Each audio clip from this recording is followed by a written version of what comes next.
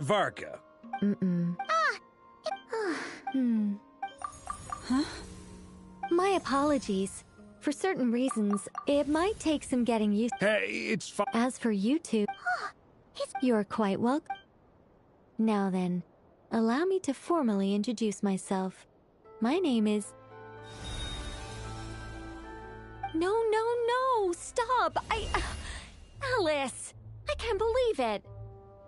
I had a whole speech prepared. I'd agonized over every single word.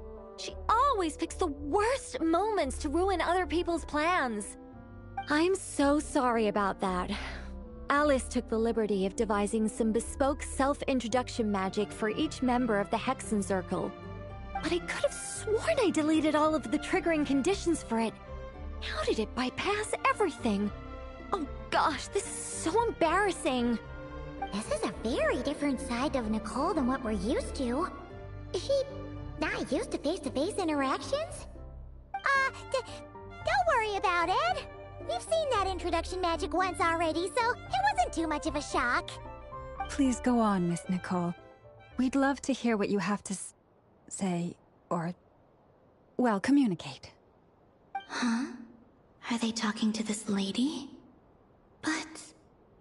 Will you all promise to forget that horrendously Sorry? Yes, the Traveler and... Alright! Yes. No. That's right. Yes, or maybe not. The Hyperborean. But despite... even after the... But all three had passed away by that point. this mage has a unique method of communicating. Yes, but they did not know. And so, still they prayed for the Moon Goddess's mercy. After building titanic structures that consumed vast amounts of Kuvaki, at last they glimpsed the moons and heard their voices. But of course, they were gravely disappointed. For it was then that they realized... It is. Just a second, I gotta ask. How relevant is all this history to the task at hand? Well, I mean, it's... Okay, it seems we've drifted into irrelevant narrative waters. It's been a while since I've had the chance to speak inside someone's head. As soon as I got started, I lost control, and the words just flowed out like a waterfall. What I'm trying to say is... Right, yes, that's it. The relevant part is the ritual created by the the fact that they... Which means... Okay. Oh. I just didn't... No, please. Oh, really? Whoa. The Hyperboreans were... Luckily, we have the... Yes. That said, well, we wouldn't even have... You look lost. Was that... Yeah, things got a little, All right. Let me think about over the next few days.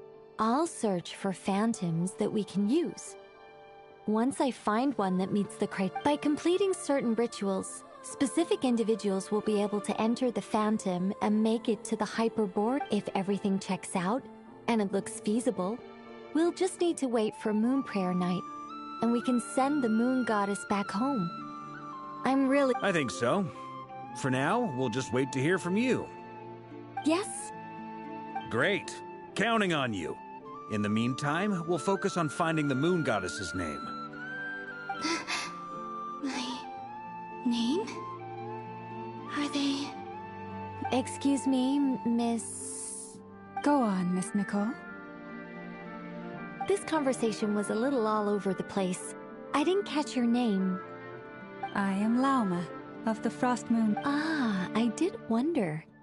I noticed that you listened very... If you'd be interested, I'd love to visit you this evening and go through... Also, if you were serious about making a record, it would be too risky to simply write down the raw... Anyway, we...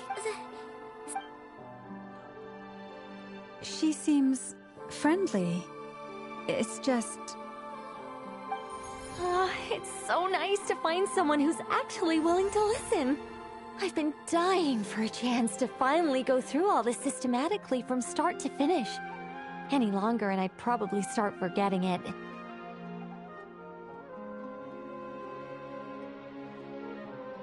Now Paimon gets why Alice told us to mind our heads. Ha ha ha ha! What did I tell you? A lot of quirky people in Alice's orbit. Now then, the next order of business is... where do we start looking for the moon goddess's name? Maybe the rest of what Nicole has to say might give us some clues. Once I've heard her out, I'll summarize the salient points and share them with you all. I'm also inclined to review our other documents. Yes, our faith was first established by our Hyperborean ancestors, but many of the more factually accurate records are from after Kutar's birth. Sounds like we're gonna follow Columbina's journey through Devat, huh? In that case, we'll start by heading to the Frostmoon Enclave. Sounds like a plan. Take this with you. I'll see about getting in touch with the Fatui. It'll probably just be Arlecchino and Sandroni again. They're the only ones who would want to help. Thank you, Mr. Varka. Ha ha ha ha ha! Don't mention it. Honestly, I'm more comfortable dealing with the Fatui than prying into the details of a young lady's childhood. Catch you later. I should follow them, just in case there's some way that I can help.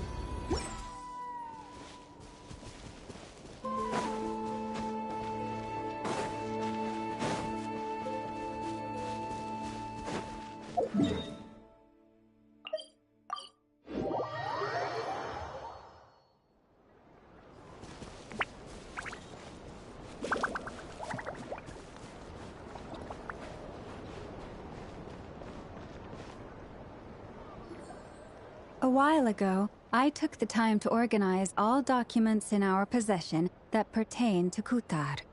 What you see here is the material I consider reliable. You're saying there's unreliable material too? Yes. Most of the information we have was transmitted through an oral tradition. Inevitably, some of her stories were mythologized and deified over the years through countless retellings. That's why I organized them into reliable and unreliable.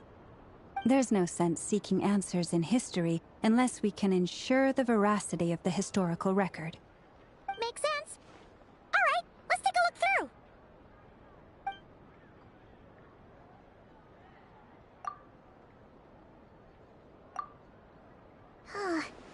Almost all these records refer to Kutar instead of Columbina. Although neither of those is her real name. What we can gather from these records is that the Frost Moon Scions worshipped her as a god. I cannot fault them for their earnest faith, but for all their devotion, worshipping her day in, day out changed nothing. I imagine that none of it resonated with Columbina. It wouldn't surprise me if, even back then, she had already begun to reject the name Kutar and everything it represented. Lama speaks the truth. When I heard them call upon Kutar with hope and expectation in their voices, they may as well have been calling upon somebody else. Well, that's a bit complicated. I looked at the level of detail, perceived authenticity, prose style, and how realistic their portrayal of Kutar seemed to be. Amongst the Frostmoon Scions of today, only I know of her existence, and I alone have spoken to her face to face. As such, I know that there are certain things she simply would never do. That being said, I have sensed some changes in her lately. Changes? Me? Oh, seems like this is getting us nowhere. For what it's worth, why don't we check the unreliable sources too? Sure. Give me a moment.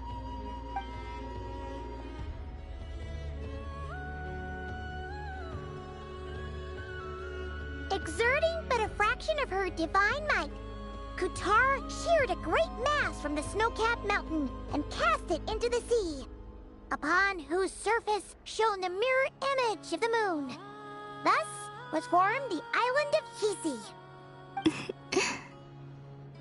Yeah, right. That doesn't even begin to pass the sniff test. The 3 moons are naught but lies through and through. Only one moon has ever shone for us, and Kutar is her name. The vast majority of ancient texts are filled with fanciful tales like these. I trust you understand my criteria a little better now. Kutar did not speak, merely gazing into the distance in silence. And where her gaze landed, this was her prophecy. Clearly, whoever wrote this text never even met Kutar. Otherwise, they'd know that her eyes are always closed. What about you, Traveler? What are you reading? Come on, let Paimon see. The child wished to build a wooden nest with which to shield a fledgling bird from the cold. But being so young and lacking in strength, the child could not snap the branches from the trees. Kutar was passing by. Upon seeing the child, she summoned forth the Kuhenki, who built a beautiful nest for the child. I remember that. Not knowing the meaning of Kutar's divine intervention, the child dared not to respond, and thus ran home to call their parents. But Kutar was gone. The Moonchanter declared the event a miracle and took the nest as a relic, placing it on high for all to see. The child was named as one favored by the goddess, and was greatly respected amongst the people. Yet, no further miracles were bestowed, and this matter was forgotten in but a few years. Huh. Any thoughts after reading that? Yeah. Columbina probably just wanted to join the kid in making nests. Ah. I'd originally considered this a fabrication, because Kutar did not perform any similar actions in subsequent records. But now that I think about it, it does seem like something Columbina would do. It's just that... She didn't know how other people would interpret her actions. She was probably worried about making things difficult for people. So, she gradually stopped joining in. Yes. Oh, that's so sad.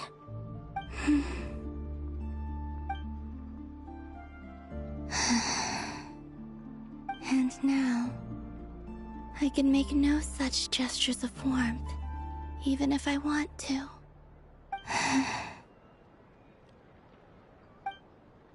Still no name. That's a bit of a shame. But we did learn some interesting stories. That's gotta count for something.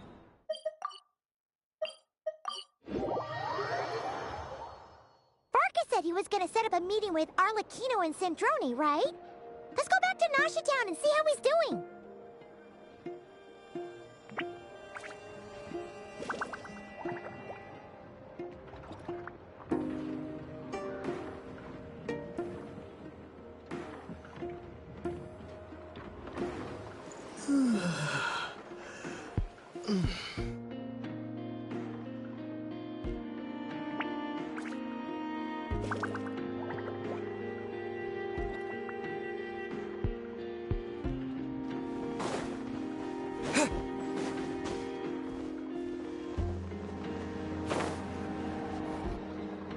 Let's see. There's Varka. Oh, and it's Durin and Albedo too.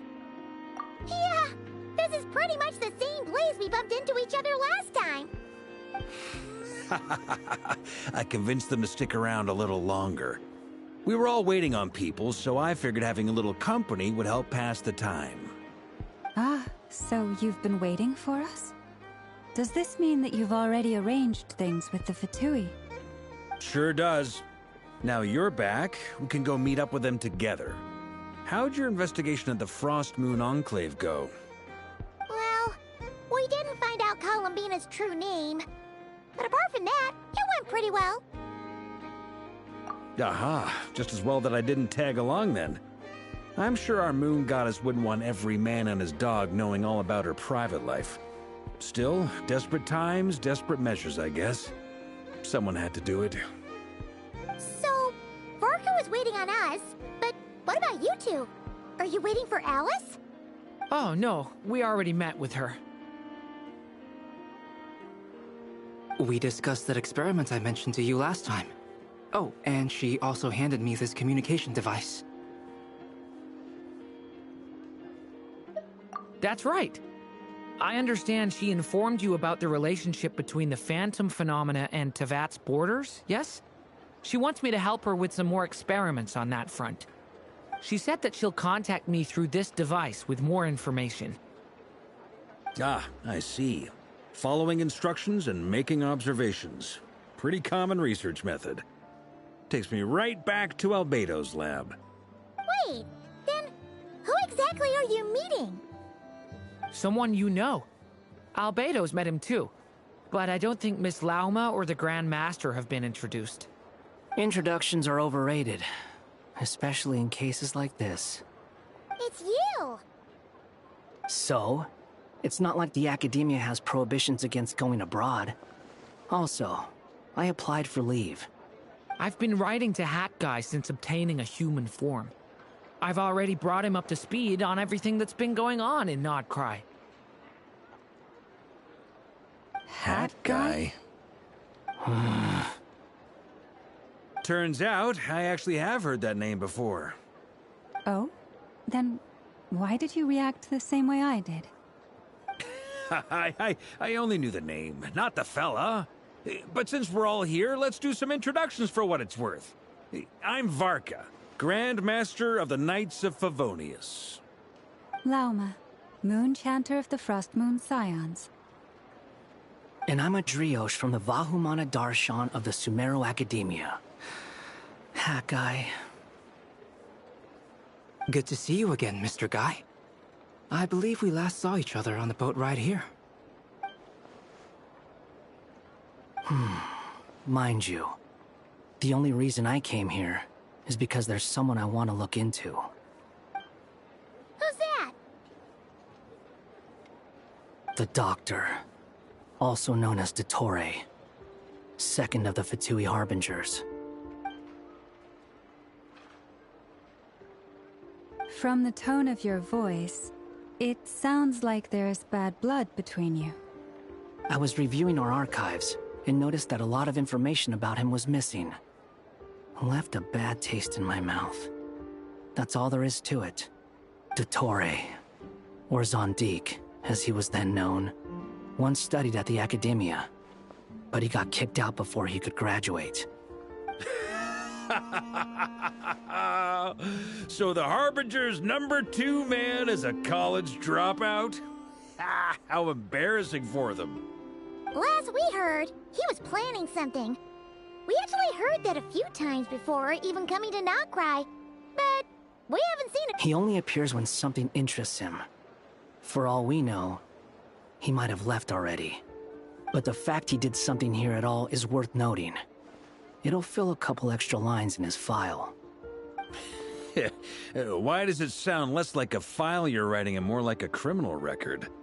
Anyway, we were just about to meet two of the other Harbingers. Want to come along? You might learn a thing or two about him there. Sure. Even though they're Harbingers, well, they're old acquaintances of ours, so, you know, when you talk to them, try to be... I got it. The Frostmoon Scion's relations with the Fatui remain tense. Forgive me if I do not attend. In that case, we'll continue assisting Miss Alice with her experiments. Good stuff. Everyone's having a fruitful time. All right, we better get going. I'll lead the way.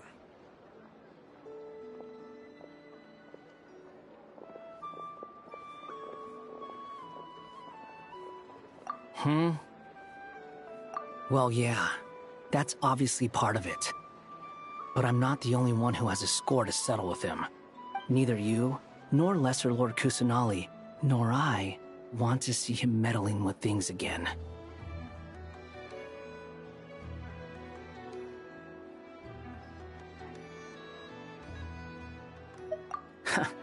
What's the hurry? Don't worry. Pigeons always know which way home is.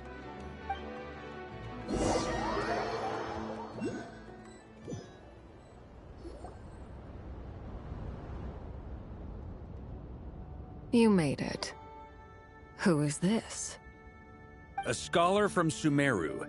They call him Hat Guy. He's an old friend of the Travelers. Wait, this is the academia representative you wrote about? He doesn't exactly look the part. I believe this will prove my identity. You'll notice it bears the seal of the Sanctuary of Surasthana. Well, what do you know? So it does. All right then. My mistake. It's fine. I expected as much. What? So as I mentioned in my letter, the Academia's got its eyes on Dottore. But this matter remains top secret. Apart from those assisting in the investigation, the fewer people who know, the better. If anyone asks, I'm here in Notcry to pursue my personal academic interests.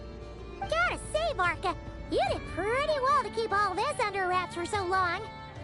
Sounds like you got in touch with the Academia about this way back. You flatter me.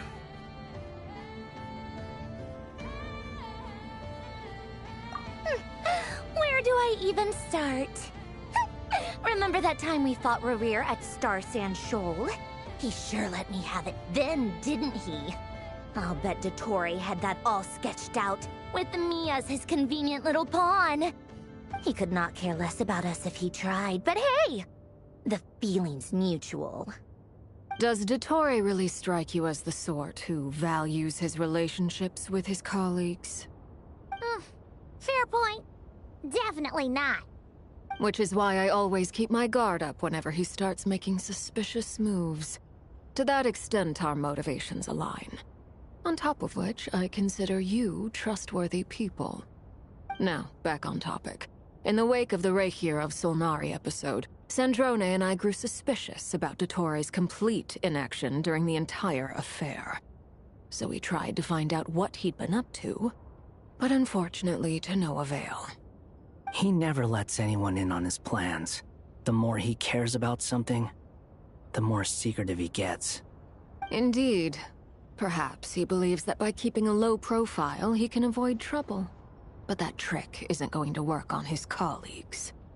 Yeah, I mean, he's been researching the ancient moon's remnants. And he's been trying to get his paws on the moon marrows. Only an idiot would believe he doesn't have something more planned. With this in mind, I returned to Snezhnaya and relayed my thoughts to Her Majesty the Tsaritsa, entreating her to have him recalled. That's pretty direct. Did the Tsaritsa agree? Yes. I made it abundantly clear that the Fatui's business in Nodcry is almost concluded, and we do not need 3 harbingers in this territory. Her Majesty concurred. Accordingly, Dottore has returned at her orders. I imagine he is continuing with experiments, which no one besides he would ever have any interest in. Common sense might mean nothing to him, but he's not stupid. He knows that no good can come from opposing the Tsaritsa. Smarts alone won't get him all the way.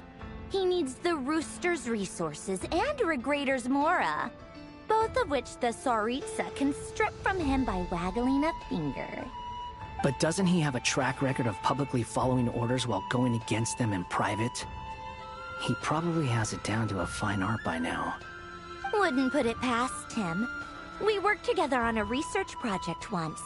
Only briefly, but it was enough to show me that we're fundamentally different people. He has no interest in doing things methodically, stage by stage. His thoughts jump all over the place, and the moment his curiosity is satisfied, or he gets the results he wants, he disappears. The only similarity we share is that, once we set our minds on doing something, we will see it done, whatever it takes. Oh, we definitely saw some of that in your battle with Rerir. You got so competitive. Ugh, do not remind me. Then I believe we all concur. Dottore will not simply give up. Fantastic. Now this is turning into a whole day of unpleasant memories. Ugh. Are you talking about the moon marrow stuff? He also strikes me as the kind of person to disregard experimental regulations, ruin all the equipment, and go way over budget. Then leave the first person he can find to deal with the fallout. Exactly. This one time, he was running some high-temperature experiment and the substance exploded. But does he care? No. He orders his subordinates to open the device so he can observe the results, which causes the gas inside to leak out. That gas was poisonous! If I hadn't been there, who knows how many people might have died. And after all that, he left, while I was still cleaning up after his mess. What a waste of time, he said. Waste of time? The nerve! He wasted my time! You've been bottling that up for a while, huh? Hat guy, I must say, you seem awfully familiar with internal Fatui affairs. Especially when it comes to Dottore. Thank you, Lady Harbingers, for providing such valuable information. I have no other questions for now, so I'll be on my way. Wait, what? You're just gonna leave? You're welcome to join if you want. Ugh. Just when Paimon thought he'd finally mellowed out. He makes quite the impression. I'll say. I've met tons of headstrong people, but not many of them would join me in bad-mouthing Dottore. Anyway, back to the main agenda. Barca, you said that Columbina has gone missing? Or rather, disappeared. Yeah. We're working on building a connection between her and this world. The simplest method is to find out her real name. I've actually asked her that question before, but she said she didn't know. Considering our relationship, I doubt she was lying to me. As far as I recall, she was never dispatched by Her Majesty to claim a gnosis or anything like that. The Tsaritsa's plans had long contained a place specifically for her. I always thought that was weird. What could she do that the rest of us couldn't? Knowing what we do now, it's probably something related to Kavaki, right? More than likely. When she first arrived, Columbina would often go to Her Majesty and ask when she could start the task assigned to her. But Her Majesty always gave the same reply. The time has not yet come. So she spent her days in Snezhnaya doing basically nothing. The Tsaritsa has summoned a beautiful blind maiden to be a harbinger, giving her the third seat by virtue only of her enchanting voice. It was a dumb and stupid rumor, but the reality of the situation made it hard to refute. And what happened after that? I imagine she stopped caring. She no longer seemed to care why she had been recruited, and Her Majesty never gave her any missions, so she just continued to sing in the flower garden.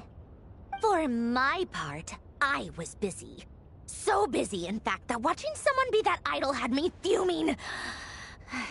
But still, I got the sense that she had long been used to a life of other people claiming she was needed when she wasn't. I just felt that having a place to stay would cost me something eventually.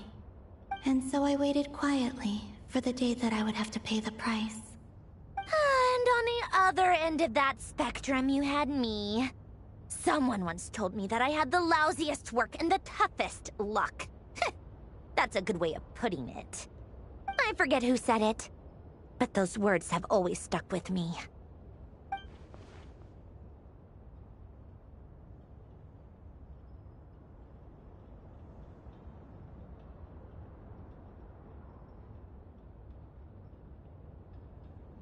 But you've done your job exceptionally well all this time. Because at heart, you are a conscientious person. What is it? Something come to mind?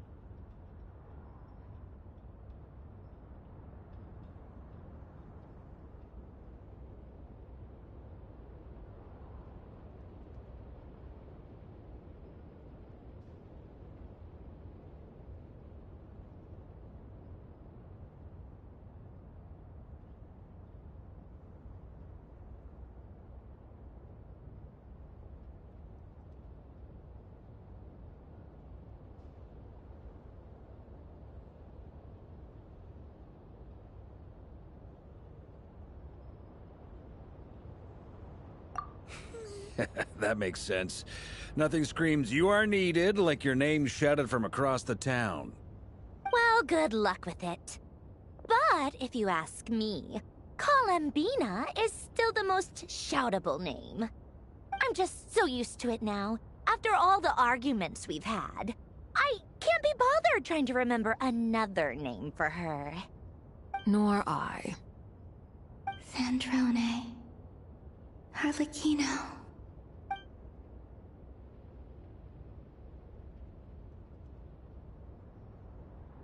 Huh! It's a Sealy! Does that mean Nicole has news for us? Ladies, I thank you for your hospitality. If the chance ever comes up, I definitely owe you both a drink sometime. I'm sure it will. You can make your own way out. Heck, you've been here enough times, you probably know your way around better than I do.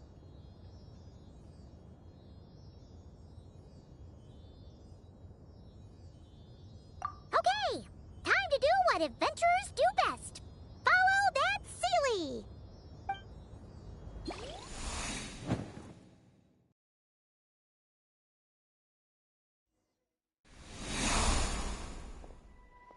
Here you are.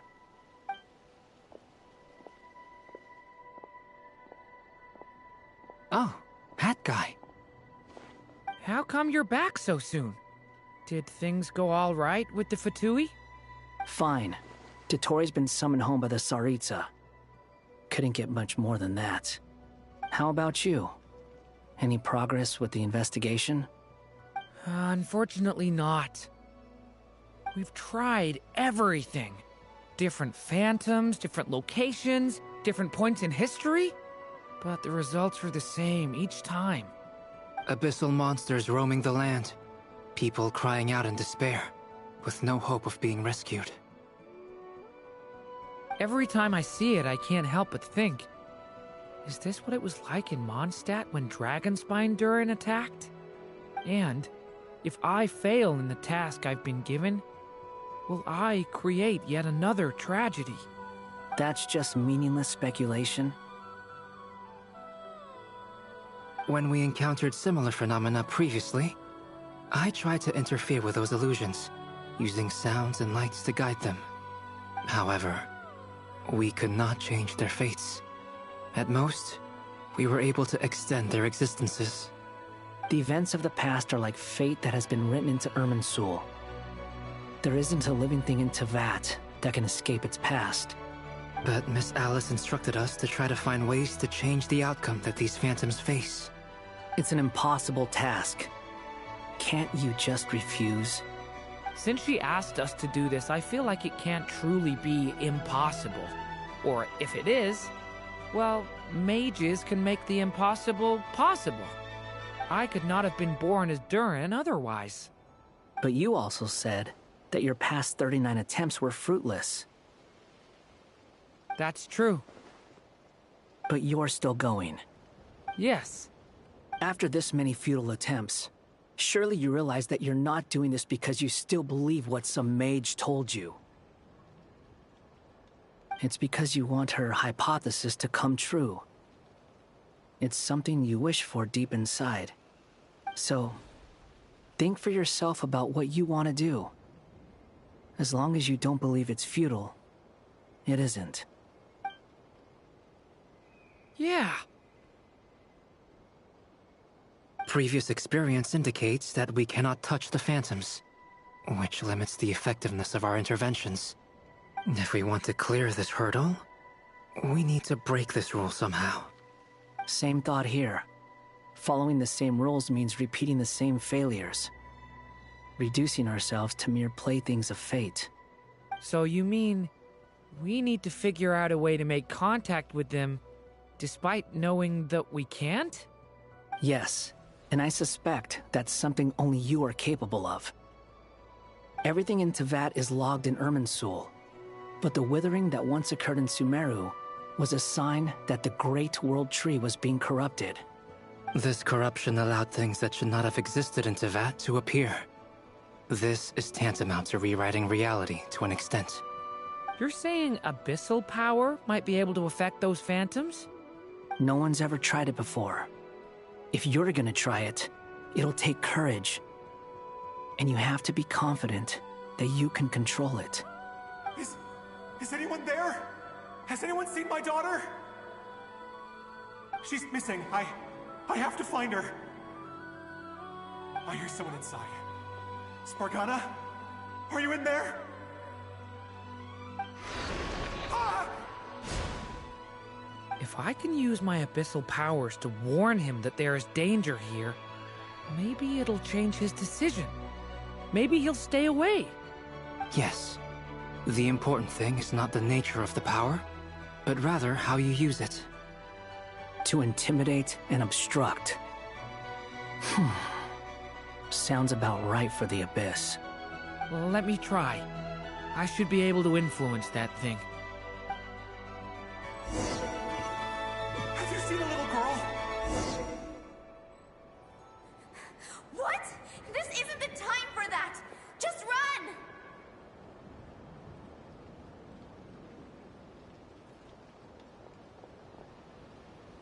I hear someone inside.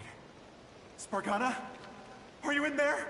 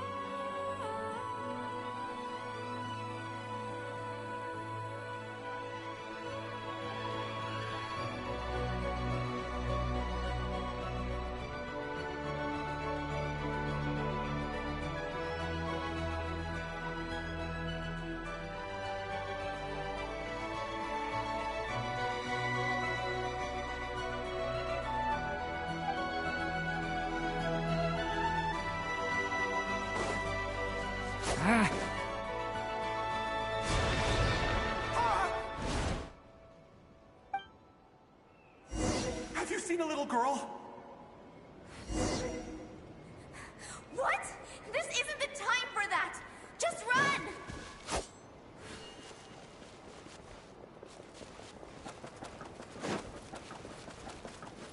I hear someone inside. Spargana? Are you in there? What is this? Looks dangerous. I should get out of here.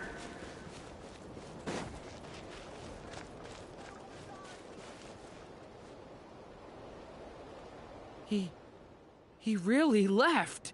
Ha! We did it! Don't celebrate too soon. Follow him. See what he does next. Monsters approaching from the front.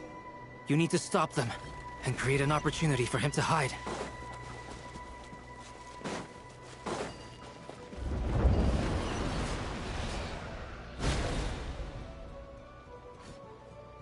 Help me!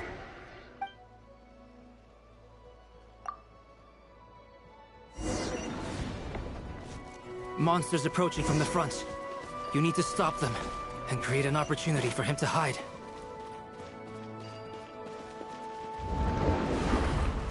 No! There's a monster ahead!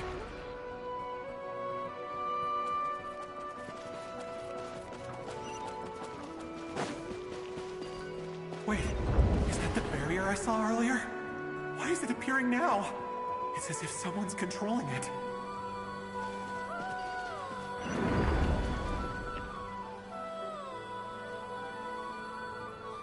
The monster's gone. Is it safe now?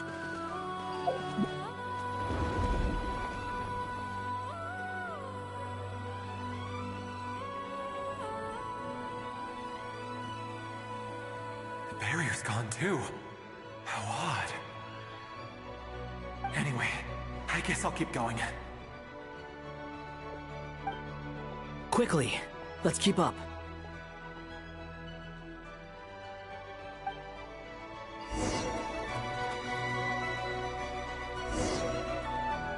Wait, there was someone else here? Don't go any further. We've got anti-monster traps laid out everywhere. But my daughter must just be up ahead. I have to go. This way's blocked.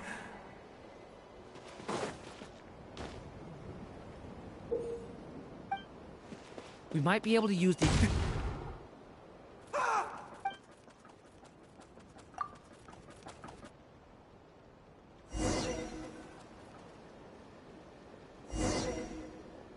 Wait, there was someone else here? Don't go any further. We've got anti-monster traps laid everywhere. But my daughter must just be up ahead. I have to go. This way's blocked.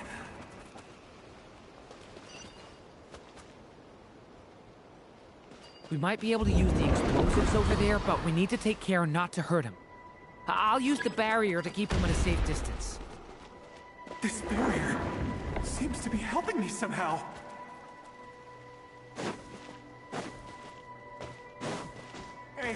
Hey, wake up! Oh, no good. Gotta keep moving ahead.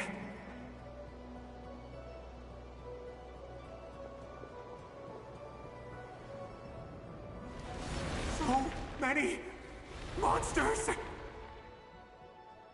There's still a chance, Durin. Use the traps.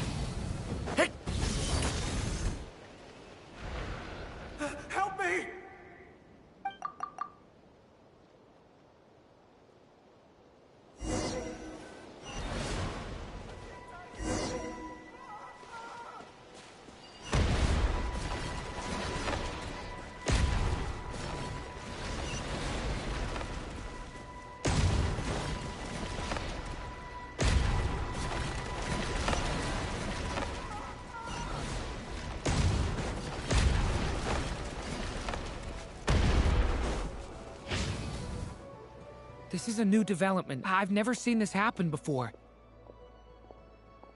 We might just be able to save this person.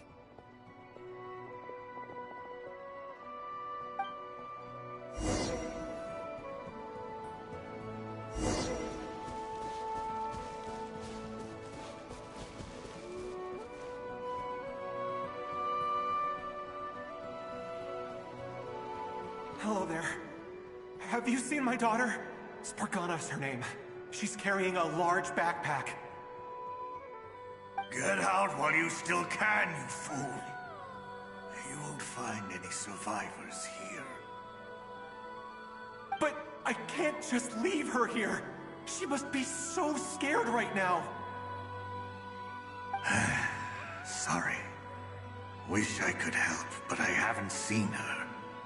You'll just have to keep looking. Okay, thank you. If I do find her, I'll get her to shelter and come back for you. Don't bother. I've got nowhere left to go.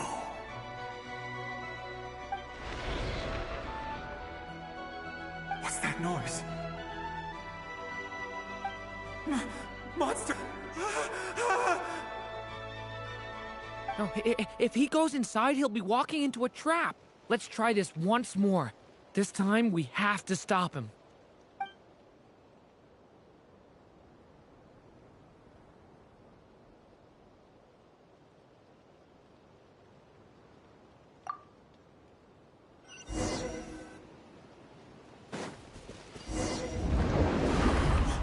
Why? How will I know where Spargana's gone like this? You know what? I'll trust this strange barrier. It's gotten me this far after all.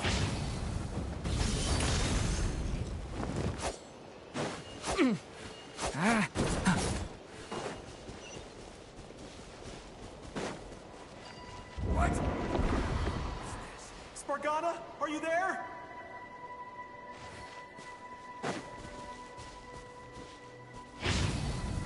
Thunder!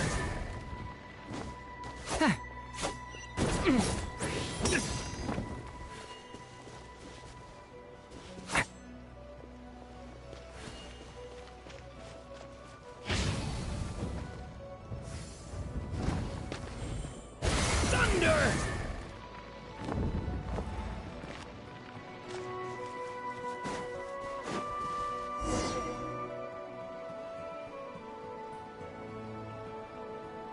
Huh? That looks like one of my daughter's books! Thank you. Thank you! Yes, it's one of hers for sure. That's her name on it right there. She left her backpack here.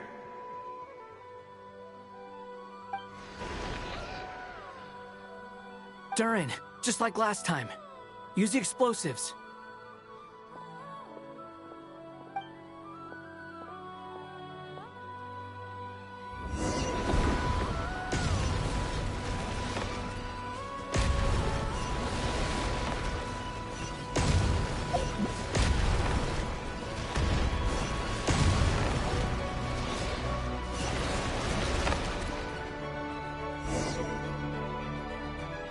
It won't work. There's not enough left. If he makes it in, he'll die. But then, this clue could be the key to him finding his daughter. It might not be the only one. Better he misses that clue than loses his life. I guess so.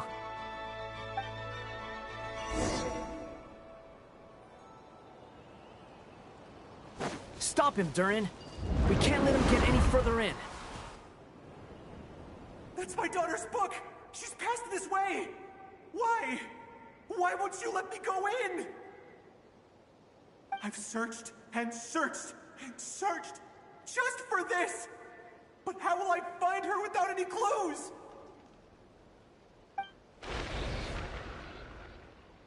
I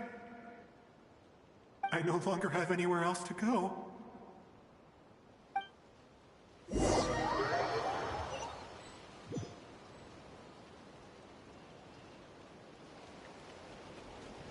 I'm sorry. I'm so sorry. He refuses to go anywhere else. Whether he opens this door or not, all that awaits him now is death. We couldn't change his fate. Albedo? Hat guy? Let's try one more time. I don't know how we're gonna do this, but I don't want to give up either.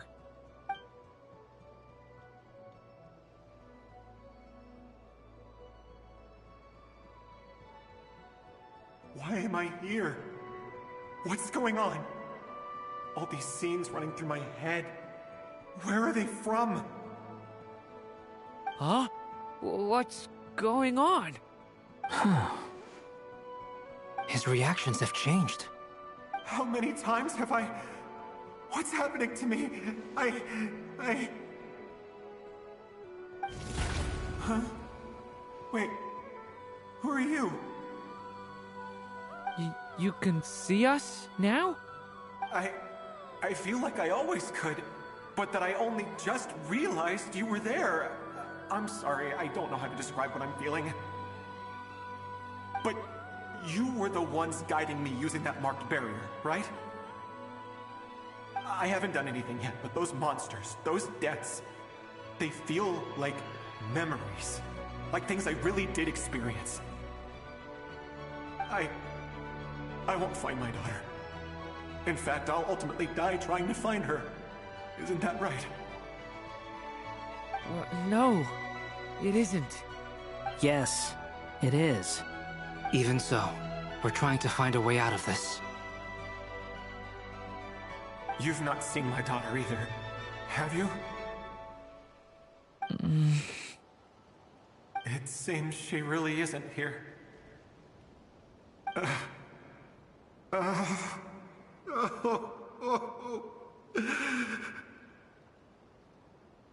I'm sorry we couldn't help you.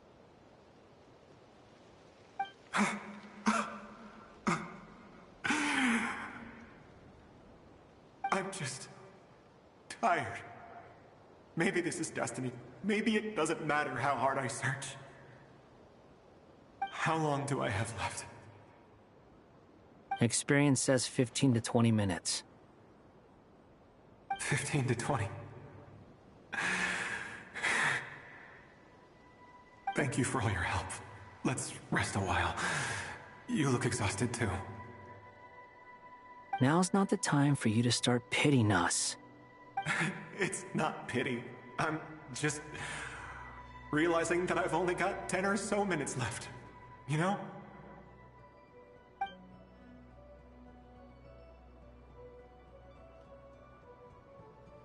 You say you're from Mondstadt, yes? A place with windmills, where people enjoy limitless freedom? And you're from Sumeru, where they've built an academy into a giant tree? Yes. It seems you... Those names are unknown to me, I'm afraid. Yes. Have you heard of Hyperborea? I have, but I heard that it was destroyed in the distant past. I see. That was where my ancestors once lived. What about Delphi Pytho? Was it later rebuilt? I've never heard that name. Then what about Sal Vindaknir? I have seen that name on stone tablets on Dragonspine. But I'm afraid the only things left of that place are its ruins. I see. Sure enough, there was no way to turn this around, huh? I'm sorry. I was the one who asked to chat, but it seems like we're too many ages apart.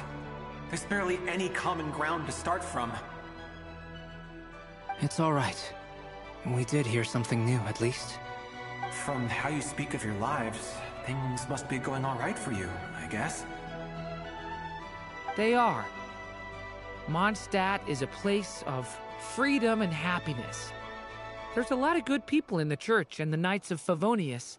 And even outside, we have festivals a few times a year. Everyone gets together to drink, sing, and be merry. Sumeru is a lot more uptight. Not really the kind of place where you can relax. It's a nation fraught with problems wherever you look. But if all you want in life is to seek knowledge, I guess it's pretty much paradise. That's wonderful. In other words, after this all-devouring black tide passed, humanity did not merely avoid extinction, but rose to build prosperous civilizations anew. I mean, I can see you all right now. That must mean the future isn't a total mess, right? That's true. Well, time's almost up. Let's part ways, I think. Might be best if you don't waste too much time on me. The chances are slim, I know, but I'd like to spend these last few minutes looking for Spargana. If things work out, I'd love to tell her about what I've heard. May we meet again. Well, or not, most probably. In that case, may your wishes come true.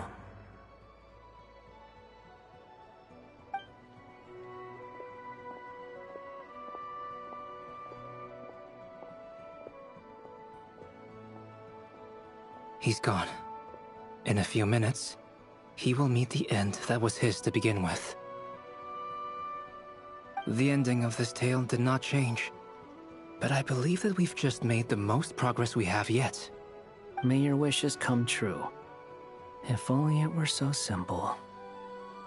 Hat guy, could I ask you a question? You've never talked about your past.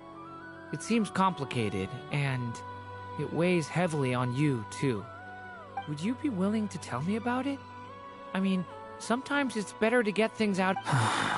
I know about as for you, you're my first friend, and you've witnessed every step I've taken.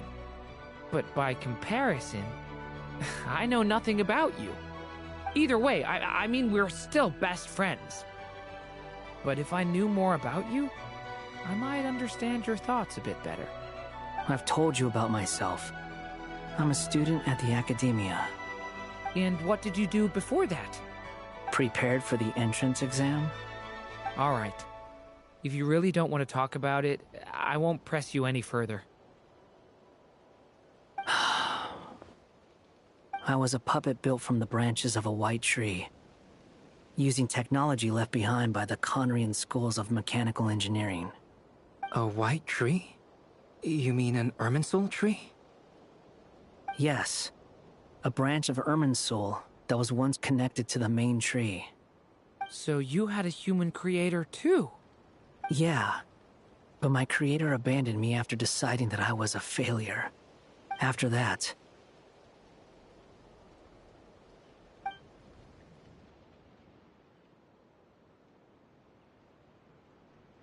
Durin. Resisting the influence of the Abyss, suppressing the urge to destroy, trying to do the right thing.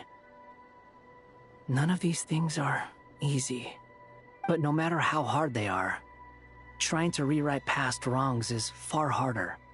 You asked me if you would create a new tragedy if you failed.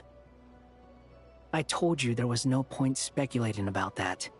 But the real answer is, yes, you absolutely will. Hat guy.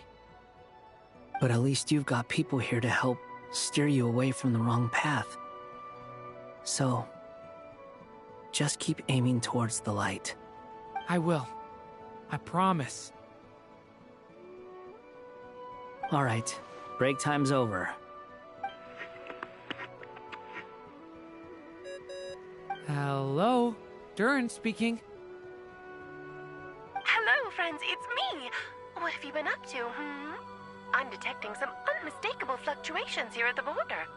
The amplitude isn't particularly high, but they're completely different signals from the ones before, and the scale is comparable to those I've detected previously.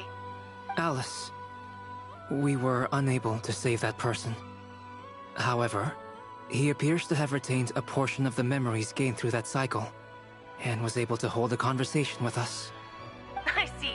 Well, that is rather odd indeed. It definitely merits further attention. Could I trouble you to keep trying the same approach? I need to gather some more data. Counting on you. I should probably have Nicole come and check this out as well.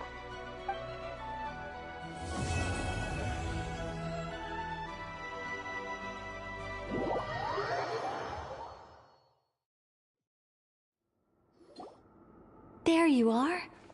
I was worried you might stop to collect treasure chests opened by the Seelie along the way.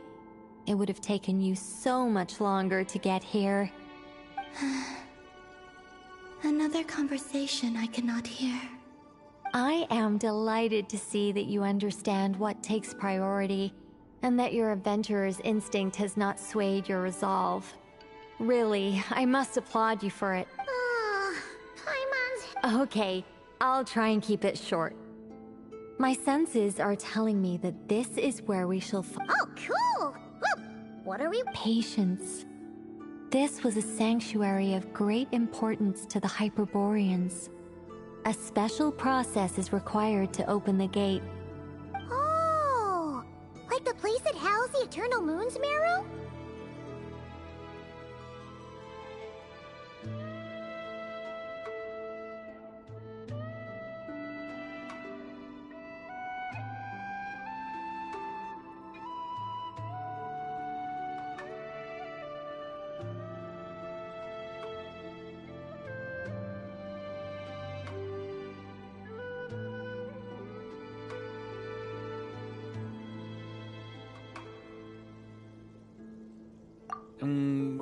Okay, so what's the plan?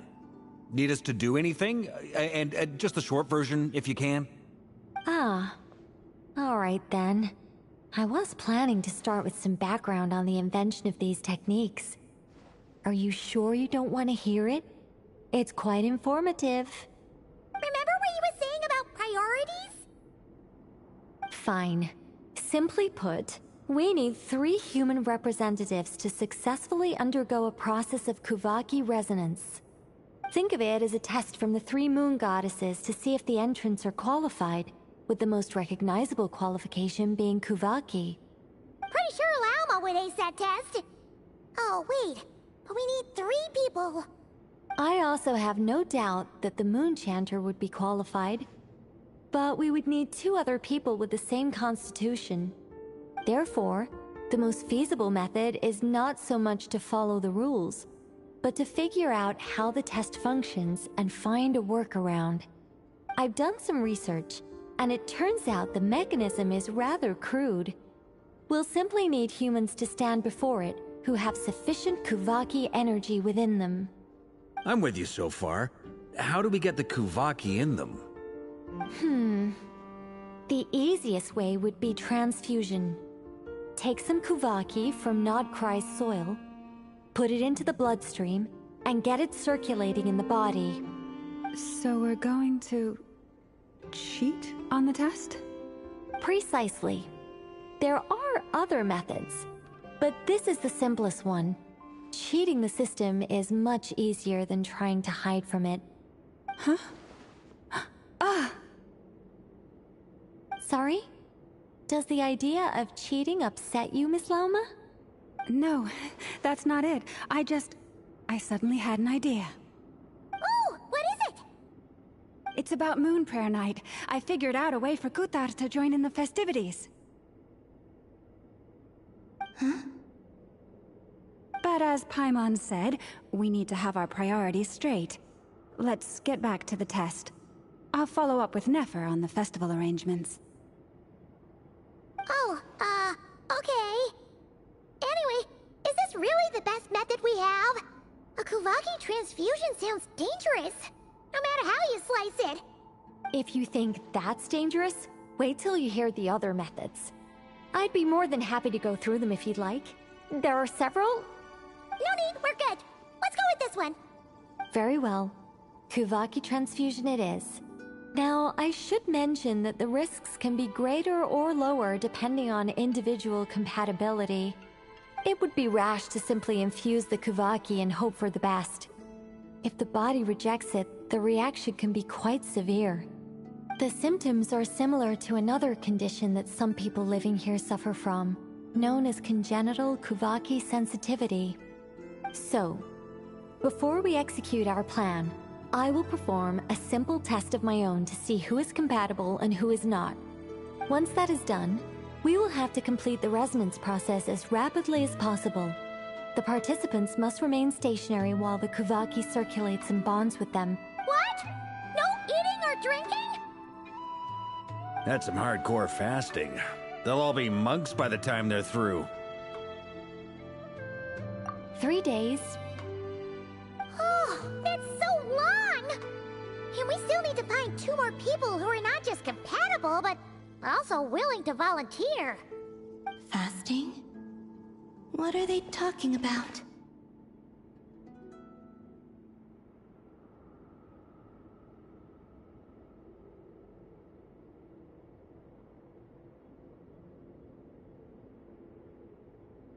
Really? Don't you want to think this through?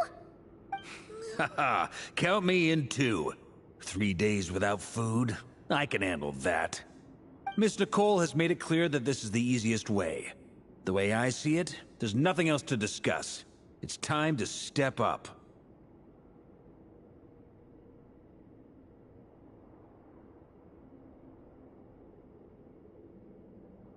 Yeah, you're right.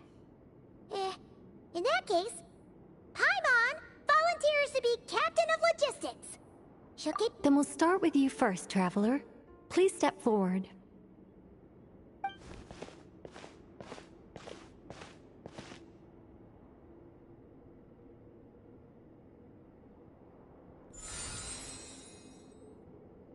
How's it going? Do you feel anything?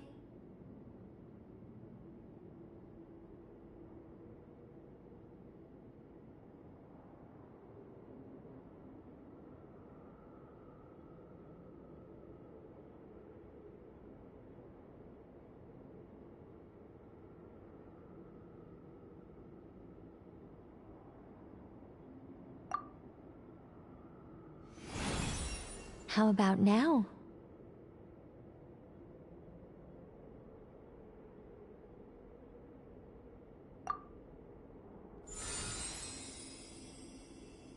And now?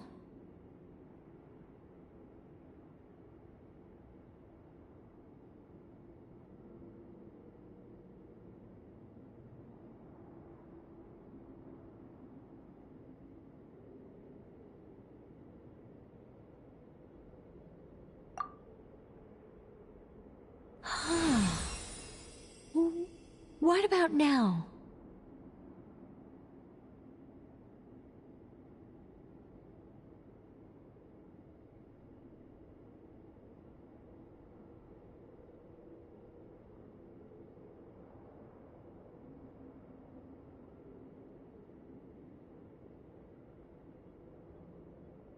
You guys, it's not a competition, you know. All right, I'm officially impressed. Even as a descender, you can withstand far more than I imagined.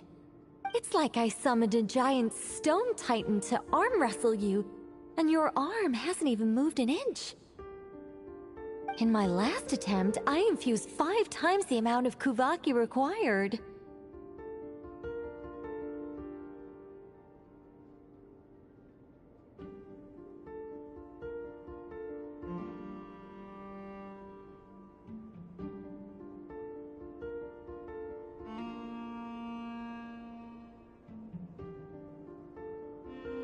Yes. Safe to say, compatibility won't be an issue for you. You're eligible to join. You're next, Mr. Varka. Sure, here goes nothing. All right. I'll start where we left off. 5 times the required Kuvaki dose. Whoa, whoa, whoa, hey, wait a minute. How's it going? Ooh, no, not great. I kind of want to puke. Feels like I've been drinking too much. A few bottles of wine, then a big stein of Dark Horse. With some hard liquor from Liyue mixed in. You think this is funny? I just lost to a young lady in an arm wrestling contest. I'm never gonna live that down. My apologies. I'll lower the concentration and try again. Oh. How's it going now? I'm not as dizzy as last time, but I can still feel it pulsing around. In that case, you wouldn't be an ideal choice, Mr. Varka. Let's try someone else. Okay. Let's go ask some of our other friends then.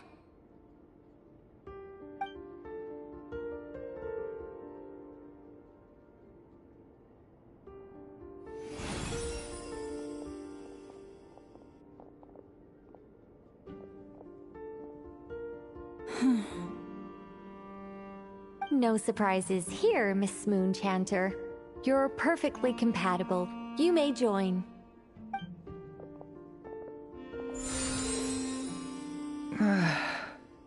I'm getting a slight headache.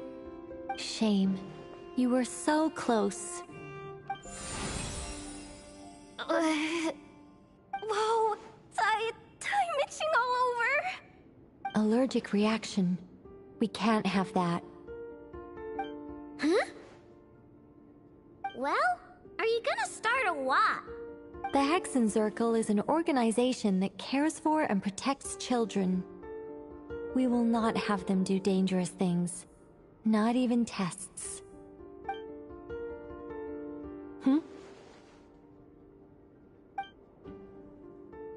Is something the matter?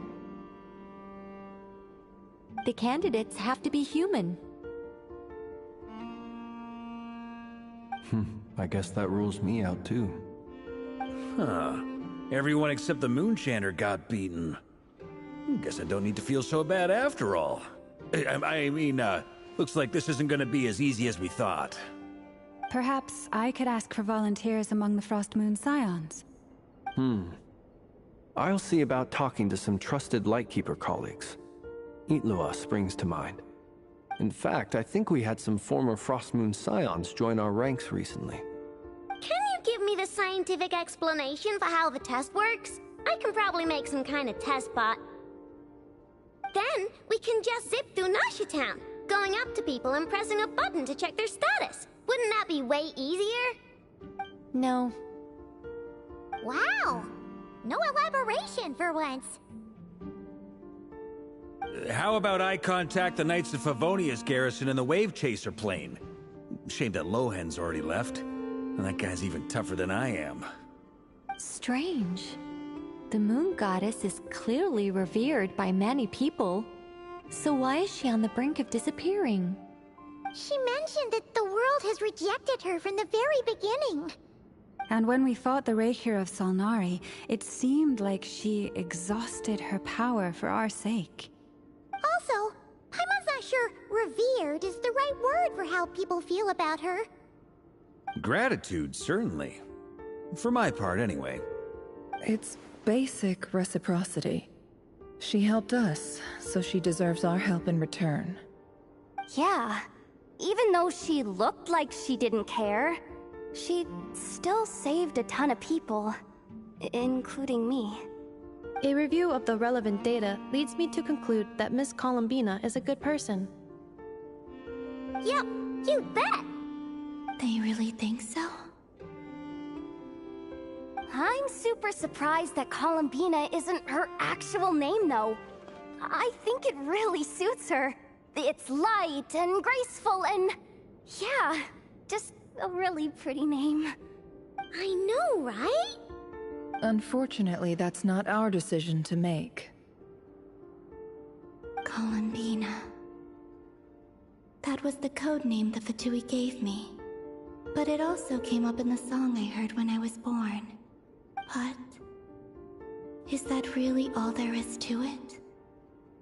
What do I truly think of my own name? Is there anyone left who will still call me by that name?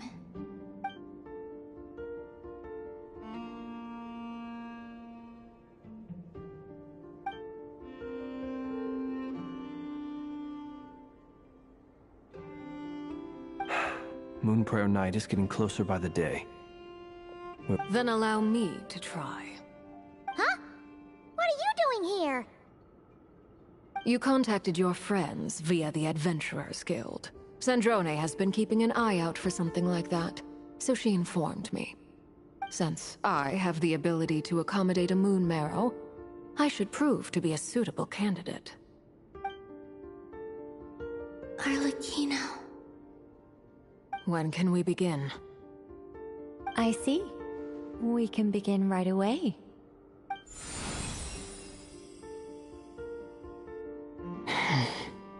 How was it? Did you feel any discomfort? Not at all. Then it seems we shan't need to look for additional candidates after all. Great! Cool. Alright, like Paimon said, the rest of us can take turns making sure the three of them stay warm and comfy. Then, my job is to take care of the caretakers. I will ensure everyone receives food and accommodation. I'm ready as well.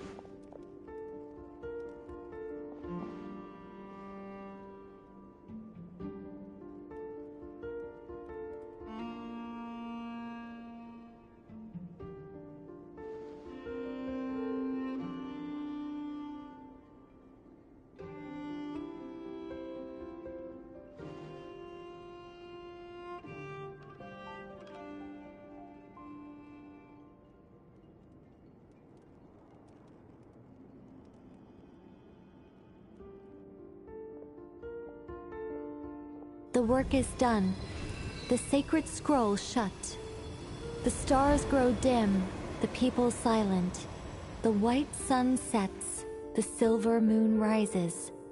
O path to the temple, appear now before us.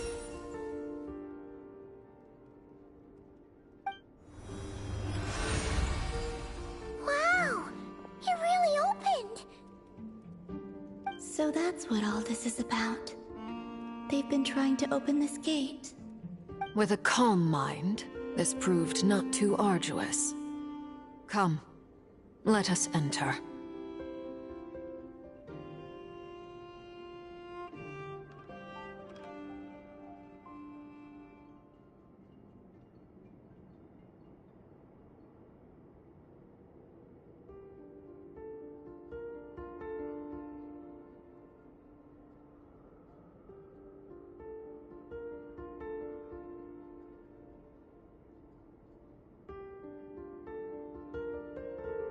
It might be best to eat something first. Take care to chew properly and swallow slowly. It will give your body time to readjust to the digestion process. They will head in soon. They will need to enter this gate.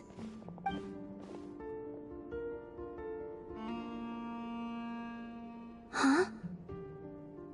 I cannot pass through. Is it because I have no physical body? It has been 3 days. My strength has all but completely faded.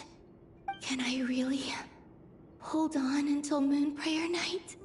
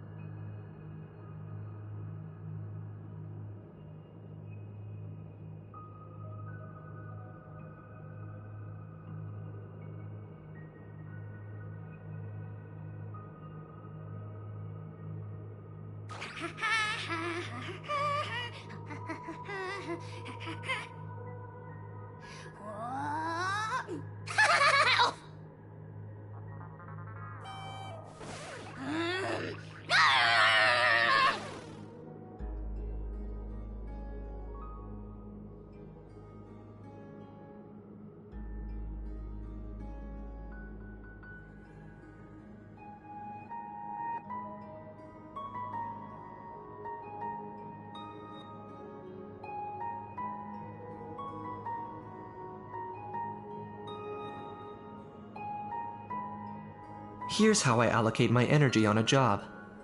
70% goes to investigating, 10% to making a final decision, and the remainder for execution.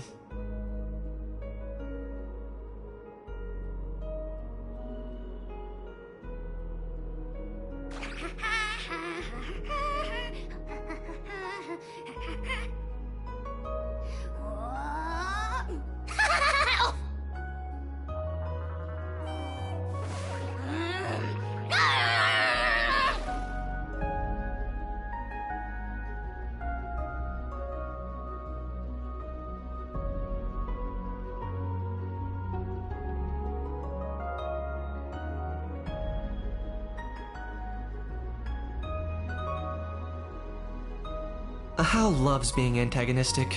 Just ignore him when he's mouthing off. Don't let him get under your skin. I dare you to release me and say that to my face!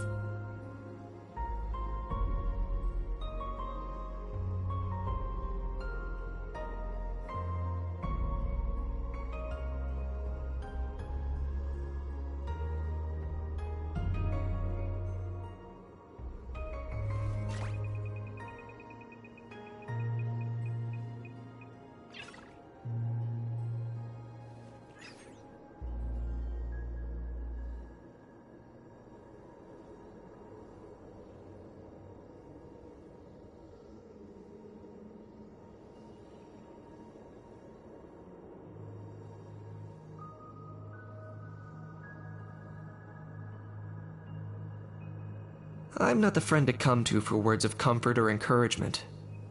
But when it comes to weighing the costs of your actions, ask away.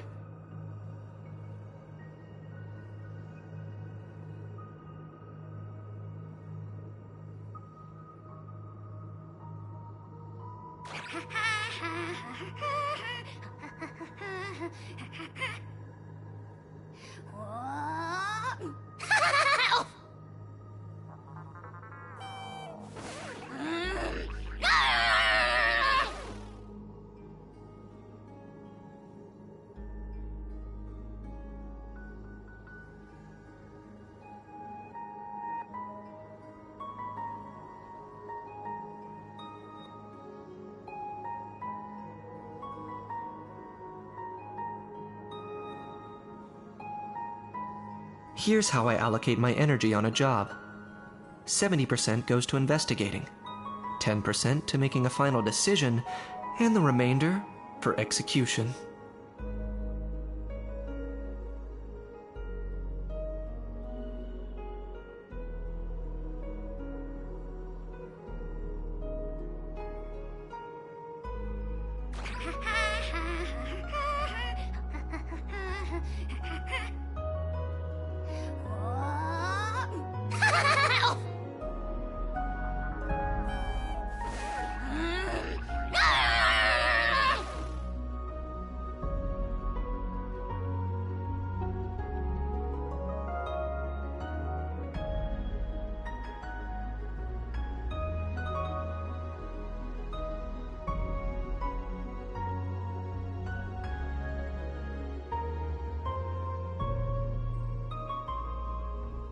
I'm not the friend to come to for words of comfort or encouragement. But when it comes to weighing the costs of your actions, ask away.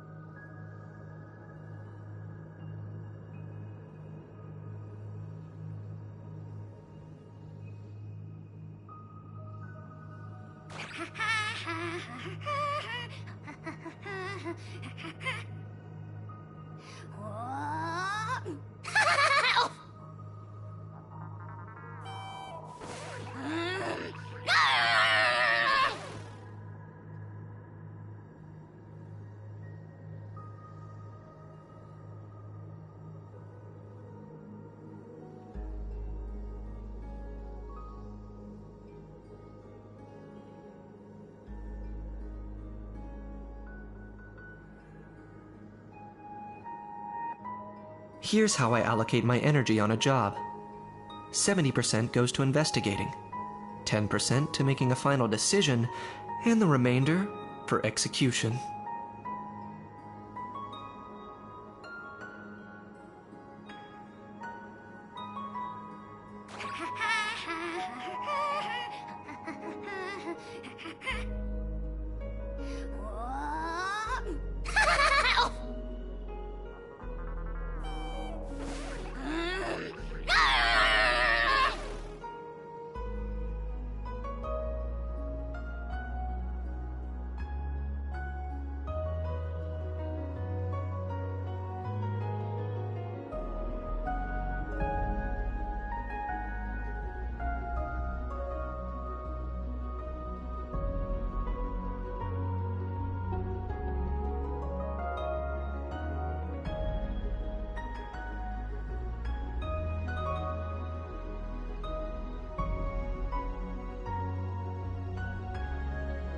Hal loves being antagonistic.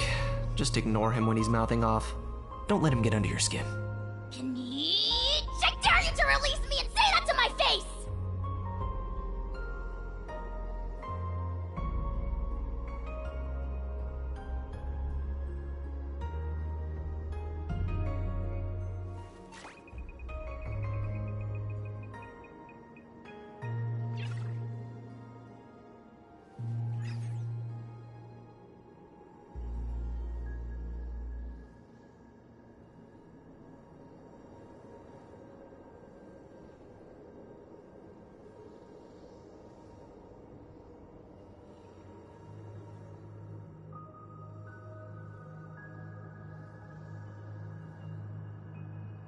I'm not the friend to come to for words of comfort or encouragement. But when it comes to weighing the costs of your actions, ask away.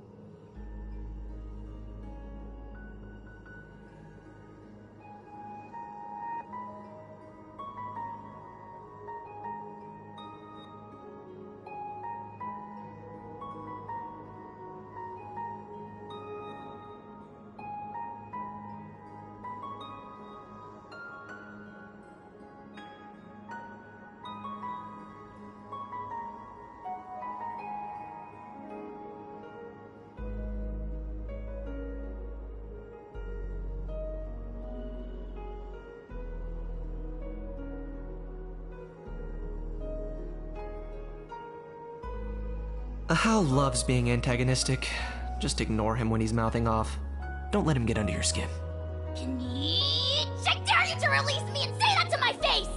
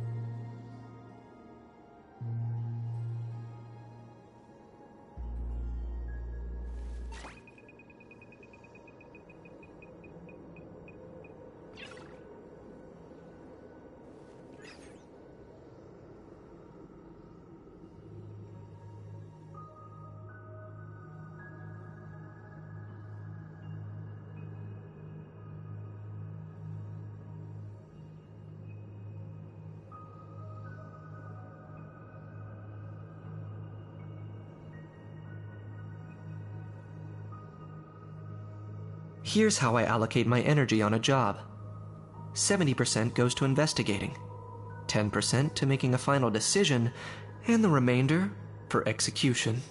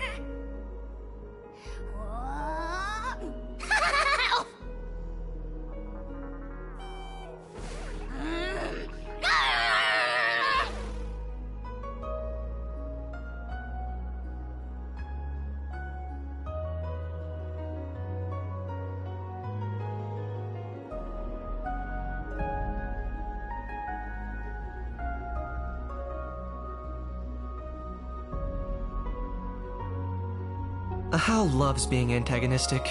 Just ignore him when he's mouthing off. Don't let him get under your skin. I dare you to release me and say that to my face!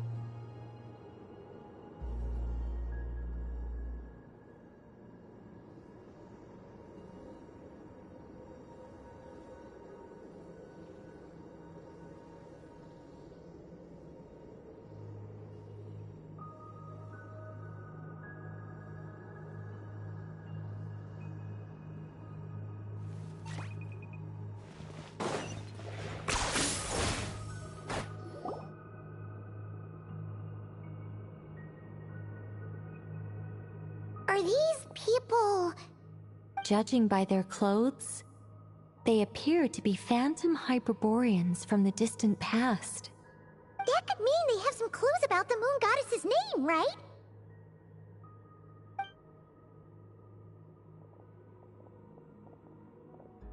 Hey there!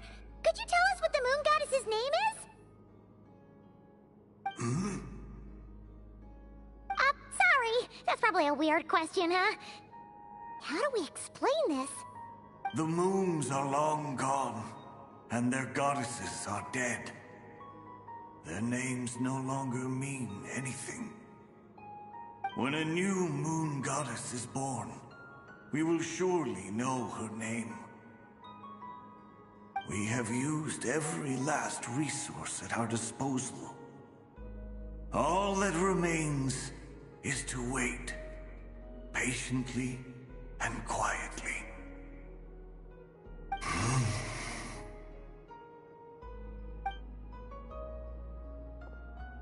Were the people of the past all this devout?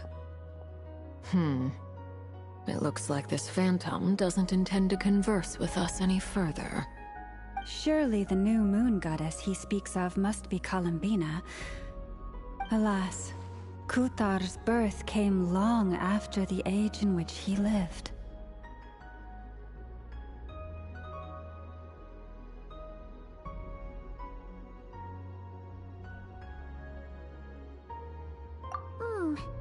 But, maybe if we find a phantom from a more recent age, they might know Columbina's real name.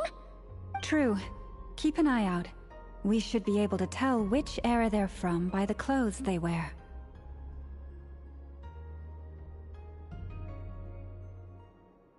Yeah, you've been pretty talkative this whole time. What changed? Oh, nothing. I'm fine. You all make good points. When the Hyperboreans speak of moon goddesses, They mean the three from truly ancient times. I can't imagine they would know anything about our current moon goddess. There once was a time when the moon goddesses blessed them greatly and protected them from harm. So, when the war between the gods and dragons plunged the world into chaos, it seems they looked once more to the moons for help, praying for a new goddess to be born. Yeah, that checks out. Let's continue on. Who knows what else we may discover?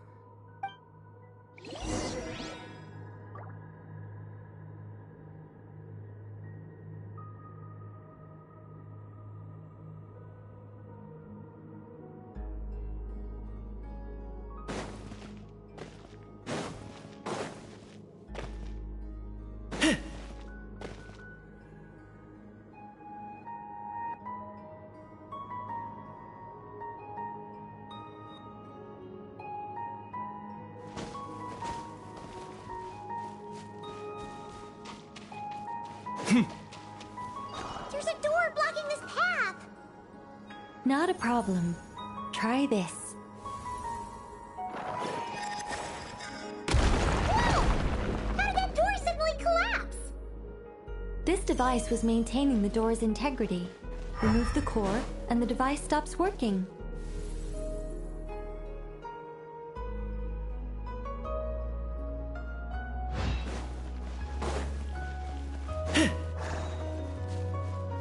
Is this our destination? Impressive. More precisely, this is a device that will help us reach our destination. Let's go. We still have a long distance to cover.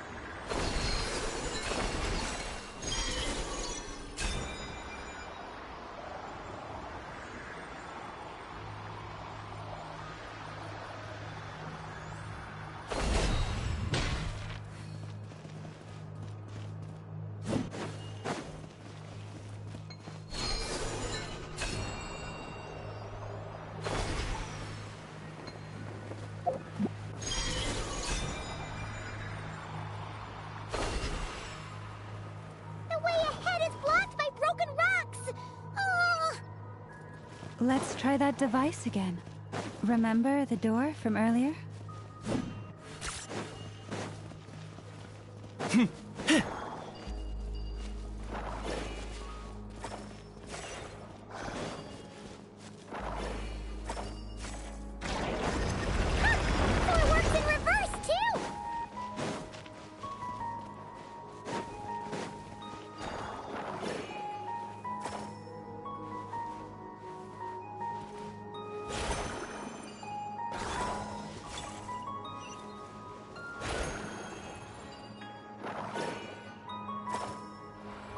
The humans we see are all phantoms, but the monsters are real. What a fascinating place. There'll be plenty of time to admire it later.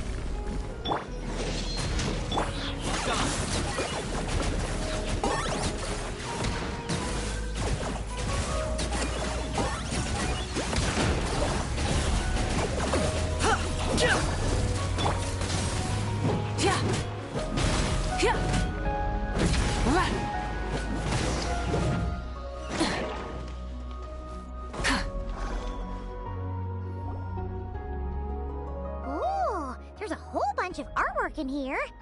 Seems pretty old. Nicole, this is probably your area of expertise. What do all these paintings mean? Let me see. To To understand these murals requires some knowledge of the history surrounding the War of Funerary Flame. I shared a little of this with Lauma before. Yes, I think I follow. The dispute between the Moon Sisters, the transformation by Nibelung.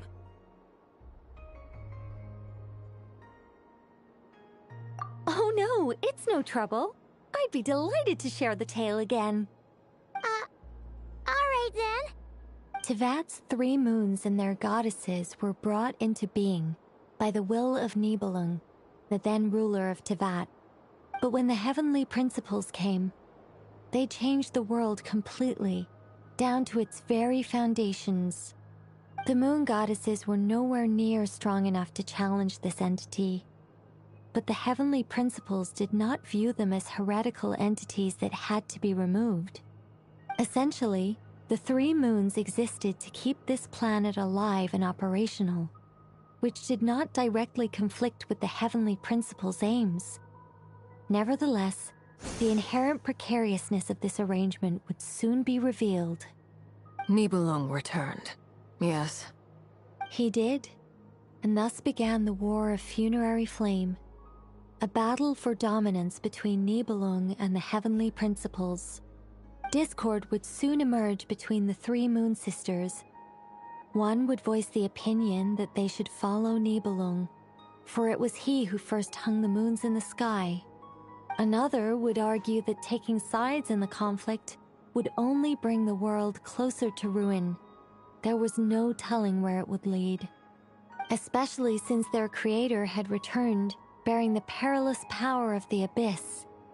Nibelung would eventually discover their disloyalty. He had all 3 imprisoned before transforming the moons into weapons with which to fight against the heavenly principles. What? Weapons? Yes.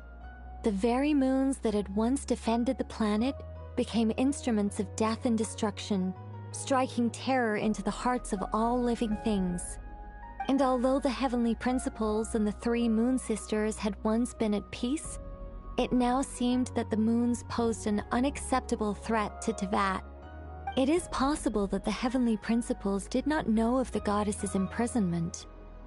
If so, regardless of who knew what, when, the heavenly principles shattered 2 moons and flung the other beyond the skies.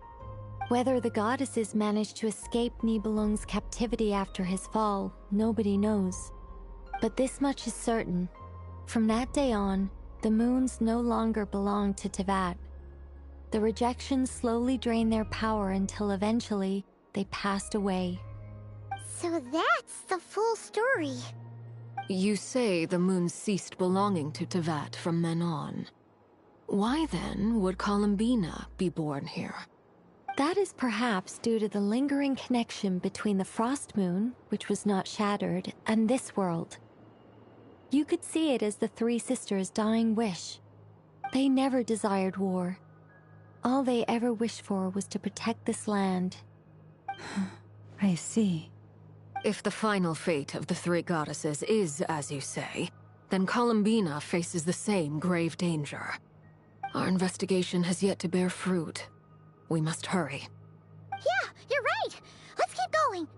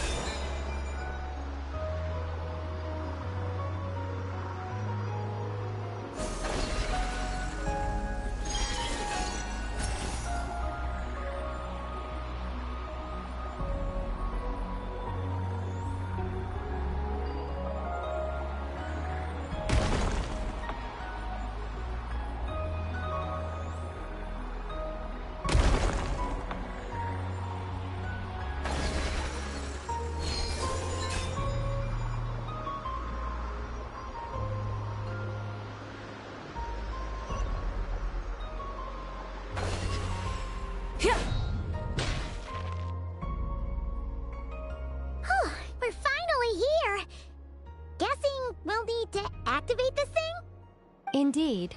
I was a little worried about that at first, but as we got closer, I sensed that the Kuvaki within it flows unimpeded. It should be functioning normally. The only issue is how to activate it. It's looking a little worse for wear. What about the cores from some of the other devices we've seen? Can we repair it using those? In all likelihood, yes. I imagine that would have been the Hyperborean's backup plan. Let's look for some cores.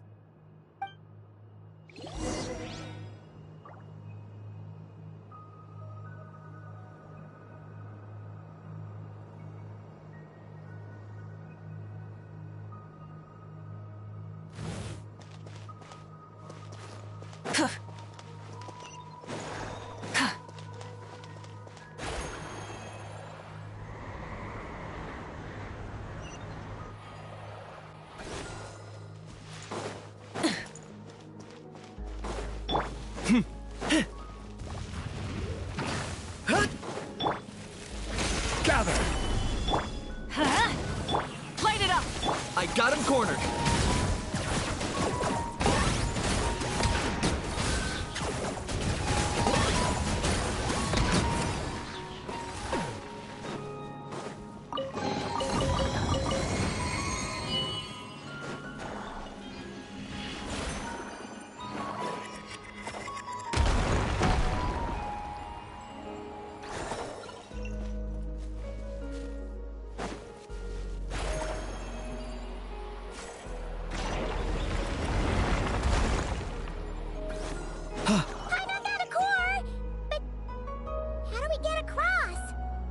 Walk up, then jump down.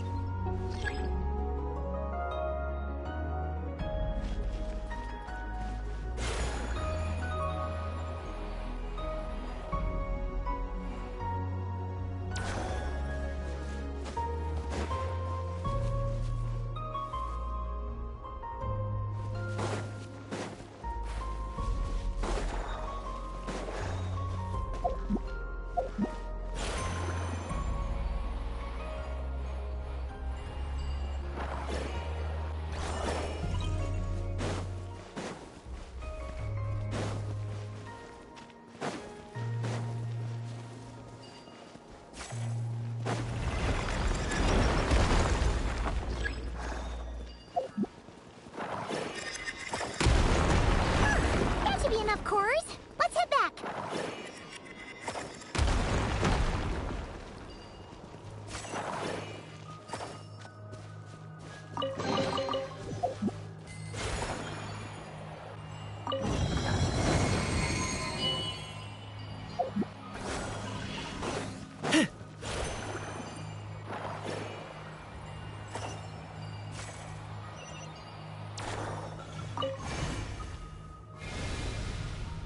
The device is up and running.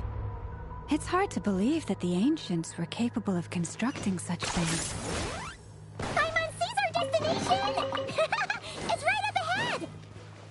Yes.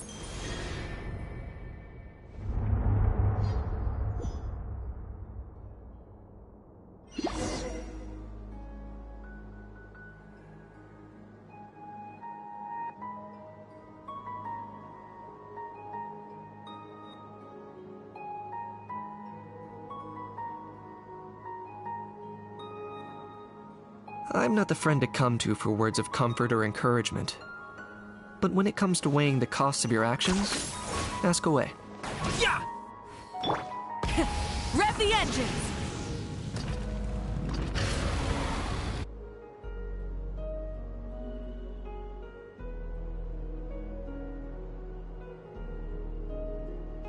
This is where the people of Hyperborea communicated with the moons. We need only place the moon marrow upon this platform on Moon Prayer Night, and we shall be able to open a portal to the moon and send our moon goddess back home. The assumption being, of course, that we can find her first.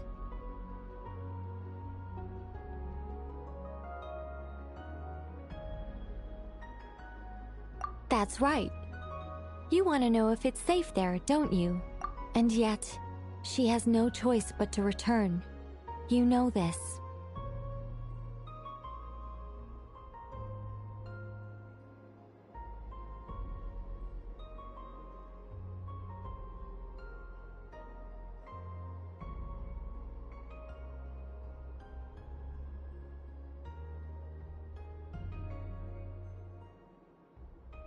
Oh, that's not the only issue here.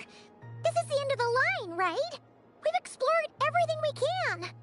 And despite looking at historical artwork and talking to people from Hyperborean times, we're still no closer to learning Columbina's name. If it's not too much trouble, could you tell me exactly what Alice said to you about finding her name? Oh, sure. What she said was... Then your first job is to find it. As a moon goddess, I'm sure she must have a name she identifies with.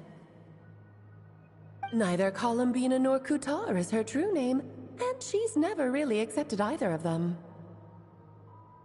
Is it not also possible that she has never had a true name? Not at any point in history? That would be a hard pill to swallow. But at this point, we may have to accept that that is the truth. No one knows how she came into being, and she certainly doesn't have parents in any sense that we're aware of. Perhaps she was never granted a name at all. But does that mean there's no way to get Columbina back? She's just gonna disappear and there's nothing we can do about it? Huh? Wait, why all this pessimism? Was it the way I phrased this question? You all seem to be taking this in completely the wrong way.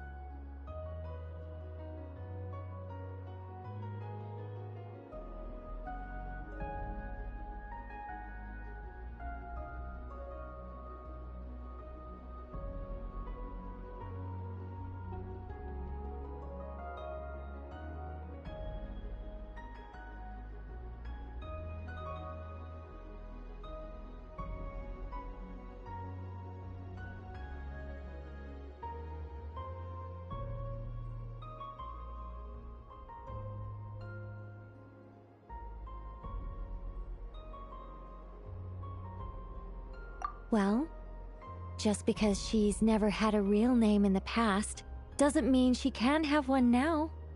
What? Think about what Alice said again. She never once said that you'd have to find a new name, did she? Are you saying what I think you're saying?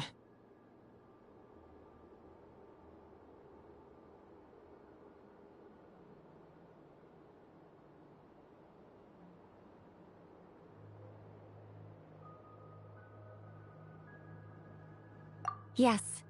Names are anchors that connect us to the world. If she doesn't have one, it's like... yes. Traveler, when you first arrived in Teyvat, do you think you would have turned around if someone... But what about now? I understand what you mean. Life is a long journey. Even the friends and family by our side can change. When people call you by different names, what matters isn't so much the words themselves, but what they symbolize. And of course, whether that resonates with you. Lumine. So, close your eyes and picture the moon goddess in your mind. Columbina. Columbina. Paimon would call her Columbina too. Well, she has long forsaken everything that Kutar represents. I think from now on I should... Well, it sounds to me like you found your answer. Are you sure? Is it really that simple? We haven't found her this whole time and... For a journey like this, the process is every bit as important as the outcome. Had you not searched far and wide, rejecting every other answer you were offered? How could you have come to an answer? Oh, it all makes sense now. This has Alice's fingerprints all over it. Are you suggesting that Mage knew from the start that Columbina never had a real name to begin with? I can't say for sure. But I can definitely imagine her chuckling in satisfaction somewhere right now, saying, "Ah, what fun." Llama! Your antlers! You should hurry. The festive moon has begun to rise. Do not worry, for when you called the name Columbina just now, I could sense that the power within was enough to summon back the moon goddess. The power within what? The name? Yes. So, the thing is... What's wrong now? This is so annoying. I really, really, really want to explain how that whole thing works. Starting from the founding principles of Teyvat and... Oh, I could talk about this for hours. But... Deep breaths, Nicole. Deep breaths. You're an angel. A sober, sensible, solemn angel who has her priorities straight. Okay then. Sorry for asking. Clearly a bad call on Paimon's part. Anyway, you all need to hurry. Last thing, remember how it felt when you called out that name. Then it is agreed. By the name Columbina, we shall find her. Then we'll throw her the best Moon Pair Night party ever! And at last, we will send her home.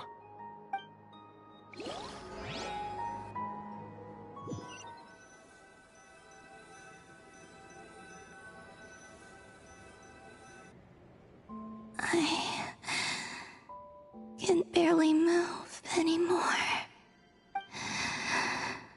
My consciousness, have they come back out? I'd love to.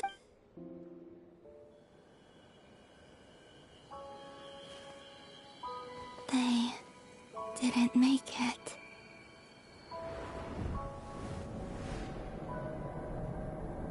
Could you tell me your name? My name is... Columbina!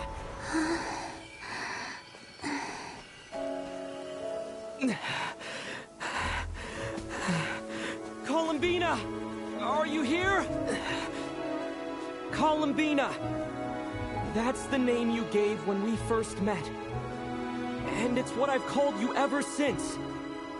Columbina. It's a fine name. I have many fond memories of Columbina, and so do all of your friends.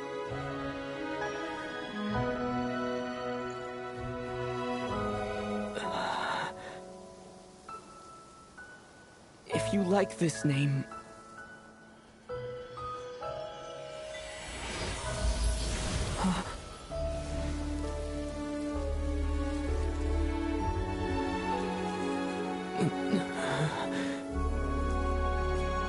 Looking for me?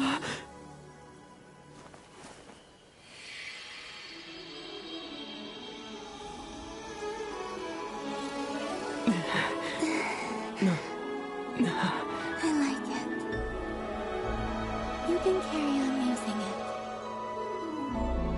My name is Columbina Hyposelenia.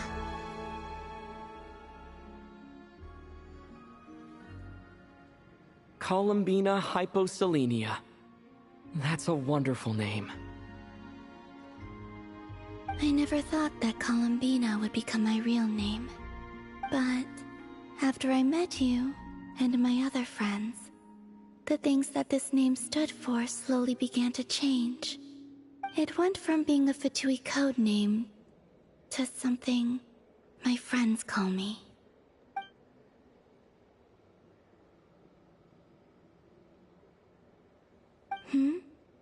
What is it?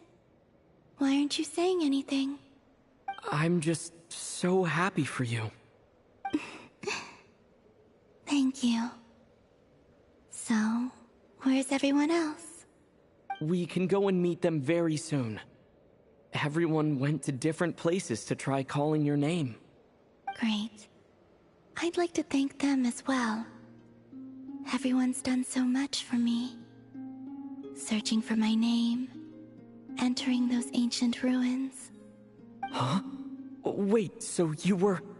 Yes, I was there. Not physically, but my consciousness was still holding on. I followed you the whole way. Starting from when? You turned around and called out my name while you were in Nasha Town. Do you remember?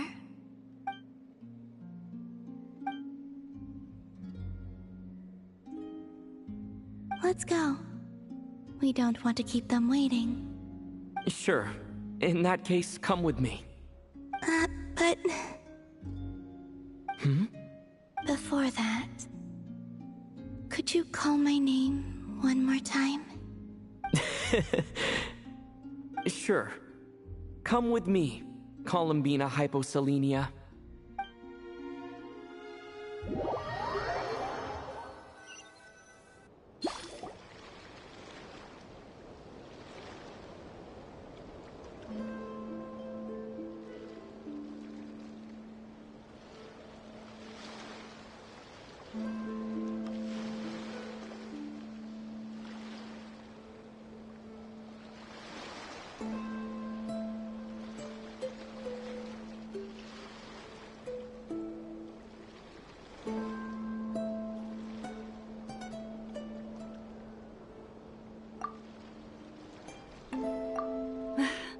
Columbina. Oh, this truly is wonderful. Llama, I can't breathe. Ha ha! Just in time for Moon Prayer Night. It's good to have you back, Miss Columbina. Yeah, we were worried sick. Thank you, my friends. With your help, I now have a name that belongs to me. Columbina Hyposelenia. Where's the second half from? You added it yourself? That's right. It means... Born beneath the moon. Yes. And by extension, it can also mean born beneath this world. A fine name. Now, as much as it pains me to interrupt this beautiful reunion, I feel obliged to remind you that the Moon Prayer Night celebrations in Nasha Town have already begun. Don't you want to enjoy the festivities? There's so much to see and do. And some of the ambient lighting and entertainments were sponsored by the kind souls in the Hexen Circle. Nicole? Why have you turned into Dodoko? So you're Miss Nicole. Thank you for helping us, and for helping me find my name. It's nice to finally hear your voice. You're quite welcome. Guiding lost people to hidden treasure is what we Seelie do. And if you ask me, spiritual treasures are far more precious than material ones. Chests are all well and good, but this was what it's all about. Oh, so satisfying. Anyway, I had to go help Alice. It seems like she ran into some trouble. That's why I couldn't be here in person. But don't worry, we're with you in spirit. We'll be celebrating right along with you. Keep an eye out for the Hexen Circle's festive stalls in Nasha Town. I think you'll like what we came up with. Alice said she even managed to rope B in this time. The Frost Moon Scions have also prepared various attractions. I believe Aino, Ineffa, and their crew are setting things up as we speak. On that note, Nefer, about that request I made. It's all in hand. Yehoda is on site to ensure that everything goes off without a hitch. Wonderful. In that case, Traveler?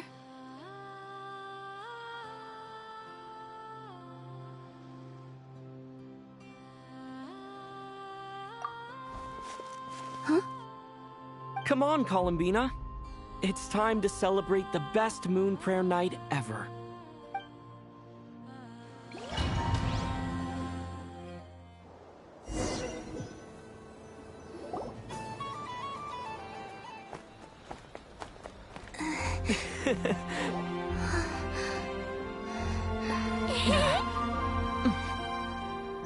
Young lady, would you like some Moon Prayer Night candy? Happy Moon Prayer Night. Oh, yeah. I almost forgot to say. Welcome home, Moon Goddess.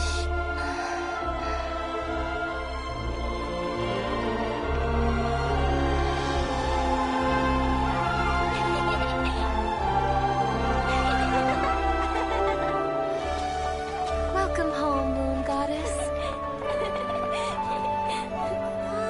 Welcome home, Moon Goddess. Welcome home, Moon Goddess. Turning Nasha Town into her home is a festive gift. A rather brilliant idea. Perhaps this is what Notcry, Columbina's home, should have been like all along.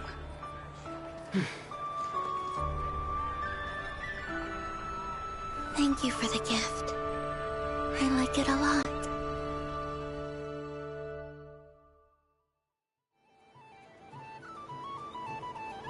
This feels like the surprise of my life. I do. I never imagined I'd ever get to enjoy Moon Prayer Night with everyone so freely. If you're happy, we're happy. Quite a strategy you came up with. Hide the tree in the forest. It's not your usual style, Lauma. Is there something about Moon Prayer Night that enhances what's in your head as well as the antlers on top? Apparently so. It even inspired a perennial penny pincher to use their resources for a greater cause. It truly is a magical festival.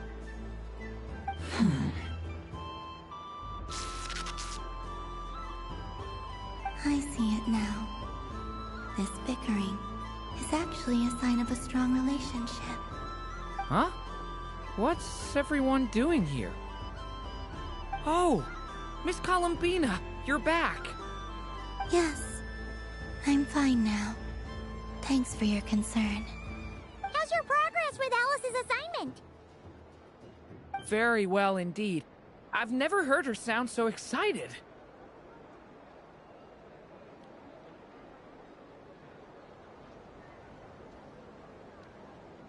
Not like this. This time, her excitement seems more serious. Seems like she's had a major breakthrough. She said she'll contact us once she knows more. In the meantime, we're free to relax and have some fun. Enjoy the time off while it lasts. I have a feeling that our next task won't be so simple.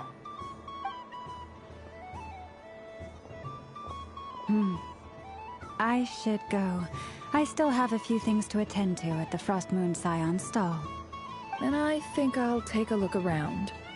With any luck, this once-in-a-year festival will come with once-in-a-year opportunities.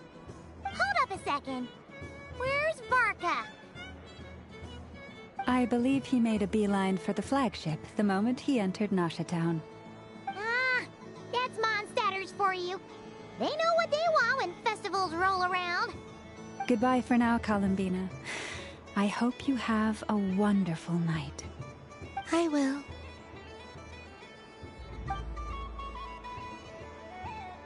Well, in that case, don't just stand there. Get out there and have some fun. You'll definitely get a warm welcome at every stall. Oh, also, take this map with you. It's a guide to the festival.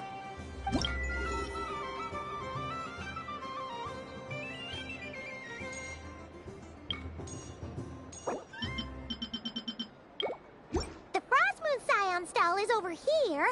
Lauma's invited a whole bunch of cute animals to celebrate too. Over there is the Hexencircle section. Alice seemed more excited than anyone about this festival, so she insisted on making it a grand affair. Oh, and then there's the Nasha Town local specialties, including... Actually, forget that. Better if you go check them out for yourself. Thank you. It looks like a lot of fun.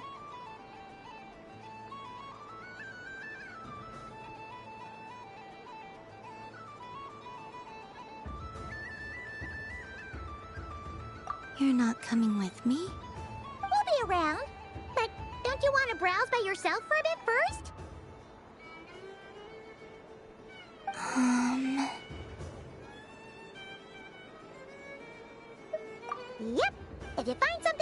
and want to try it out together, just give us a shout. We'll be right with you.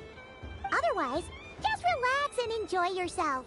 There's so much on offer, so try to experience as much as you can.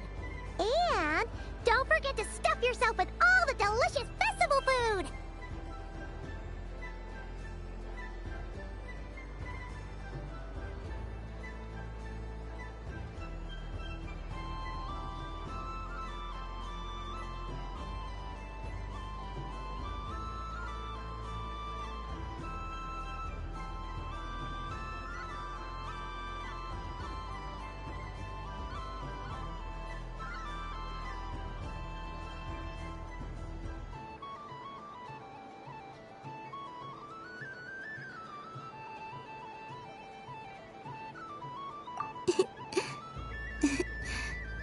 All right then, off I go.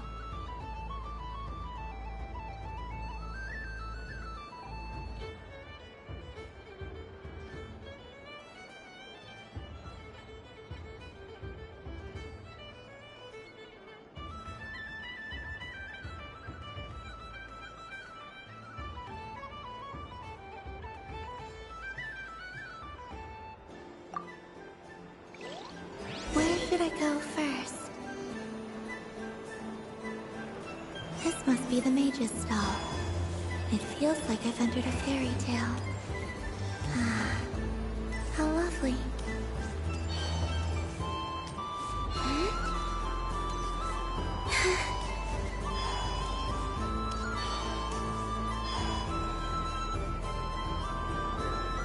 But I was aiming right at it!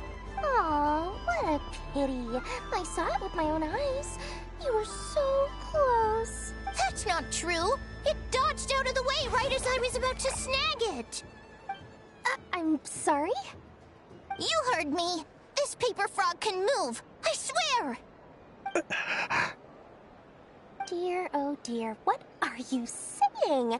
How could a paper frog move? Unless you believe that even if I, the mere humble merchant that I am, knew such magic, surely I would not use it on a paper frog. I'd sooner give Mora legs, so I could walk right into my purse. My dear, dear customer, why not have one more try? This time I'll give you 12% off, a very generous discount for one of my most regular customers. Just think about how much experience you have under your belt now. You're sure to win the next one.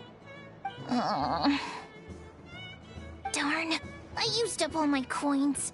I'll be right back. Just gonna fetch some more from my house. Take your time, but don't take too long. This event is Moon Prayer Night only. Miss it, and you'll have to wait a whole year before I'm back. Next customer, please. Welcome. Hello. Whoa, whoa! What's this big one doing over here? How do I tell my employees not to go running around this time? Dory? Why, hello there, Miss Columbina. Would you like to play my ring toss game? How much for a round? Oh, first time's free. Not a single Mora. After that, well, we can cross that. But with your sharp sharp skills, I'm sure you'll win all the prizes in one fell swoop. That was an obvious enough hint for them, right? Right?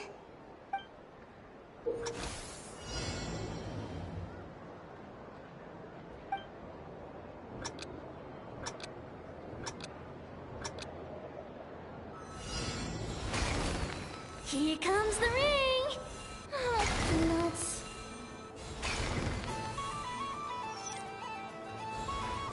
Change tracks. Roselle, should we move or not? Just a tiny bit. All right, then I'll... Oh, sugar plums, not the clock hands. How do the legs again?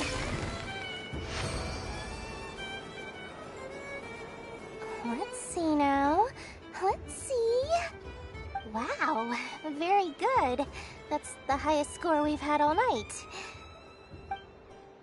And here's your prize. Now, how about another round? As for the cost... Happy Moon Prayer Night, Miss Columbina. Happy Moon Prayer Night, Durin and Hat Guy. Are you here to play the game? Yes. You said we were just coming here to say hello. I did, but then I recognized a few more people as I got closer. Do my eyes deceive me? Is that... It's our little dragon! He's all grown up! Someone's popular. Well now, since you came all this way, why don't you try out this lovely game we have going? First try is free! He'll have a go. I'll pass. It's only one free try per customer. You can't give your try to him. I'm aware. How has Elder Almond been lately? He's in great shape. He goes for a run in the forest every morning to stay fit and healthy. He tried to go boat racing with Firecracker a while back, but he couldn't even make it onto the Lotus Leaf. Firecracker was in fits of laughter. How about you, little dragon? Can you still fly? Yes, I can. But you've become less chatty. Has growing up been tough on you? We call that maturity. You know, the thing people sing about. The knight wields a sword of stone to defend those hearts that are made of gold. Stone is very heavy. That's what keeps him from talking too much. That's awesome! I want to be a knight when I grow up too. Ring, here I come!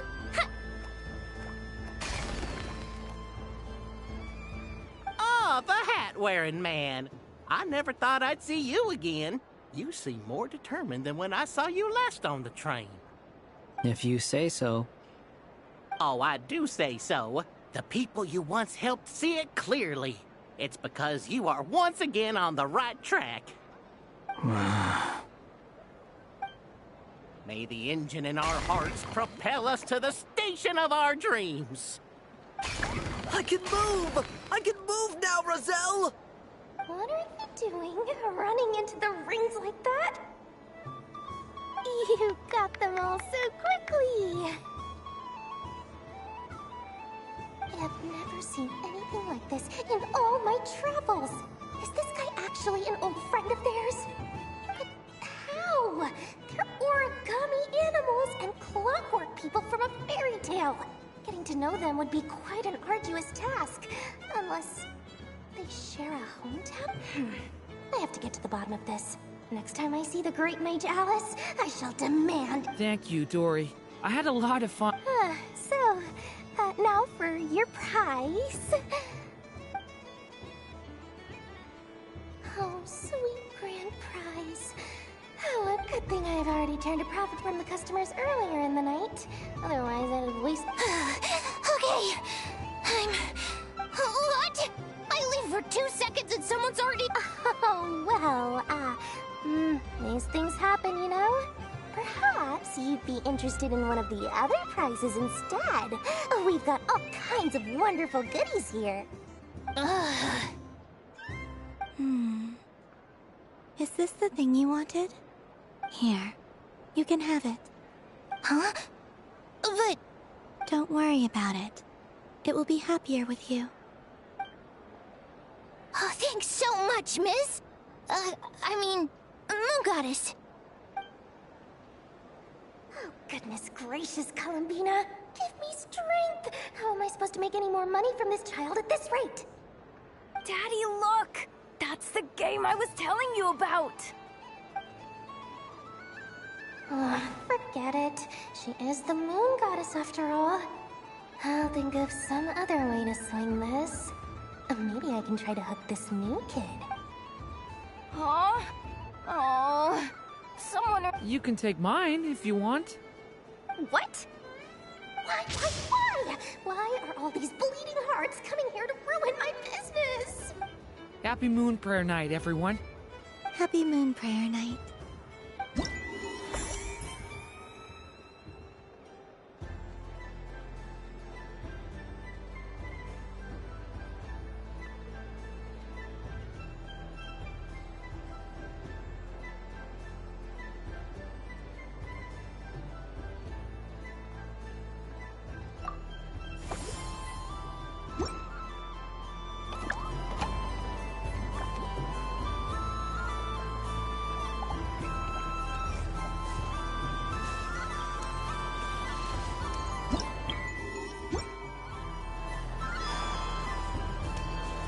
This is the Frost Moon Scions area.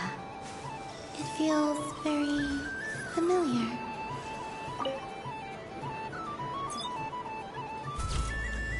And I think it looks quite funny. well, Paimon, it looks like a silly. It looks like we've attracted the attention of...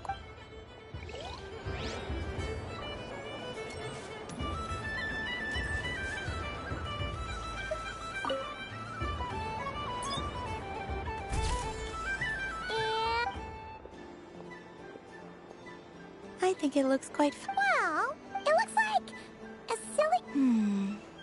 Maybe I'll stand on the Sheik Badger's side. It looks like we've attracted the attention...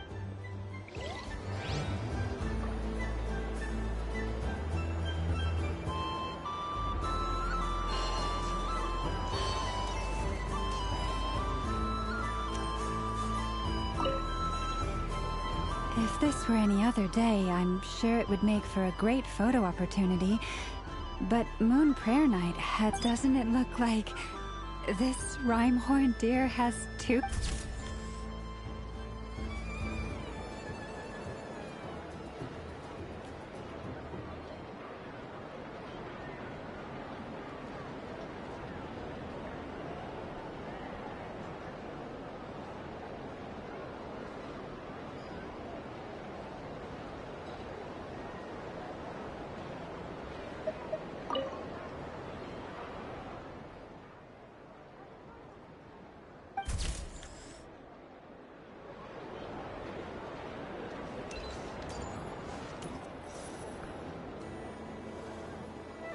Wow, the Frost Moon Scion stall looks kind of plain. I don't go to Hisi Island much, but it's got that, like, old world cultural feel. And if culture means we get more festivals, I'm all for it! Hello, yeah. Columbine... hello, Moon Goddess? That was too close. I almost gave the game away in front of the staff. Oh, wait. What's the deal with her shoes? They don't make a sound when she walks. I could do with a pair of those. Do you like balloons too? Balloons? Oh, you mean those? What's so fun about balloons? I'm not a kid anymore. They're probably more up Aino's alley. Yes. The animals seem very curious about these strange flying objects. I was drawn here by their voices.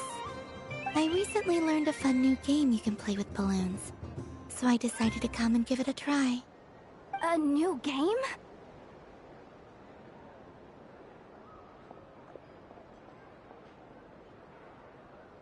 Hello.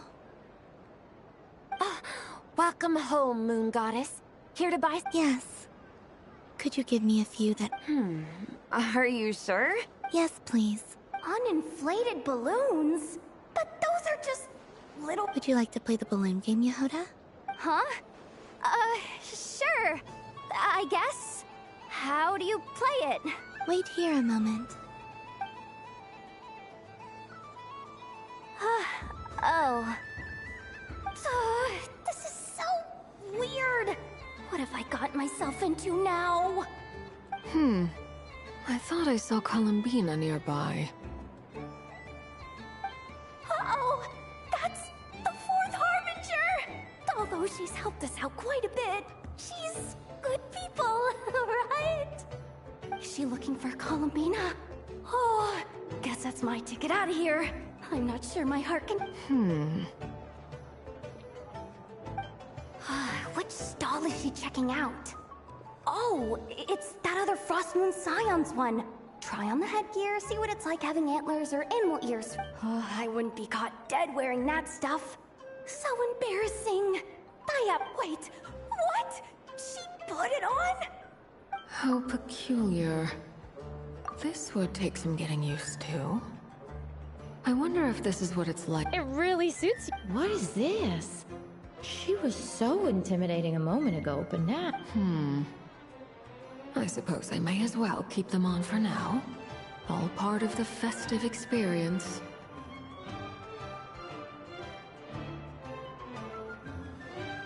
She's coming this way. How do you do, Miss Yehoda? Oh, jeez. Don't talk to me while wearing that thing. Weird. Oh, hey there. I'm looking for Columbina. Have you seen her? She... Oh, wait. Is that what... Yeah.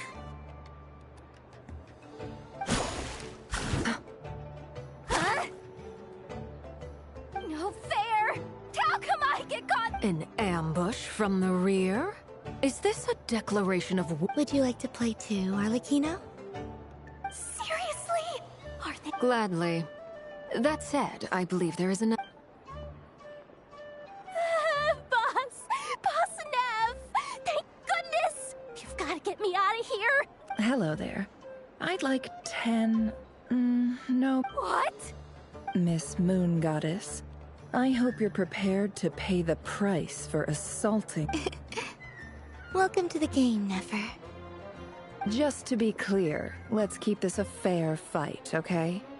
Naturally. Don't just stand there, Yehoda. Huh? Do I have to? Of course. Don't forget the curatorium. I knew something like this was gonna happen.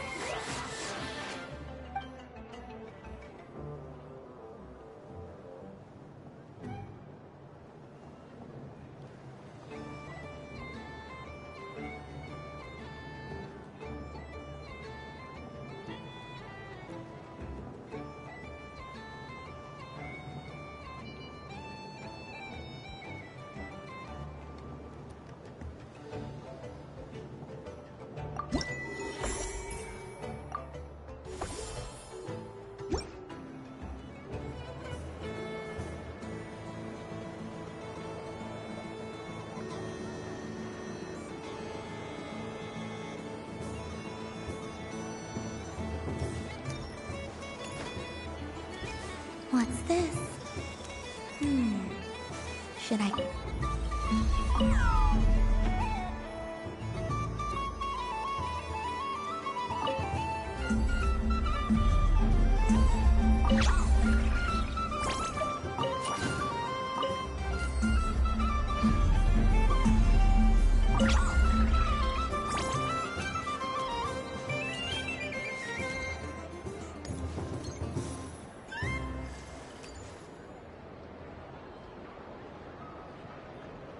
I wish for a never-ending supply of Laka berries.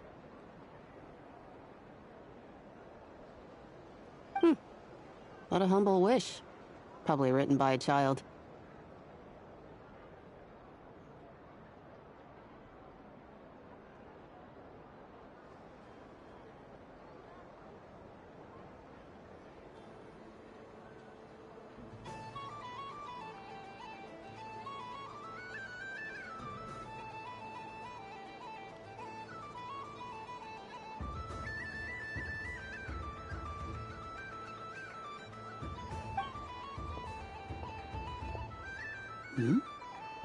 Is that Lauma the Moon Chanter?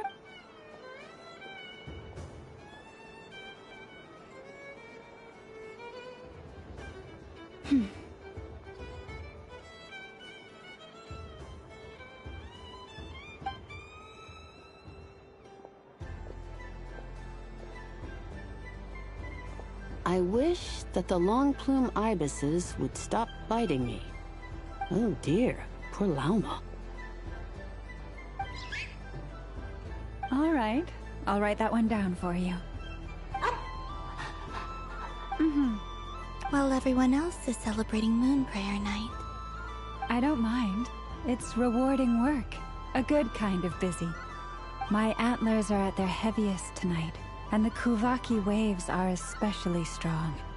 But as I help these dear friends hang their wishes up, I feel a great peace within myself that is hard to describe.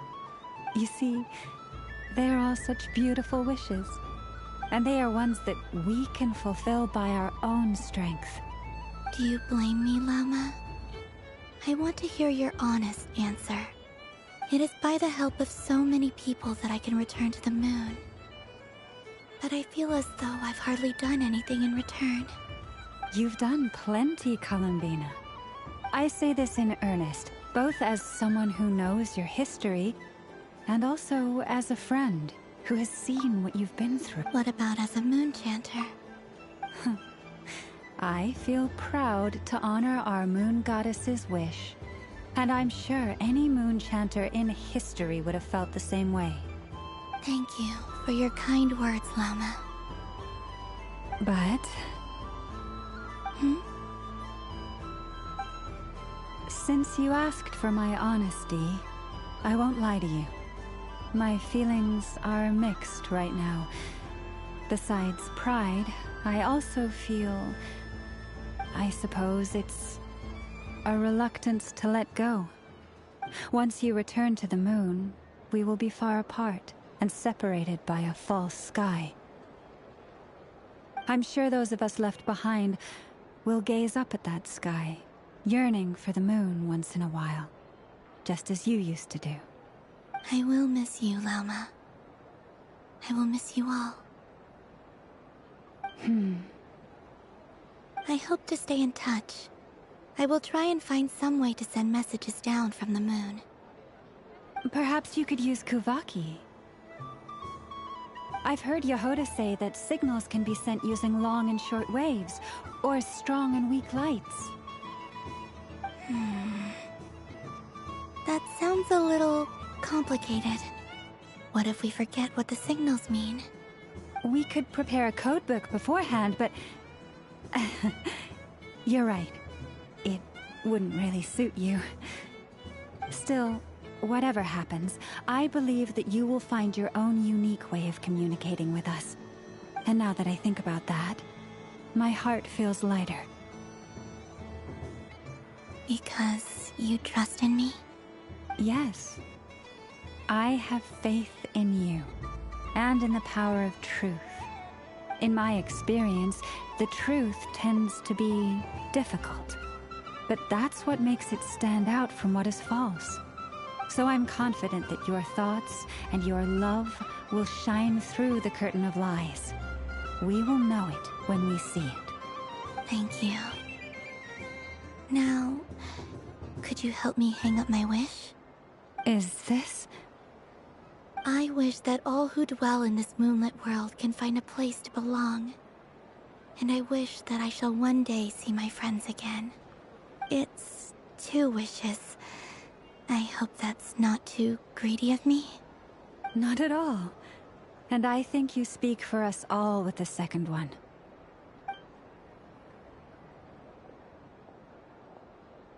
I shall continue to pray until the day that all of these wishes come true.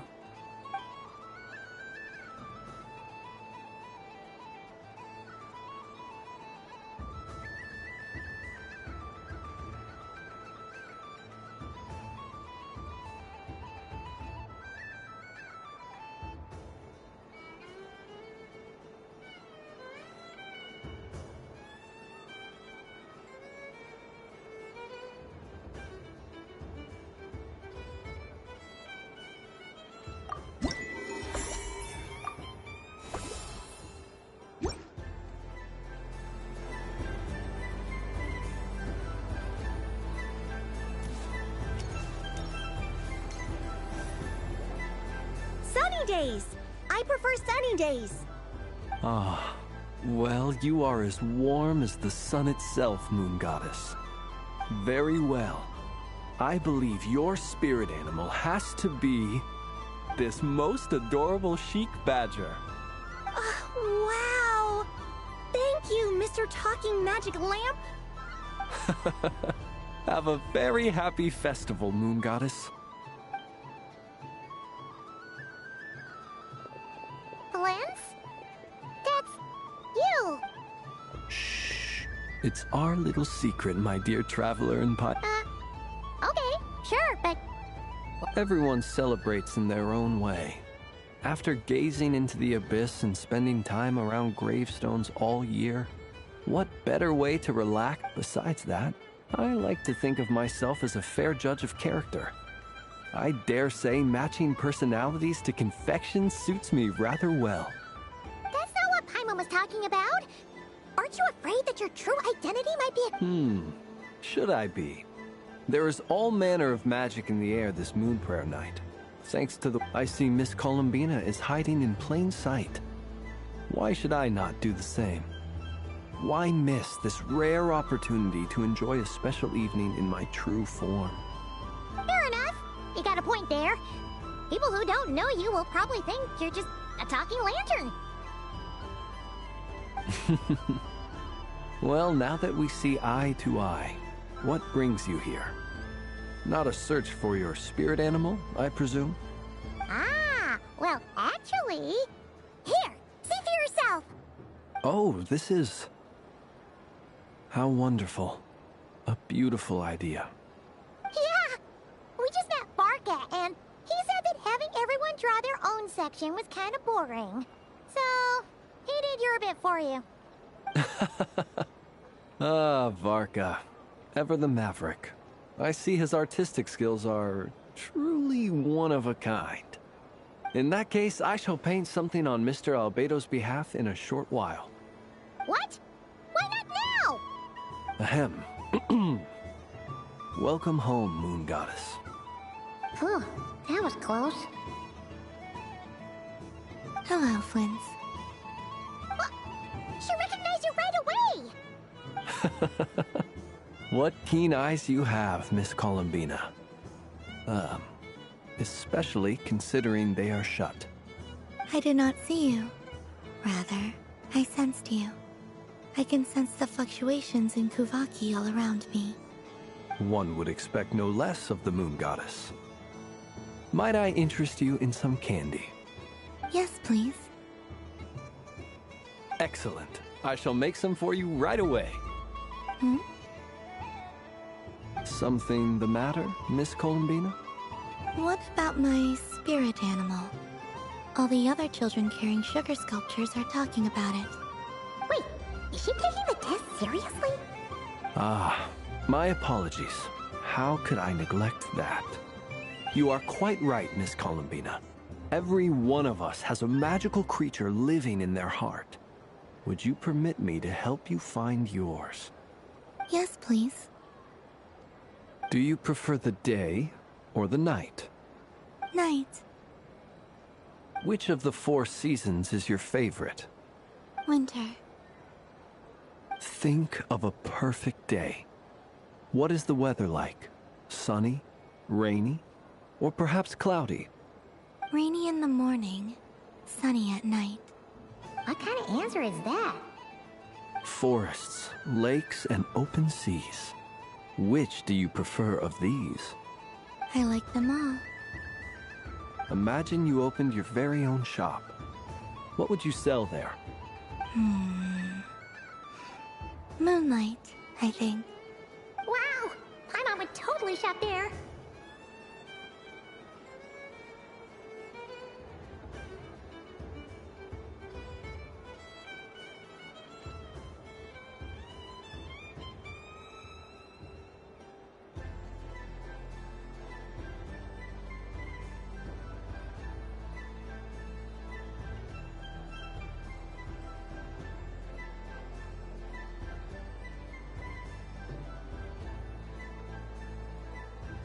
It wouldn't cost anything. You'd just need to visit. Aha! I believe I know what your spirit animal is. Here, for you. Oh, it's a Kohenki! Indeed. A free-spirited being with a deep love for all things here in Nodcry, who selflessly lends her aid to as many people as she can reach. It is the perfect fit for you, Miss Columbina. Thank you.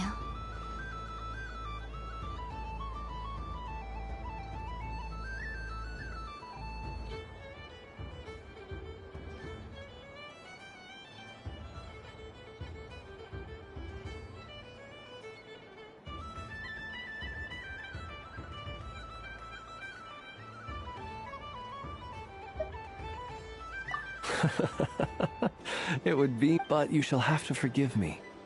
We have known each other for quite some time. I doubt there is any answer I can... So instead, would you accept this sugar sculpture as a token? It's a lantern. Hey, why don't you two go enjoy your candy over there? Paimon wants to try out this. Come on, play ball. I get this drawing done. But I want to hear Paimon's answers. But it'll probably take ages. Paimon's a complex soul. And we don't want your candy to melt while you wait. Oh. Okay then.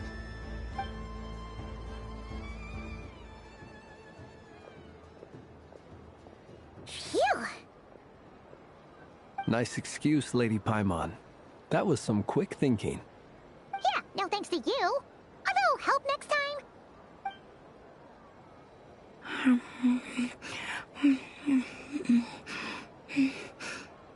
It's sweet.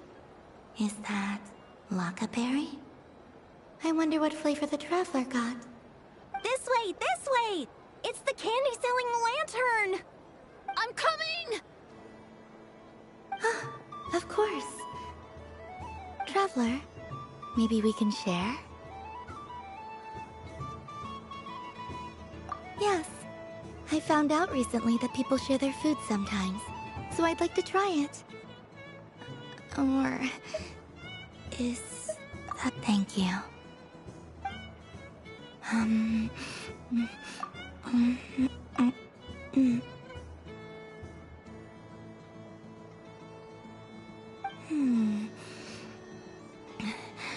Yours is a little more sour than... Amazing. My sugar sculpture has shrunk, yet my heart is filled with... I will remember this feeling. Sure.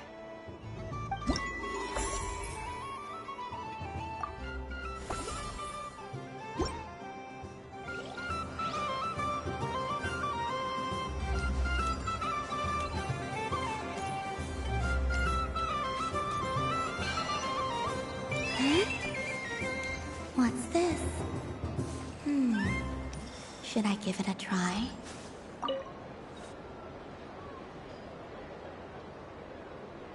Come on, Citrus, one more. But my neck... oof. It's a... You should take a break. Health comes first. Yeah, don't push yourself. We'll find someone else. Hey, don't look at me. I'm the referee. What are we gonna do then? Do you need any help? Yes, we do. We need one more. All right. Could you teach me? It's really simple. You just throw the dice and move by that number of times. Rolling a hamster means you move one tile. A paper frog is 2 tiles, and a flying squirrel is 3 tiles. 'Cause they go the fast. Okay, I get it. So, we're all... In that case, please take your places and let the game begin!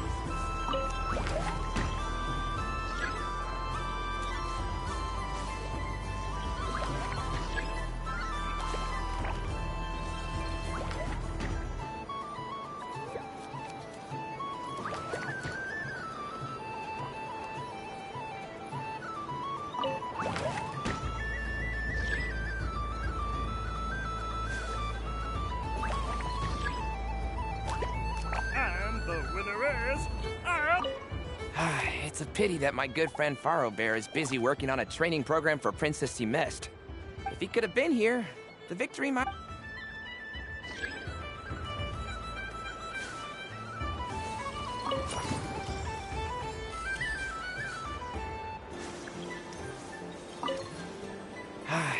If he could have been here...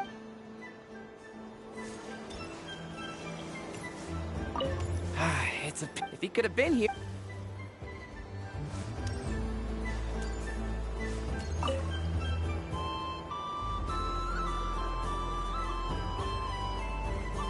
I wouldn't say it's unfair, exactly. I mean, your voice goes right into people's heads. How would you explain that to the kids? You can't just explain it away as magic. Is something the matter? Ah, Miss Columbina! No, nothing you need to worry yourself about. Ah, impeccable timing. Stick around for a second, Miss Columbina. I need your input on something. This self-proclaimed Knight of Justice has yet to give me a satisfactory answer. I, for one, would like to hear your verdict on the matter. Hey, now, I left the flagship just to help you out, Miss Nicole. What's going on? So Alice and I are both using long-range remote control spells that work on similar principles, allowing us to attend this festive fair in Dodeco form. Sorry, let me backtrack a little. While similar, there are some key differences.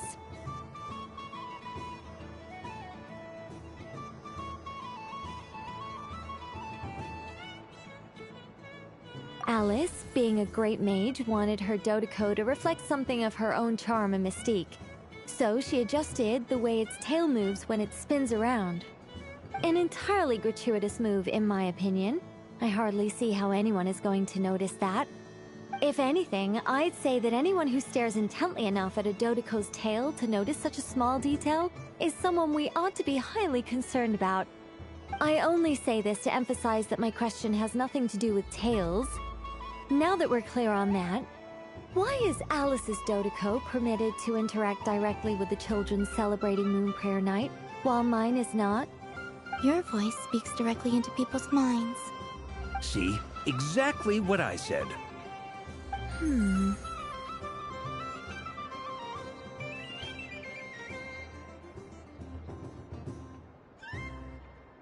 Miss Nicole? Ugh, I can't stand it. I know that probably makes me sound like a whiny child acting out in front of their parents. And it's a little embarrassing now that I think about it. But hey, I said it now, I can't take it back. That would be even more embarrassing. Also, don't go reading too much into that analogy. It was off the top of my head. I'm actually an awful lot older than either of you. Miss Nicole, are you saying that you'd like someone to play the game you've prepared? I'm not so invested in that. It's just something cobbled together using items I borrowed from Alice. She probably didn't even make them hers. The point is, I want to know everyone's thoughts after they receive their prizes. But as you've said, I've been biting my lip for so long, and I've had no one to vent my frustrations on. I thought this was going to be a nice, straightforward festival where I'd get the chance to guide people to treasure. Well, can I play? I can't guarantee that I'll win a prize, but... You will?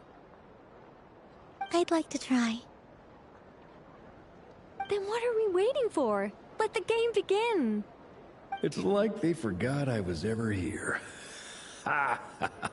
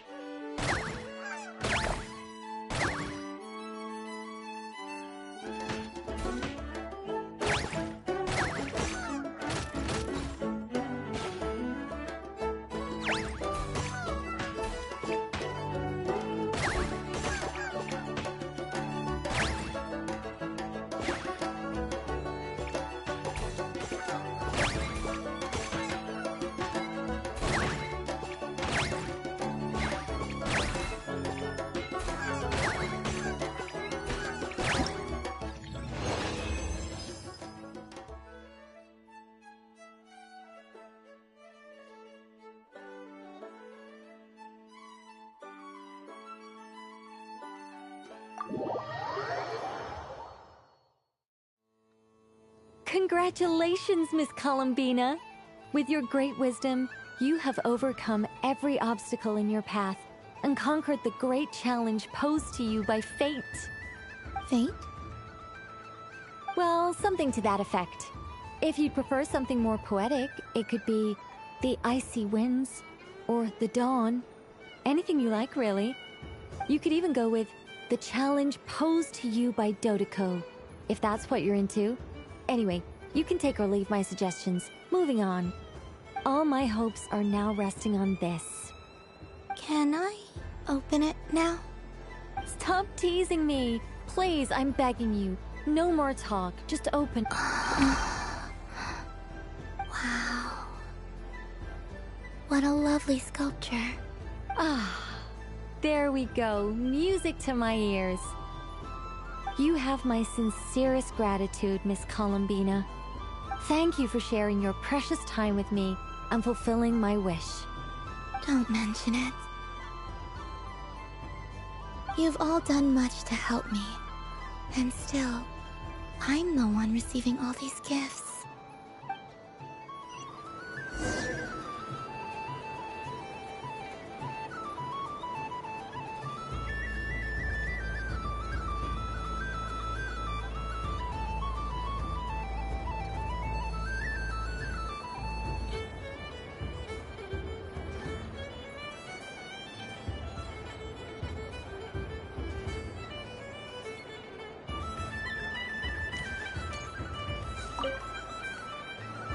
Welcome home, Moon. Oh, you're the genuine article. Alice was right. This Moon Prayer Night was worth watching after all. Another one that talks. Greetings. Pleased to make your acquaintance. I am the Hexenzirkel member they call B. Barbeloth Trismegistus. Columbina Hyposelenia. Pleased to meet you too. Hyposelenia. A fine name indeed.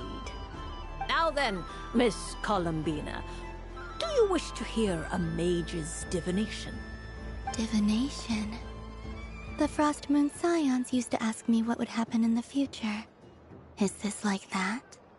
From the perspective of the one seeking answers, perhaps. As you look to your journey ahead, if you seek to understand the unknown, resolve your doubts, and soothe the confusion in your heart, divination could be for you.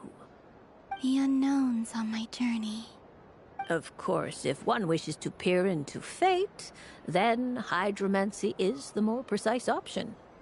But that is a complex affair, and to relegate that majestic art to this, hence, I shall use the suitably festive Luna Arcana to tell your fortune instead. It is more popular with the youth in any case. Lunar Arcana. Indeed. Unlike hydromancy, this will only display possibilities and trends. People like to think of themselves as creatures of agency and free will. Peering too far and too clearly into the future is detrimental to both body and soul. I'd like to give it a try. Of course you may. Come then, take a seat, Miss Columbina. Before we begin, are there any specific questions you would like to ask? Let's stick to general possibilities and trends, like you suggested.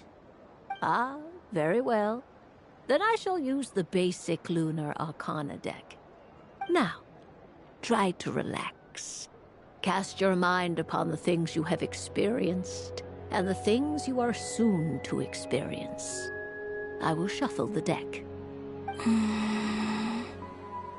Would you like to cut the cards yourself? You do it. No problem.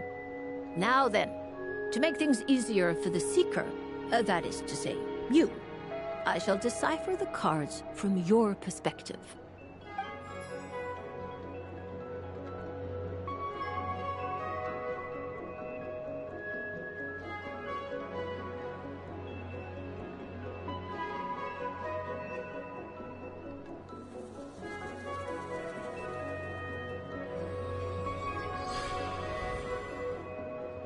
Please, draw the first lunar arcana. Now, draw your second card. This will stand for the past, the sum of all your experiences that have come before.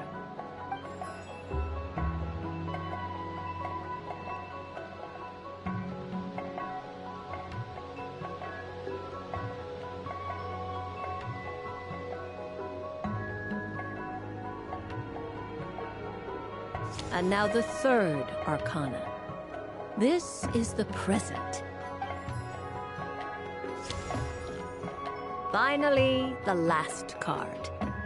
This shall speak of the future, which... Oh. Kuvaki Pulse? Fascinating. What do you make of this, Miss Columbina? Perhaps this is the guiding hand of fate in action. Of course, if you wish, you can choose to deny... No, it's fine. Let's go with this one. A bold decision. I must say I'm looking forward to the results. Well then, let us flip the lunar arcana in sequence and see what emerges. Sure.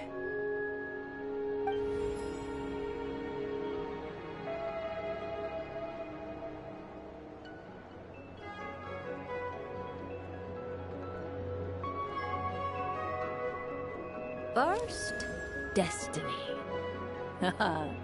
No surprises here. The card that represents yours is the moon. The moon. Indeed. The moon can represent the truth at some times, but deception at others. False peace, destructive calamity, and the world-changing power that lies within. When the moon is placed on the destiny tile, it indicates that your destiny is not what it may appear on the surface. Instead, it may yet have a hidden side. It symbolizes a journey through the fog, fraught with uncertainty and deception, where one must face inner challenges head-on. I don't understand. Patience, my dear. This is but the first card, which serves as a basis for the interpretations that follow. Our divination will only grow clearer from here on out. Now then, flip the second card, the one that speaks for the past.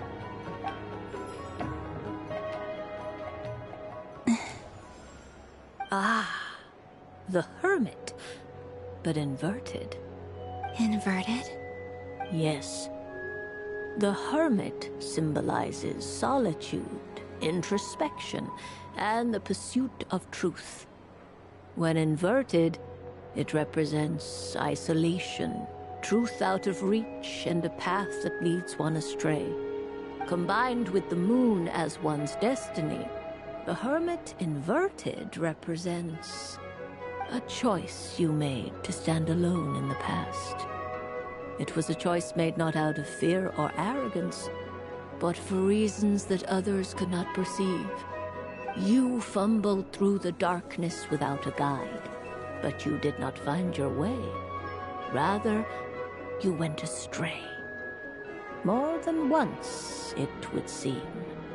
Is this about how I became Kutar despite not wishing to become a god?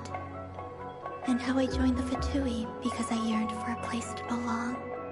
I suspect only you know the answer to this question. All is not lost. The past is in the past, and so it shall remain. Shall we look into the present now? Oh my. The Lovers. One of the most interesting Luna Arcana. What does this one mean? This means that you have had an unprecedented emotional experience. The joy of finding your soul becoming intertwined with that of another. A precious and wonderful thing indeed. It's true. I've made a lot of friends recently, and they are very good to me. I like them a lot. That sounds lovely. I am most delighted for you. The lovers can also represent important decisions, perhaps related to a parting of ways. Now, if I were to guess... Yes. My return to the moon. I understand. Parting with friends is never easy, Columbina. But rest assured, this is not the end of your journey. There is always another story waiting to be told. The future always lies ahead. The future. Well now, it's finally time to flip this most mysterious of cards. Why did it appear? And what does it wish to tell you? I'm ready. Very well. Flip this card. Oh. Miss Barbeloth? What is it? This card is death.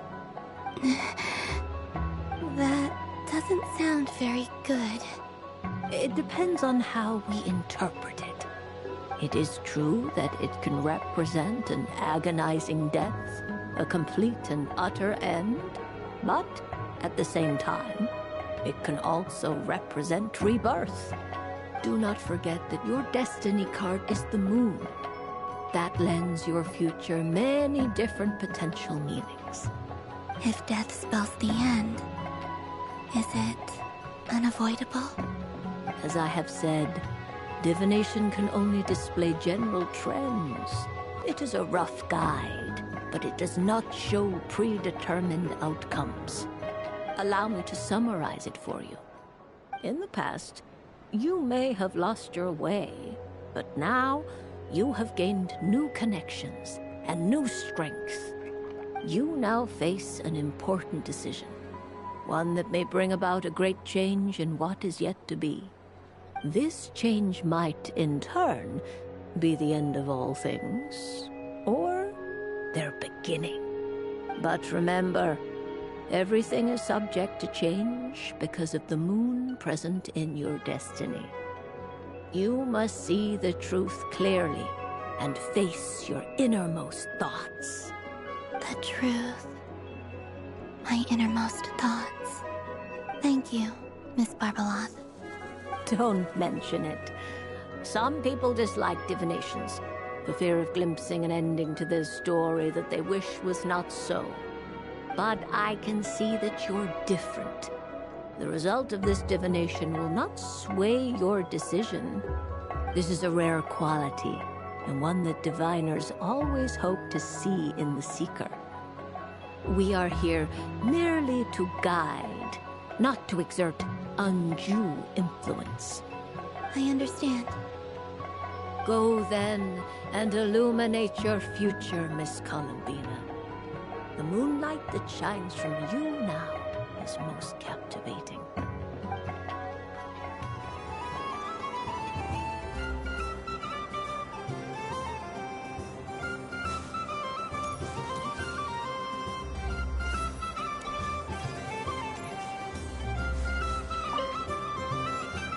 A soft and furry creature that bounces and jumps.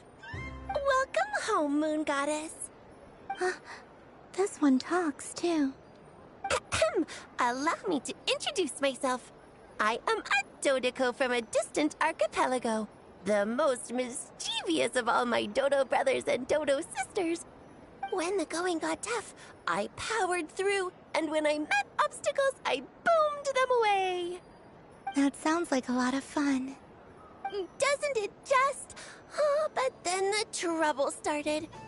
Recently, I found a lovely beach, the same beautiful jelly color as my hometown, and so I dove in to have a look. Only to find it overgrown with seagrass and nasty little spiky fish everywhere, looking to turn me into a Dodico kebab. I made it back to shore by the skin of my teeth, but my tail was sorely hurt. Couldn't you just boom them away? Oh, I wanted to, believe me. but I've heard that you, Moon Goddess, can understand animal speech. The last thing I wanted was to cause a gigantic fuss and get taken to court by a school of spiky fish. I'd be driven out of these waters for good, and my winter holiday would be ruined. And so, dear Moon Goddess, I was wondering if you might lend me your allegiance. Are you roping me into a crime? Oh, let's call it a once-in-a-lifetime carefree adventure. Does that sound better? All the festival goers tonight are dressed up as the Moon Goddess, but there's nothing to say that the Moon Goddess can't disguise herself as a Dodoko, is there? Besides, this is your home. You should be free to be whoever you wish. I'm afraid I'm not well acquainted with Dodokos, Madam Mage. Oh, that's quite all right. We Dodokos are innocent, happy creatures with a free-spirited nature. Many, like myself, are mischievous troublemakers. Others are lazy souls who like nothing better than to lie down on a nice rock and take a nap. In our eyes, every creature who yearns for happiness and freedom is a Dodoko.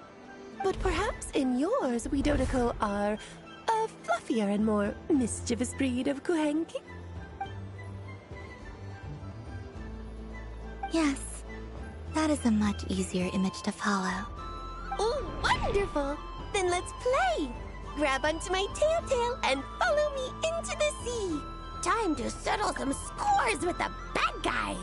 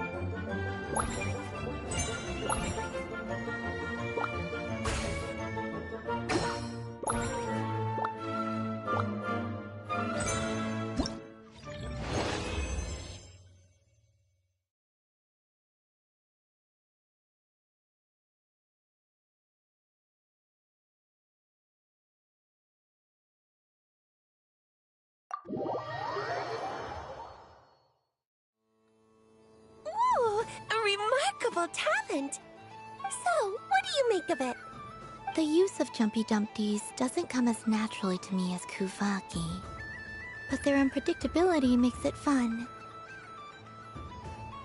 I think they call this... novelty? Indeed! And how did it feel blowing those pesky nuisances away? Not bad. Any guilt? Hmm? What do you mean? Oh, wonderful! Lovely answers to all three questions. You've passed the safety test. Now I can give this special bomb to you as a souvenir. Remember, if you find any meanies living on the moon, you can use this to boom them into oblivion. I will.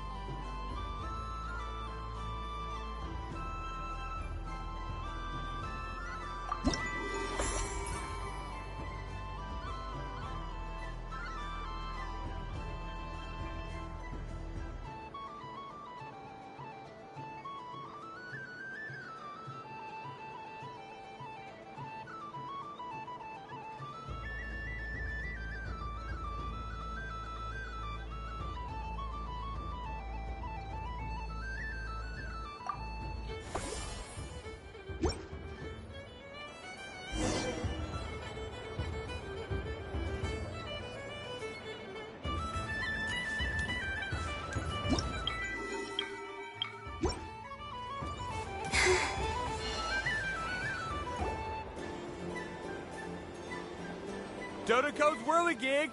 Come check out Dodoko's Whirligig! Ah, welcome home, Moon Goddess. Might I ask what this is? Ah, it's a very special amusement sponsored by the Great Mage herself. Ride on a soft and furry Dodoko and embark on an unforgettable adventure. I say that, but I'm just following a script here. Who is this mage, anyway? And what the heck is a Dodoko? I'd like to ride. No problem. But, are you by yourself? Is that not okay? Oh, no, it's fine. It's just that each Dodoko can accommodate 2 passengers. Would you like to bring a friend along? My friends... That should do it. Now, we just need to get everyone else to draw something on it, too. But we gotta keep it a secret from Columbina. Traveler? I want to go on that ride. Will you join me?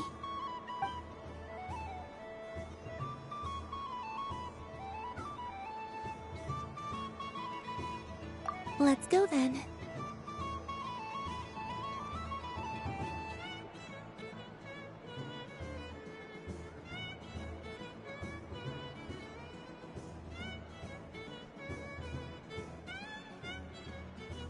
Don't worry.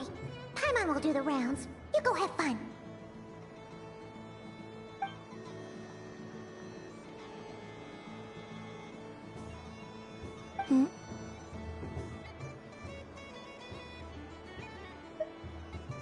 All right. I think we have to wait in line over there. Please take your seats. For safety reasons, you mustn't try to leave the ride before it comes to a complete stop. All right, you're all set. I wish you both a wonderful journey.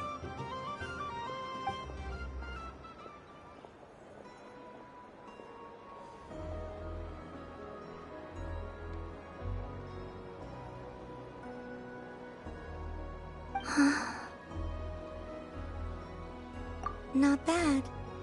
It reminds me of riding a moon lane. Sometimes, the Kuhenki circle around me like this, playing their beautiful melodies.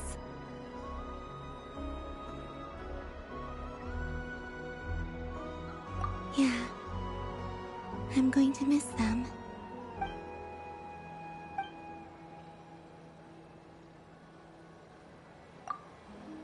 It does. I've felt scared in the past, too. But this is a little different. You know something? I got to see a lot of fascinating things during my disappearance. I saw how the Frost Moon Scions act around their families. So different than how they used to act in my presence. And I also saw how they interact with their friends. It made me curious at first. Why do people act so sincere when they're worshipping gods, but save their truest, warmest feelings for each other? Slowly, I came to realize that it's because they trust one another. They know, deep down, that they'll be accepted for who they are. All of it. The good and the bad. I know. I knew it the moment you started calling out my name. What I fear now is the end. I fear losing all this the very night I have gained it.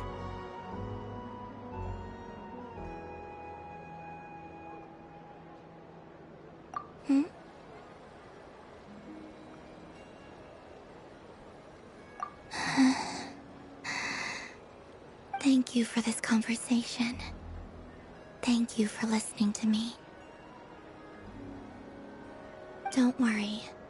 This fear I have, and the unknown that awaits me, they cannot hurt me. Not when I possess a treasure far greater. I just want you to remember this version of me. The real me. On this final night together. Dear passengers, Dodoko's awesome adventure has come to a close. Please leave in an orderly fashion, and we look forward to seeing you again in the future. Don't want the journey to end, huh? Don't worry, you two. There's always another adventure waiting just around the corner.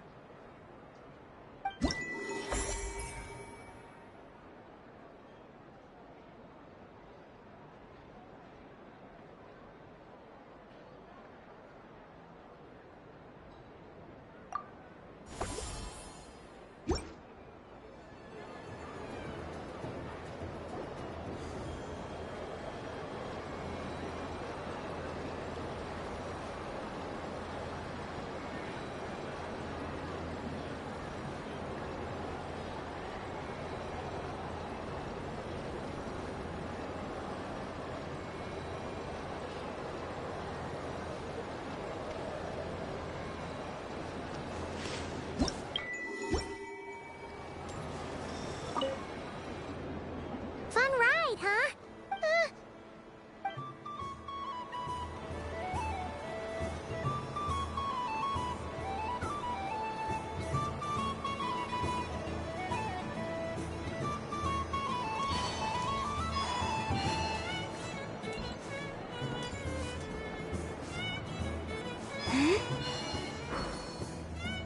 There are so many attractions here.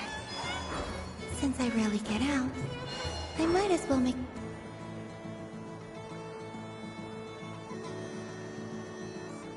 Well, well, look who it is. I heard someone went and disappeared on us the moment we let her out of our sight. They looked all over for you. Frankly, I didn't think you'd be back for Moon Prayer Night. Were you worried about me, Sandrone? You would like that, wouldn't you? Do you even hear what you're saying? It seems to me like you disguised yourself with festive headgear, just so that you could come see me on Moon Prayer Night and make sure I'm okay. You didn't even bring Polonia with you. You? I thought you couldn't see! I cannot. But I sense the confusion of those around us rippling through the Kuvaki currents. Based on what I know about you, let me guess what you're wearing. Is it cat ears? Shut up! I'm only here to protect the Fatui's interest in this territory. Running into you was pure bad luck. Really? But you were the one who asked Arlecchino to help everyone find my name. Columbina! Ugh! Just one more word, and I'll unscrew your vocal cords. It's Columbina hyposelenia now. Tell someone who cares. I've missed you, Sandrone. The whole time I was gone, I was thinking. I hope I get a chance to say some ugly words to you. Is that supposed to be a joke? Anyway, let's go play that game. What? You mean that frostfin whale? Yes. It's some kind of game where you get bitten if you step on the wrong tooth. Seems like fun. Who in their right mind would wanna... Because you're not a scaredy cat.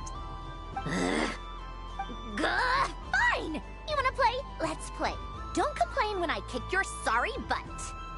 Lovely. You old geezer!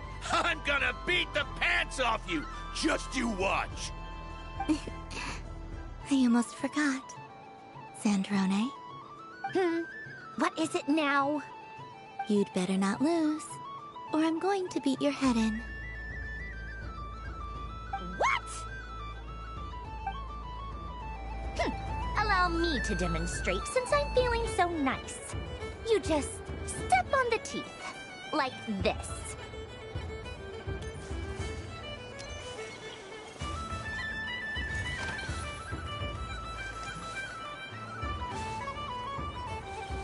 Which should I pick? I'm getting a bad feeling from this one. Sensing Kuvaki doesn't count as cheating, right? Your turn, Sandrone.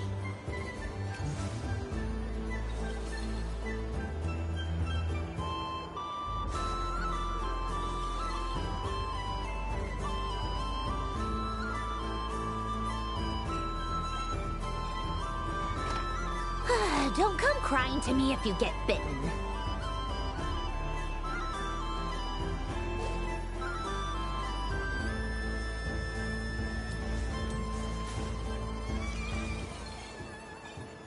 There are less and less teeth remaining.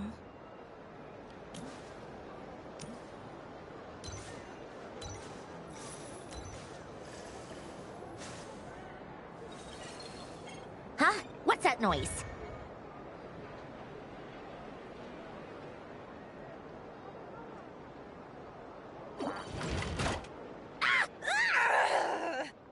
I think you might have picked a bad tooth, Sandrone.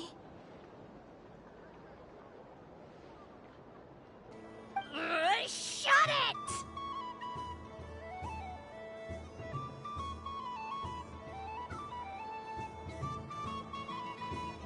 Do you need any help? It seems like you're stuck.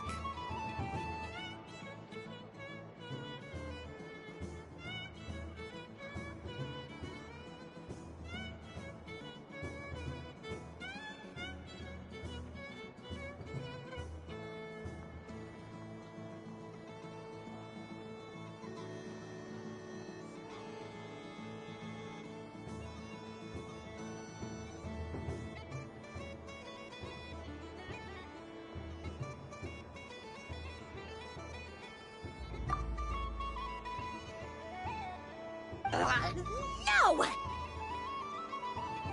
It's just a blasted toy! How is its grip this strong?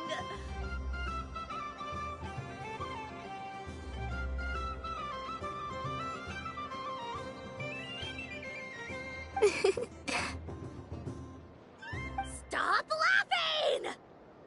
All right. Well, you lost. Hey! Hiya!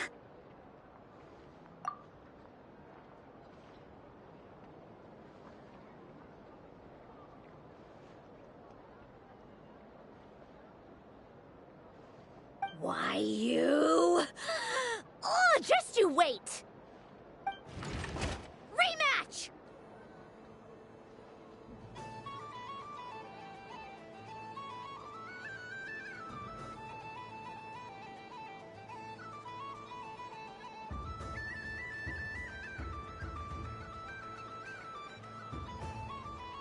Are you all right, Sandrone?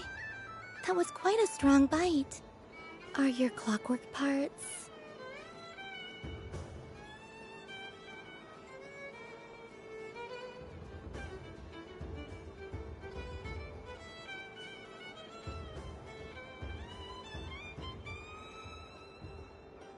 Quit your fussing! I don't need it!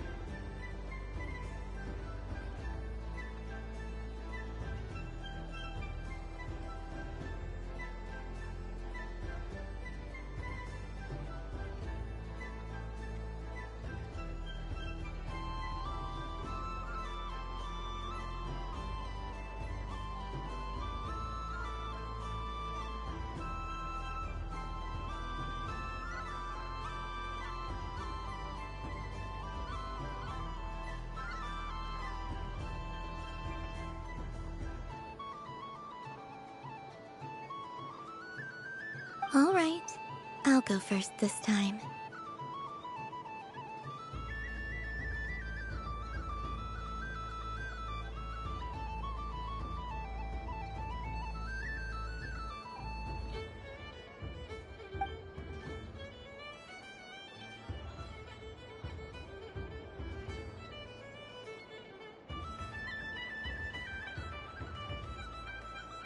I see it now. She can sense which teeth are rigged.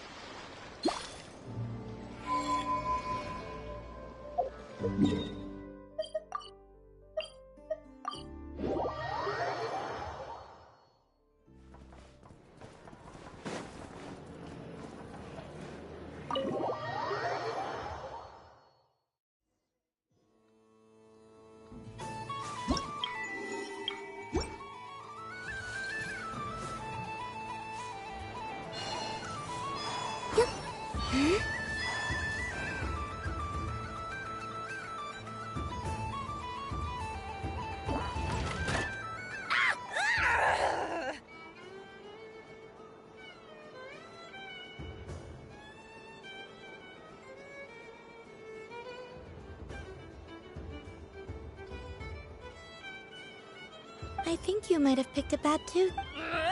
Do you need any help? It's just... Stop! All right. Hiya!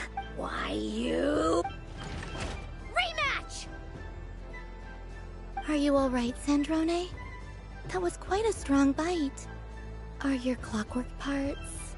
Quit your fussing! All right.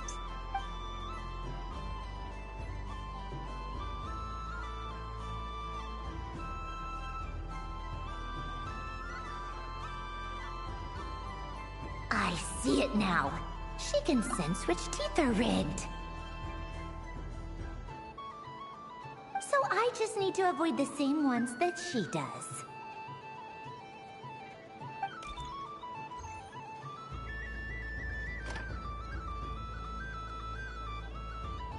This one... Seems fine. She avoided that one then? Now I've got you.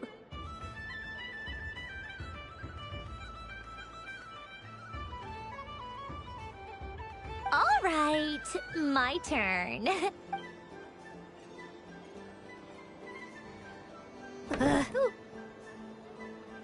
What? Looks like you lost again, Sandrone. Wait! There's more than one bad tooth!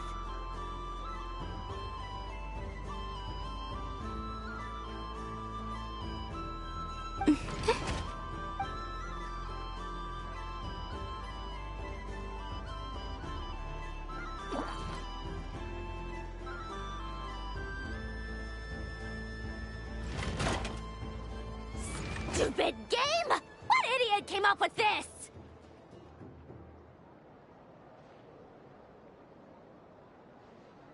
Are you all right, Sandrone? You said some nasty things just now. Oh, I'm peachy. Should I let you bonk me on the head as well? Ah, forget it! Come on, bonk away. It can be your consolation prize for losing so badly.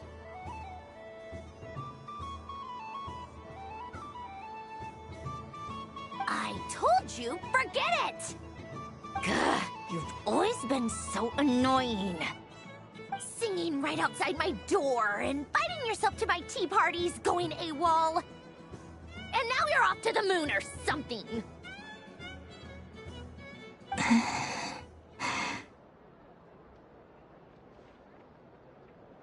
Of all my days with the Fatui, the times I spent with you, Arlecchino, and Rosaline, they were my favorite.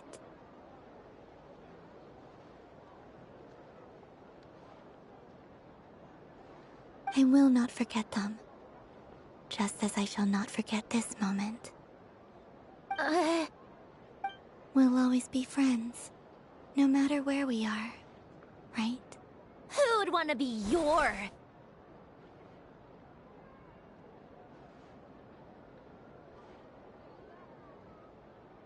I'll miss you, Sandrone.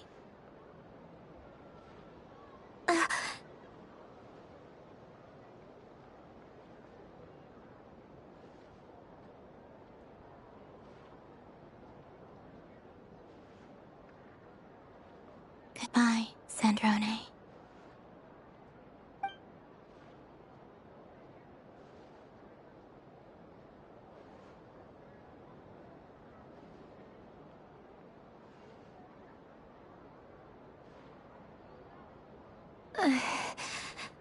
I'll miss you too, Columbina. Sorry, what was that? Ah!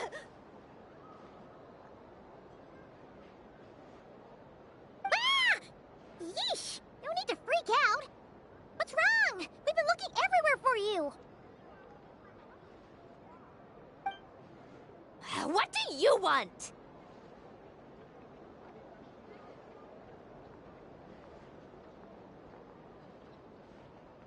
Oh, nice ears.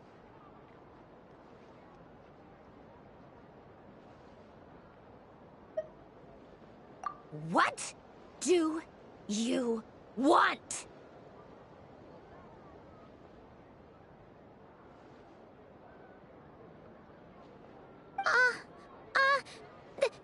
This! Huh?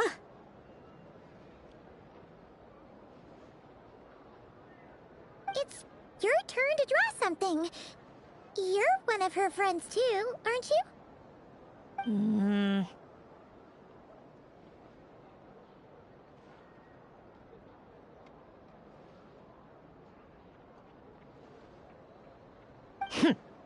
Doesn't know how lucky she is.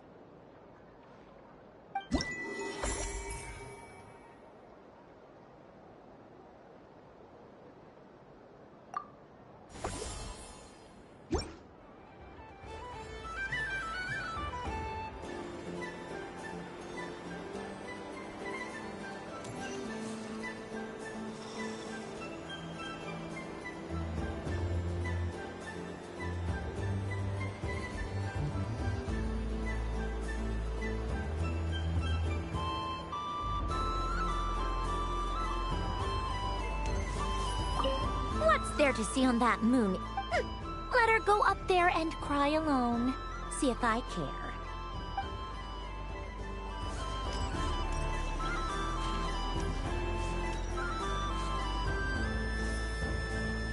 Moon Prayer Candy! Beautiful, tasty Moon Prayer Candy!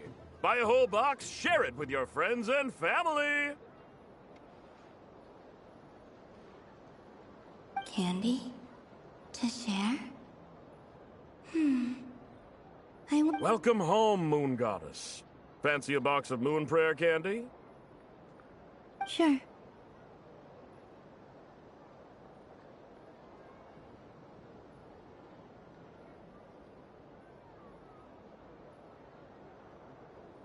I knew you would. Now, what flavor would you like?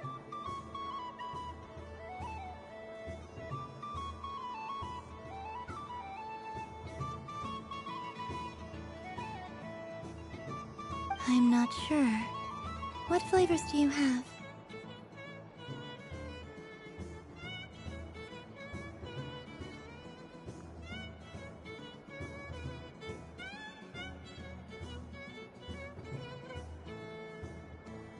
Is this for yourself or as a gift?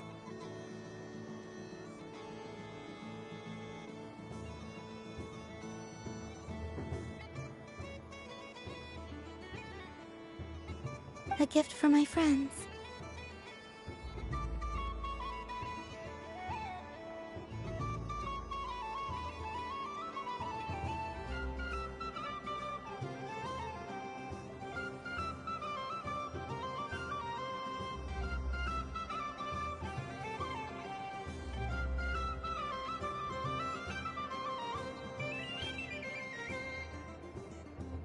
Ah, I see. In that case, I'd recommend apple, lockaberry, or midsummerberry. Those are the most popular.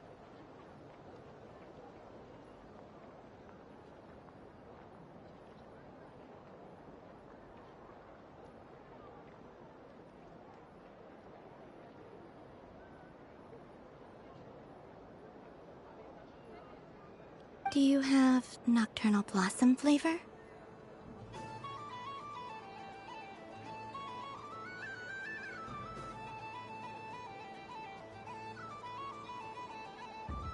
Huh. I've seen couples give those as gifts before, but I did not know they were edible.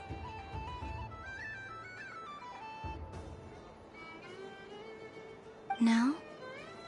Okay then. Moonfall Silver? You did say this was for friends? Hey, now that's a creative idea! I've never tried it before, but if you're happy to wait, I can see about whipping up a bat while we're at it. You got...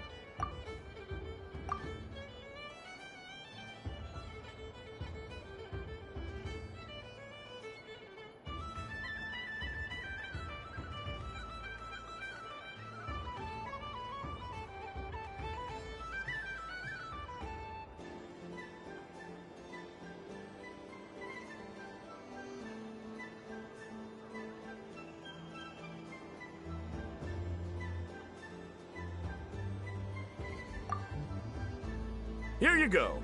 Every flavor you asked for is in there.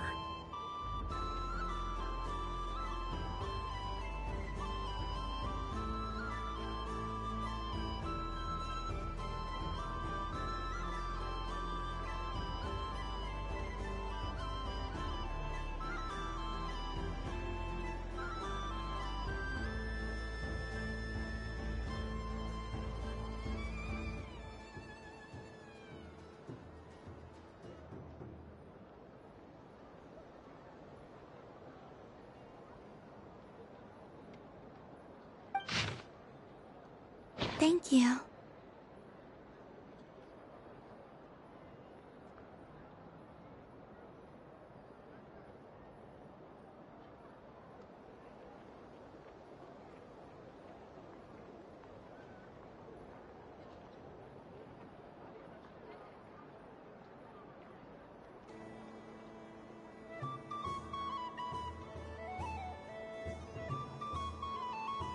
I should be the one thanking you! You brought me a whole bunch of new business. It's like a genuine blessing from the Moon Goddess.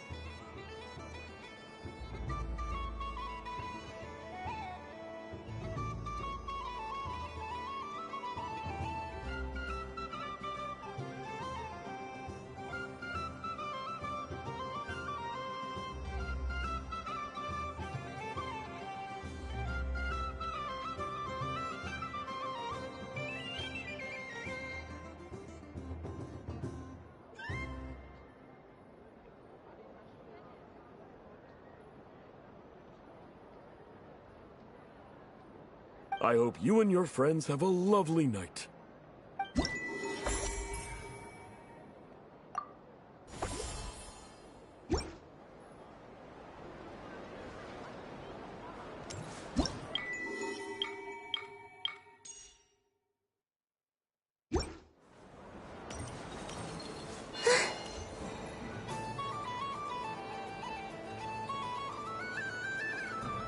What is going on over here?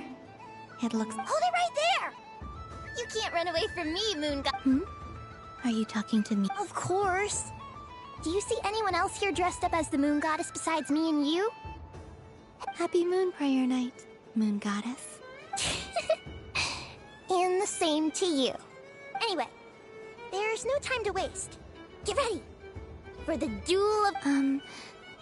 Meet my partner, Stacko. Come on out, Stacko! Well, don't just stand there. Let's see your partner. Partner?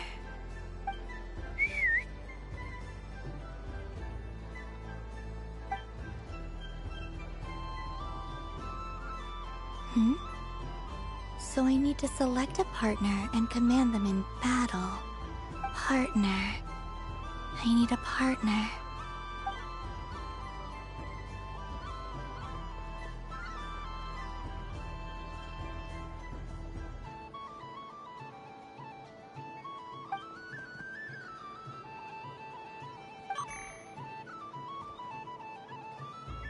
Whoa! Am I seeing things? Where'd you get a Kuhenki? They're super rare. That's great. But you can only bring one partner to battle against me and Stacko. No ganging up allowed. They all look so eager to be picked. Which one should I choose?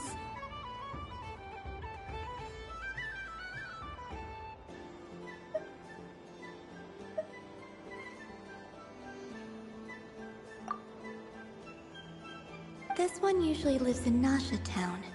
She likes falling asleep to the sound of striking hammers. And I bet she's quite familiar with robots' weak spots. Testing! Testing! Oh, this is an emergency broadcast! An exciting battle is about to take place right here at the Nasha Town Special Arena! In this corner, we have the Moon Goddess and her robot partner. And in the other, we have the Moon Goddess and her Kuhenki partner. Only one Moon Goddess can be victorious in this ultimate battle of destiny. But who will it be? There's only one way to find out. Now, without further ado, let the Battle of the Moons begin! I don't care who we're up against. Stacko and I ain't gonna lose.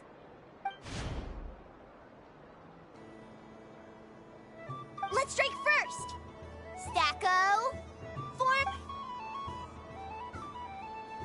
Ho ho ho! The robot has kicked things off with a change of formation. But how will this affect the battle? Nobody knows!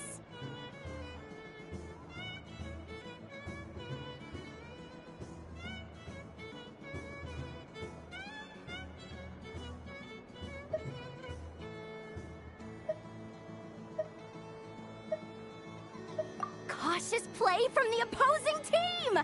This Moon Goddess has come prepared. Okay then. Stacko, maintain formation and enter your... Empowered state! There we absorbing the immense Kuvaki present on Moon Prayer Night.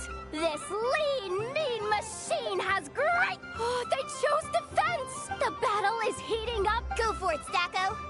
Set Kuvaki to maximum.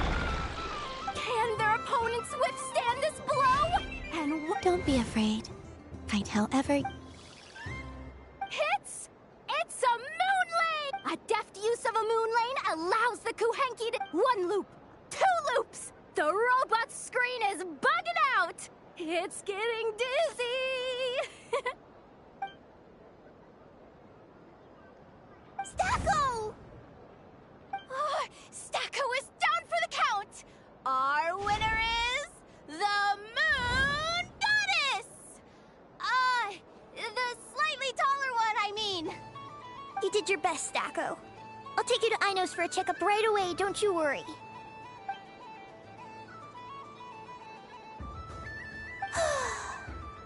Well, you beat me fair and square, I guess. Honestly, I underestimated you. Won't make that mistake again. I think my partner deserves most of the credit. Just you wait. When I'm a little bit older, I'm I'm gonna come back a whole lot stronger. You ready for a rematch?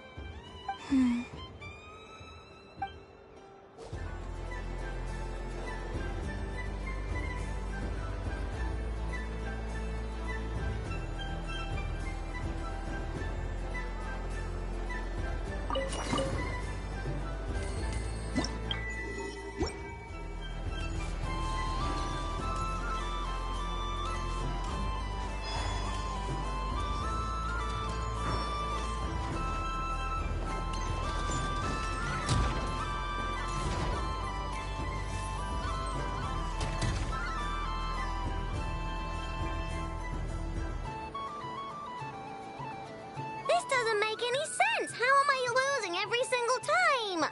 Wait, Inefa, you're cheating, aren't you? Yeah, that must be it. I am not cheating, Aino. Uh-oh, sounds like Inefa's turning into a big baloney bot. I think it's time for some serious maintenance. Moon Goddess, help me. Miss Columbina, Aino is attempting to cheat. What the? I'm not the cheater. You're the cheater. How dare you throw it back at me?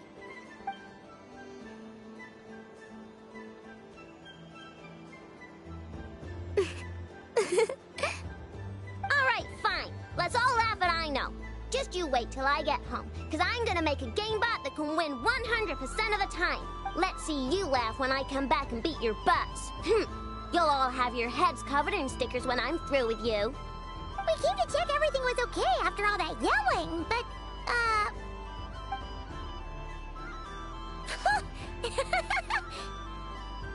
Whatever it is, it sounds like cheating is allowed. Kuhenki concentration.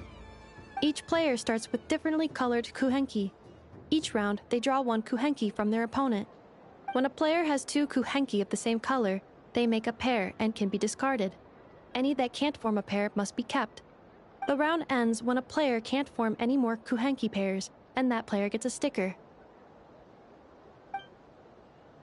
ooh, can 4 people... That is fine, so long as the turn order is fixed beforehand. Alrighty then. In that case, the two of us... Okay, but if you lose, you're both getting stickered.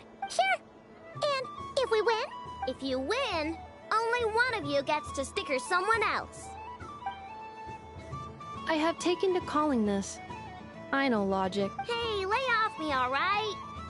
Okay, so we're starting the game from scratch again, which means all my stickers so far looks like Luonatar is the Kuhenki of honor for this game. Anyway, let's go clockwise.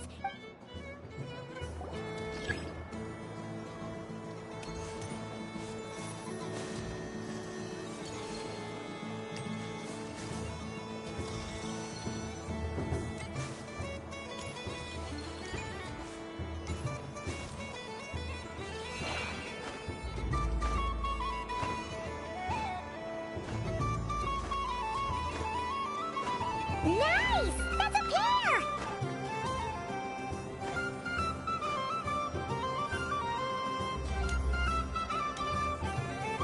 Go, go, fly!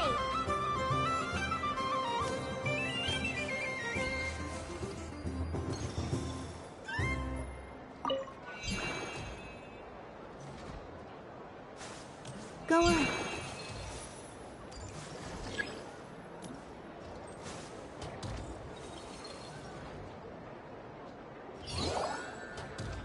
I have a pair.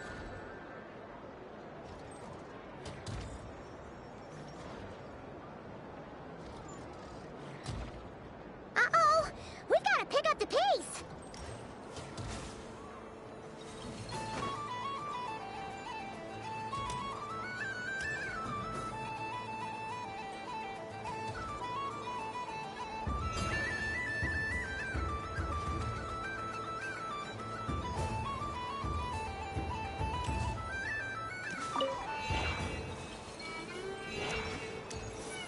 I win.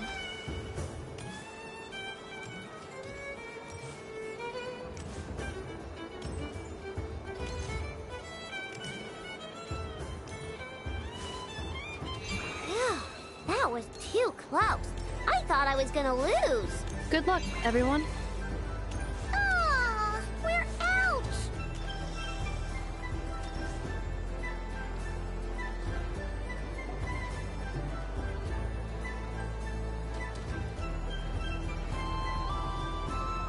Let me pick a good one. What's it gonna be? You're looking very pleased with yourself there. What happened to being a huge Grumposaurus? I won. Duh.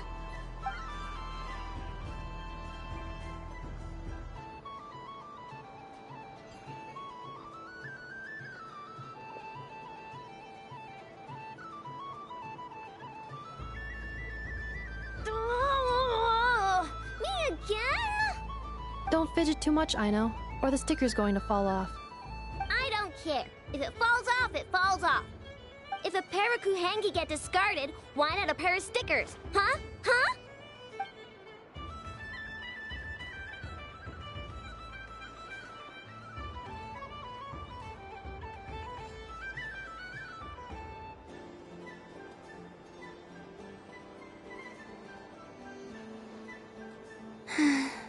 I've lost. Sticker, sticker, sticker!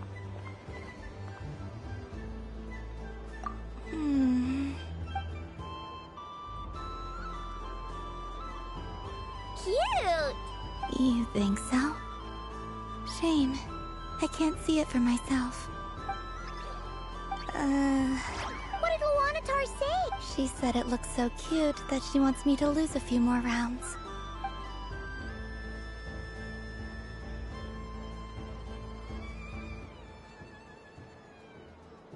Who put these stickers on Paimon's eyebrows?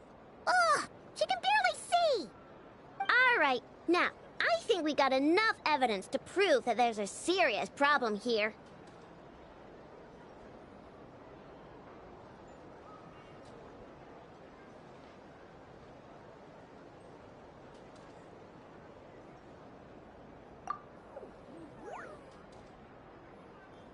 Yes, I agree as well. The culprit is... Ineffa! Culprit? What did I do? Quit acting dumb, Ineffa! You're not wriggling your way out of this one. I've been watching you. Not only did you remember whose side Luanatar started at, but every time someone drew a Kuhenki, you were logging it and calculating every last possibility. Which Kuhenki pairs were gone, who had what color Kuhenki in their hand, even our facial expressions. You were keeping track of it the entire time. Exactly! What Aino said! Putting aside the fact that running calculations is not against the game rules, do you have any evidence to support your allegations? But that's not against the rules either. So she admits it. She certainly does. Alright, everyone grab a sticker. It's time to get Ineffa back. But... Take that!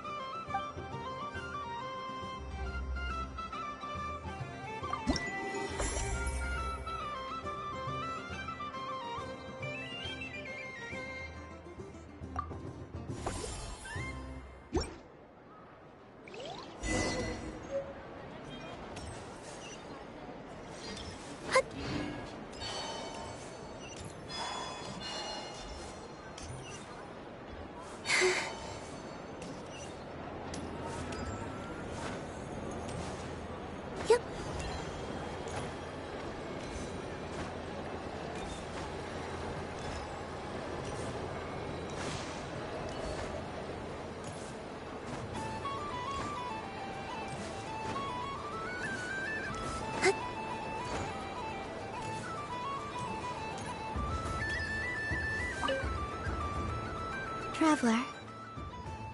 Hey there, Columbina! Are you done checking out the festive amusements already? Are you sure you don't want to look around some more? You might not get another opportunity like this for a while. Right now, what I'd like to do is...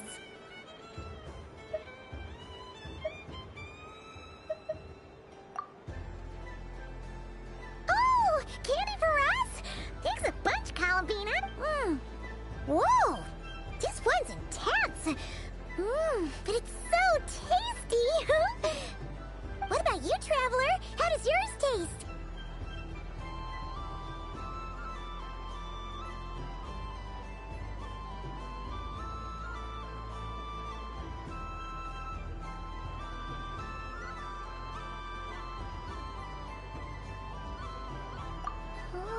sounds good.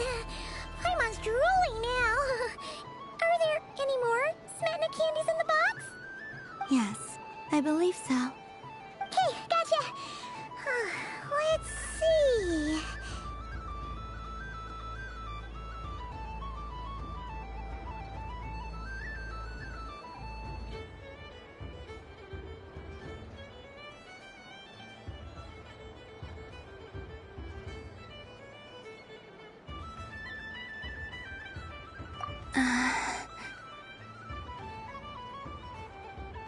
Sure.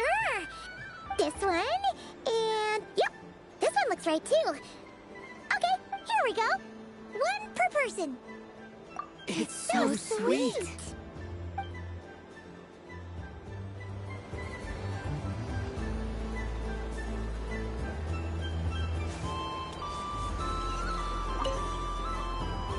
Traveler. Columbina! Finished with the festival already? Really? You're sure you don't want to have a little more? Yes, I am sure.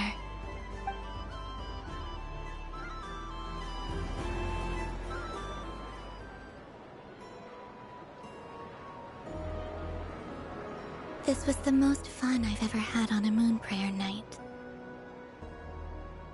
Everywhere I went, people were saying, "Welcome home," and there were friends at every turn.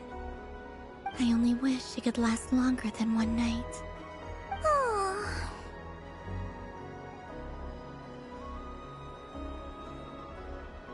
Yes, you're right. The moon prayer blossoms. Ooh, look! Look! Moon prayer night is here!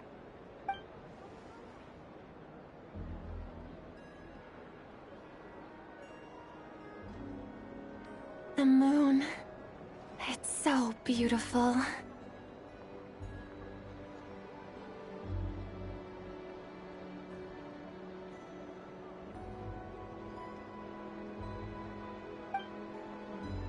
Happy Moon Prayer Night, dear.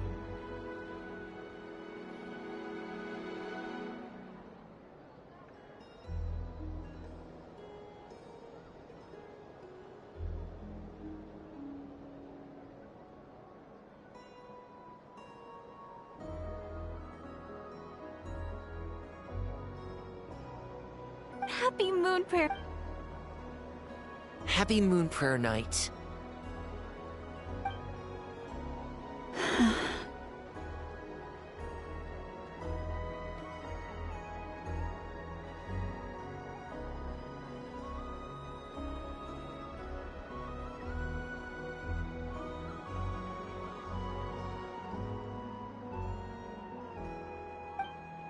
Aww.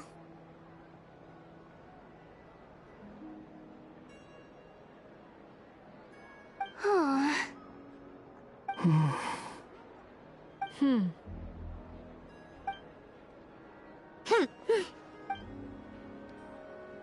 Time flies when you're having fun.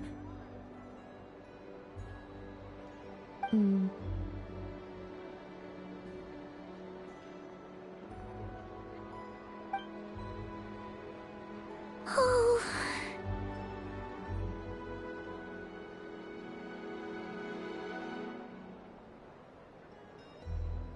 Looks like the time has come.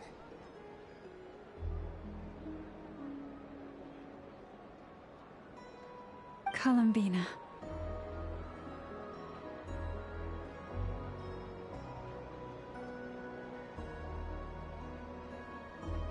You'll be heading off now? Yes, to the ruins you mentioned. And from there, back home to the moon.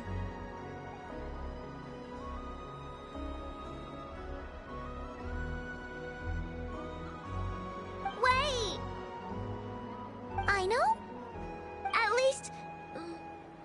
Take one of our craft shop's crumb cookies up to the moon with you. You know, for a snack. Sure. The Curatorium of Secrets believes in proper farewells. No story should be left without a satisfactory end. Never.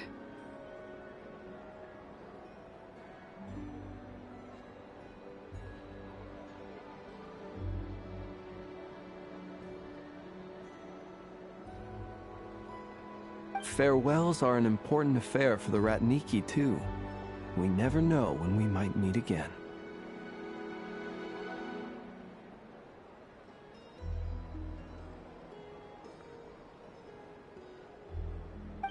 Haha! And here I thought grand farewells wouldn't suit tonight's mood. But I suppose friendly passion is not to be stopped, eh?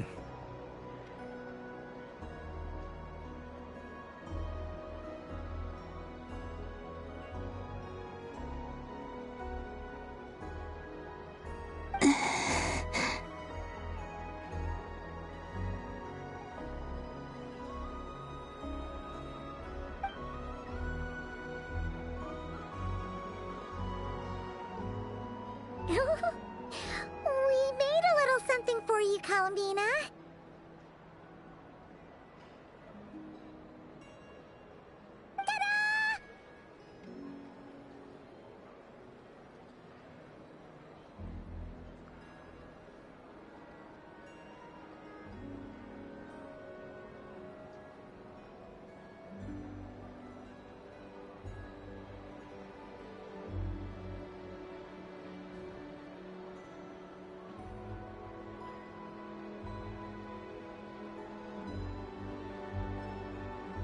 What is it? A Moon Prayer Night greeting card with drawings by all of your friends.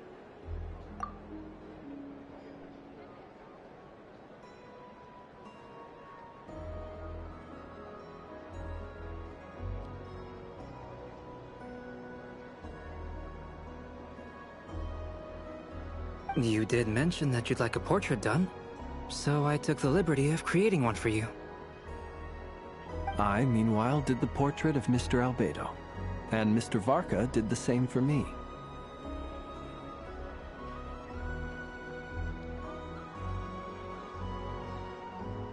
I mean, I think my work was pretty true to life, don't you think? The picture of Ashru was my doing. The two of you seem to get along rather well. Wait, was I the only one who did a full-body picture? That's so embarrassing. I did pictures of me and Anefa.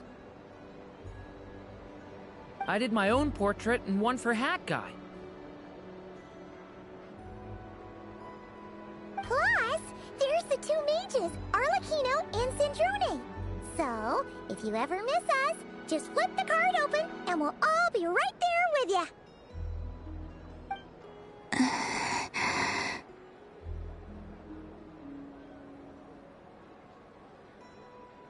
I don't know what to say. Thank you so much, everyone. This whole Moon Prayer Night was more than I could have ever asked for. It is the greatest gift I have ever received.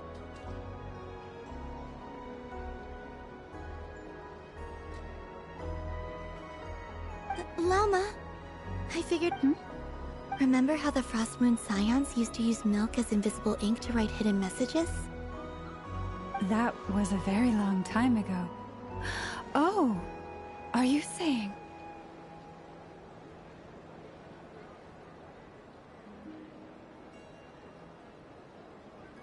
Yes. When I miss you all, I shall use moonlight in the same way to write work. Wow, that sounds lovely.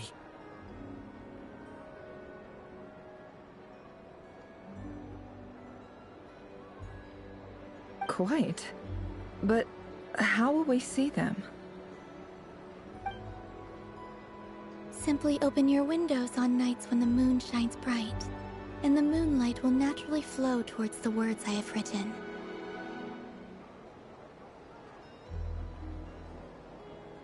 That sounds most fitting indeed.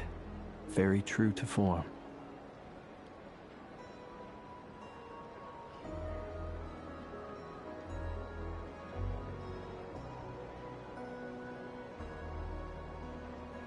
I'll try to write them in places that won't disturb your sleep.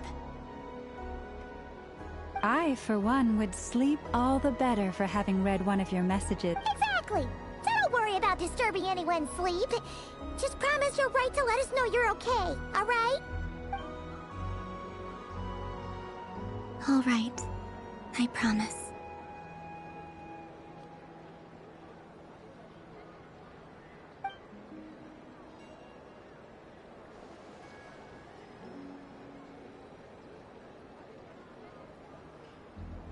In that case, Columbina. I'm ready. Very well. Let's go.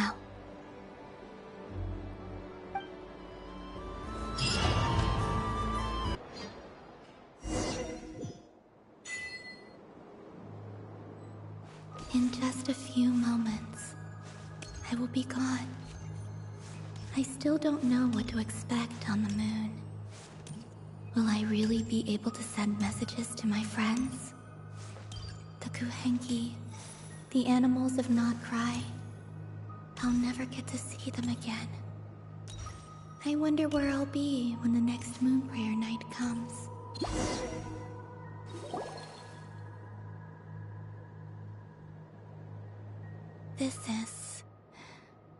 This is where the people of Hyperborea used to communicate with the moons.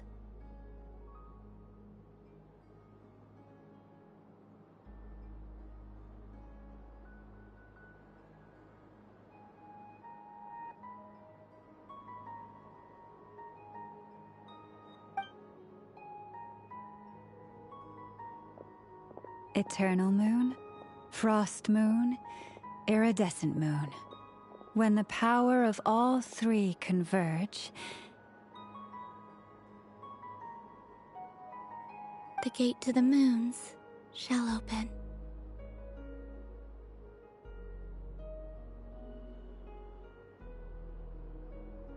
Mm-hmm.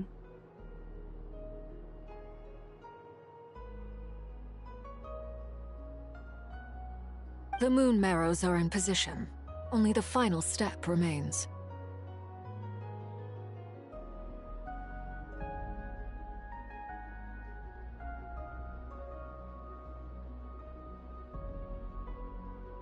I'm sure Nasha Town is livelier than ever at this moment.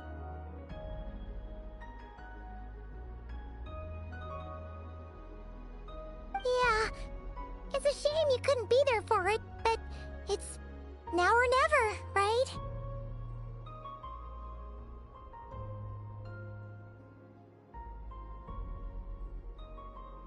It's fine. I'm more than happy with this. My last piece of luggage. My only piece of luggage.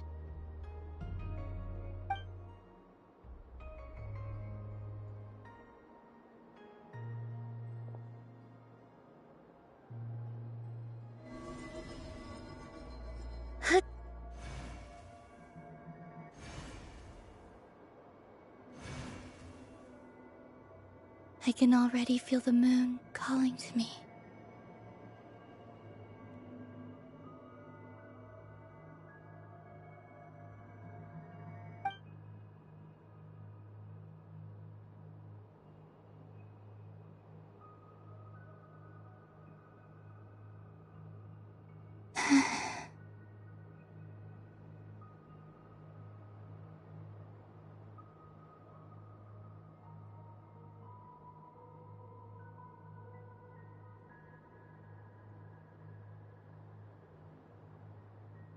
This ray of light will lead you home, Columbina.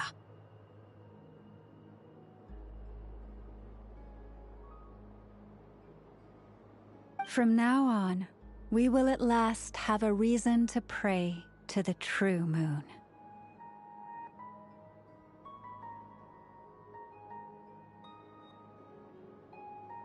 Columbina.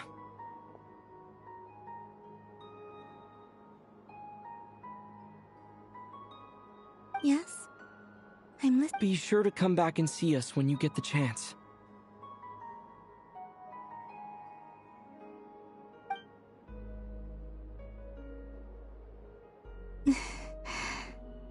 Of course.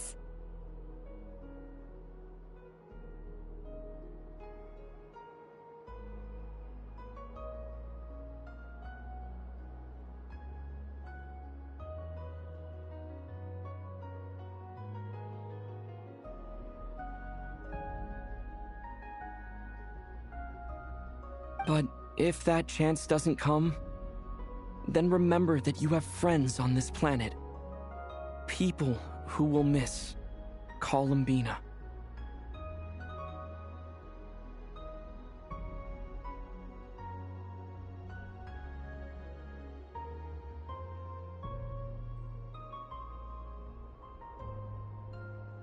Yes, I will. Thank you for everything you've done for me.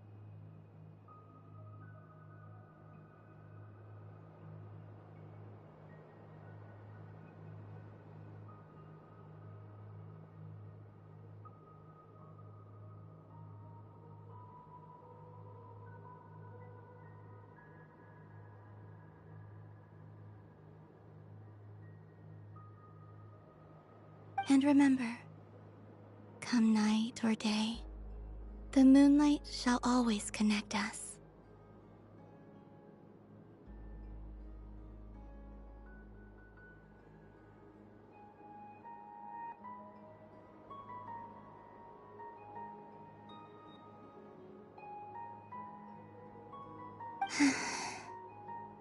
Well then, farewell, my friends.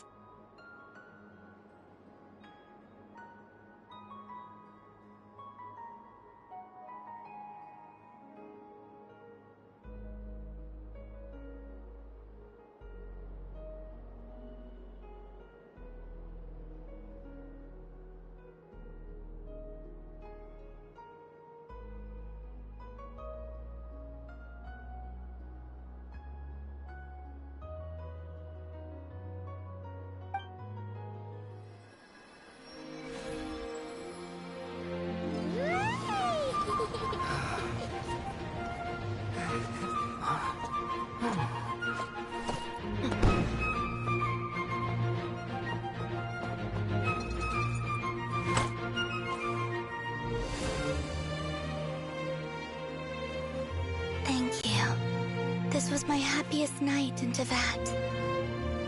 Farewell, Columbina.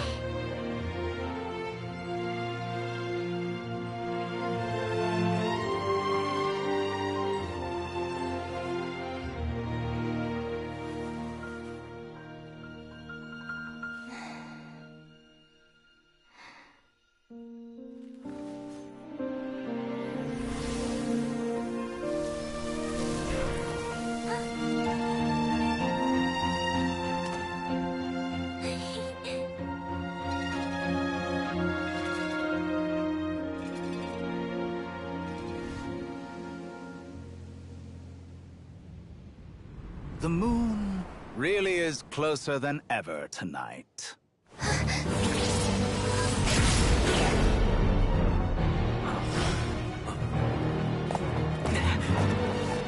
Columbina. All 3 moons in one place. Time for one final experiment. Reason, life, death, time and space. They all believed I would fail.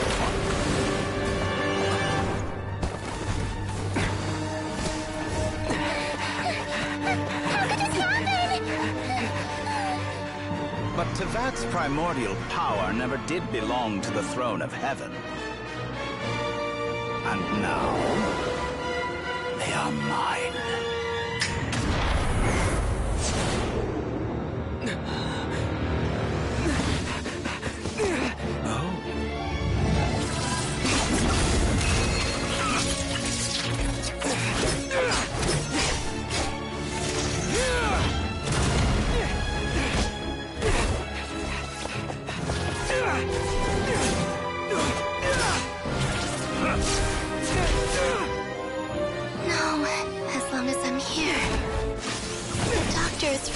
feel the Three Moons' power.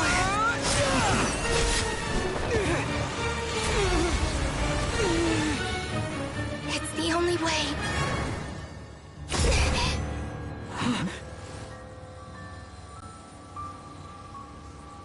I guess I won't be going home today. Columbina! No!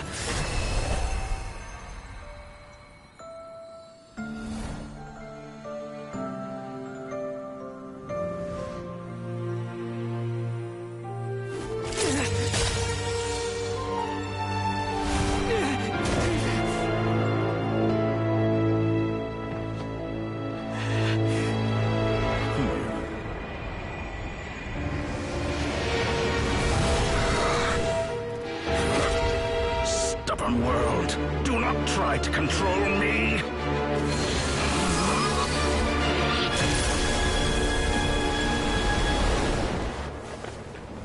Columbina.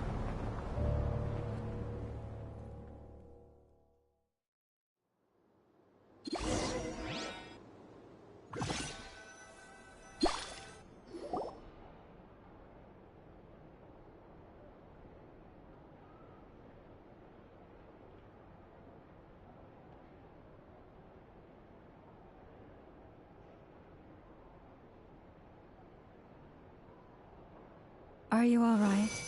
Do your wounds still hurt?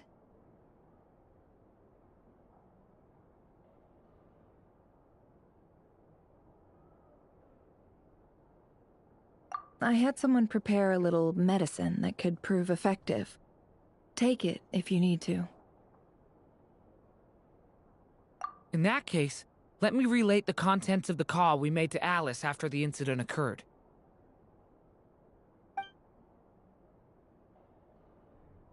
That Dottore is a crafty one. He distracted the Hexenzirkel by creating a huge fuss at Tevat's borders. I'd assumed that the cause was an abyssal intrusion from the outside world, which in fairness is a rather common occurrence.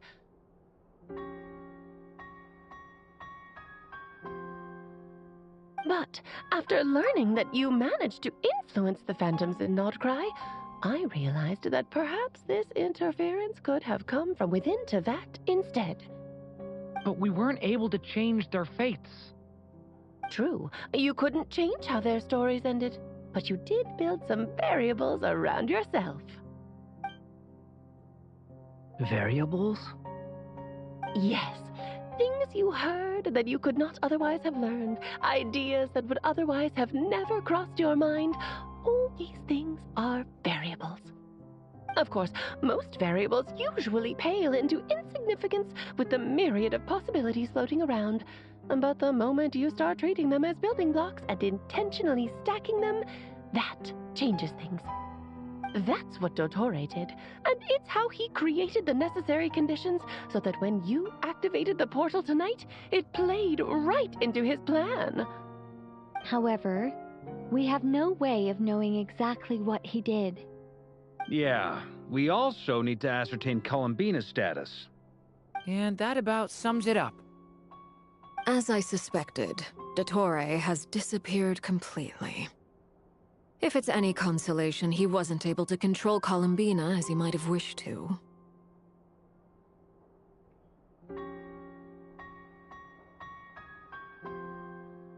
Oh no!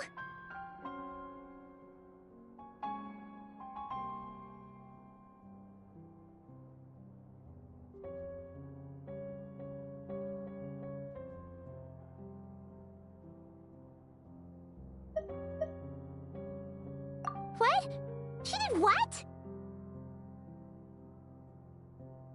All we saw was Dottore appeared and used some kind of power. The next thing we knew, he and Columbina were gone and you were falling into the sea.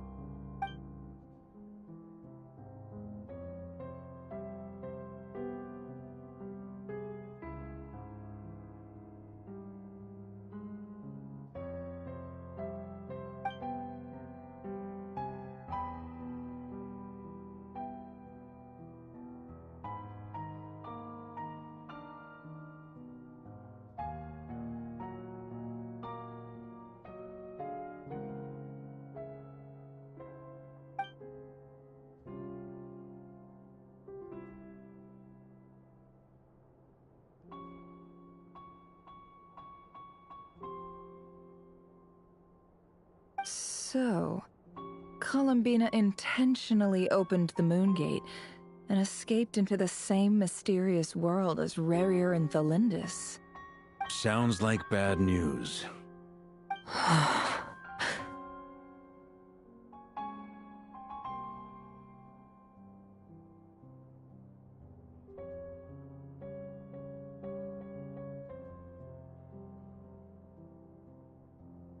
Seen in that way, the Trilunar Syzygy and Rerir's emergence, Dottore might have been pulling the strings in both cases. According to Miss Alice, he is attempting to transcend his destiny and finish an experiment that only a god might complete. An utter lunatic. Wait a sec. Where's Hat Guy? Seems like he'd want to be here for this. He took off with a Dodo communication device after we spoke to Alice. He said he had a hunch that he wanted to investigate by himself. The look on his face was terrifying. I've never seen him like that before.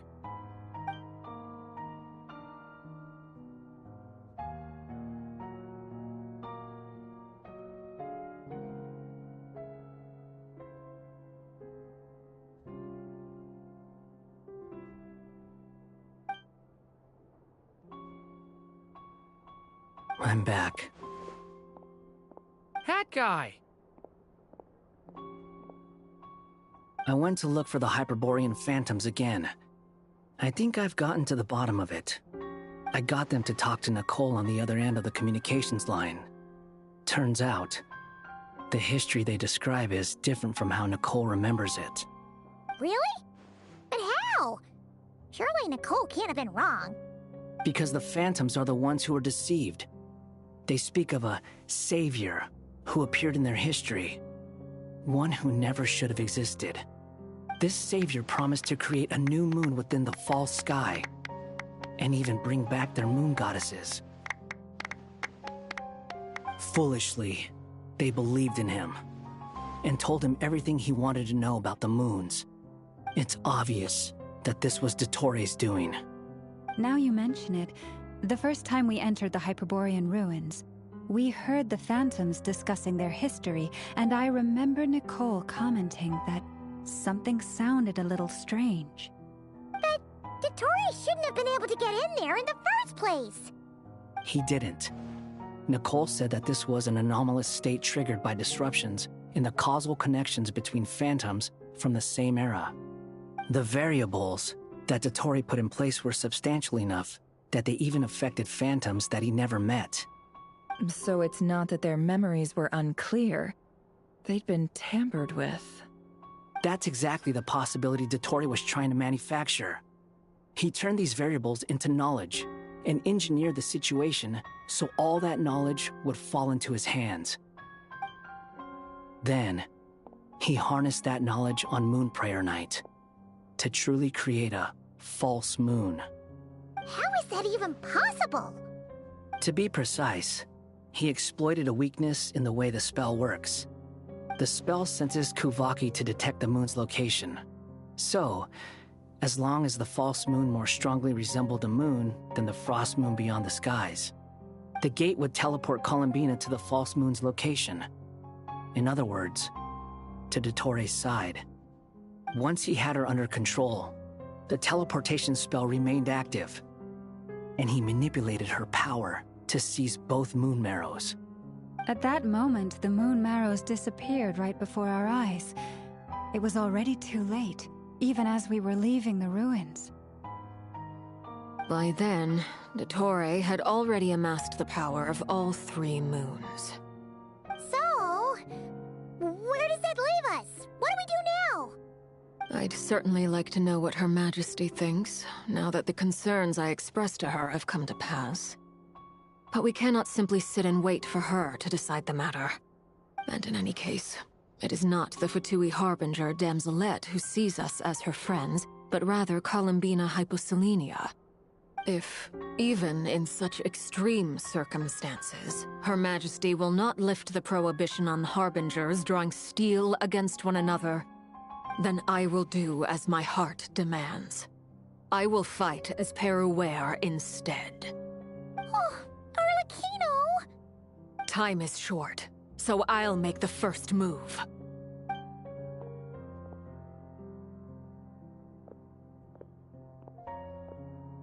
Whew.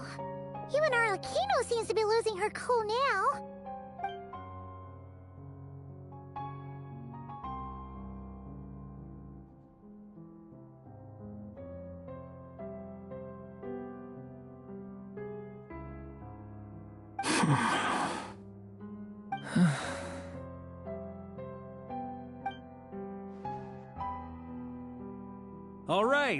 All right. Lose those dejected looks for a moment and let me get a word in. It looks bad, I won't lie. Very bad, in fact. So Dotori's pulled some real dirty tricks to gain the upper hand. For now. And yeah, it's to the point where even the mages say that his variables have affected destiny. I'm not so sure, though. Many have told me that Tevat's destiny is fixed, and that does appear to be the case. Well, what makes Dotori so sure he'll be the exception? And since he was able to stack these variables up, who's to say we can't do the same?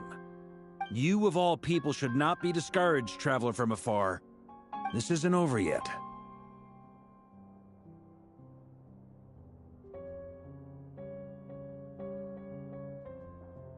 And you're not alone in that. Everyone here does, whether they've spoken thus far or not. But none of us are the type to sit back and wait for the sun to shine again.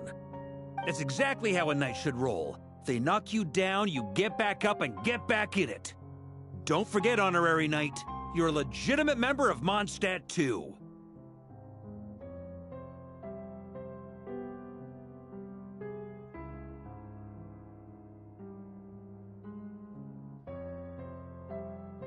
Mark is right. This is far from over.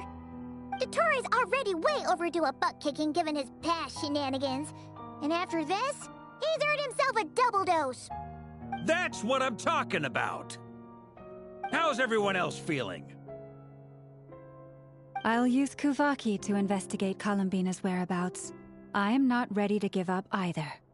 Leave the intel gathering to me. Whatever happens within Nodcry's borders, when the Curatorium of Secrets wants to be in the know, we always find a way. Aino and I will do all we can to support you. We will attempt to reverse engineer Dotori's actions and seek a breakthrough that way. Alice and Nicole are busy dealing with an emergency at Tevat's borders, so they can't return just yet. But they're both very angry about this. They've asked Albedo and me to act on the Hexen Circle's behalf and do everything in our power to fight back against Dotori. Are you ready then? We're going to have to conduct a lot of research, even in the early stages. I'll do my best.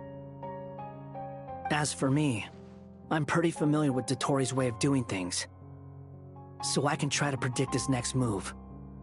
I'll help with your investigation. Nice! Looks like we have our basic division of labor. I'll get in touch with Flints and Itlua, get them to have a chat with their Starshiner. It couldn't hurt to bring the Lightkeepers on board as well. At the same time, I'll pass on instructions to the Knights present in Nodcry to assist the Lightkeepers and other organizations in ensuring the safety of those living here.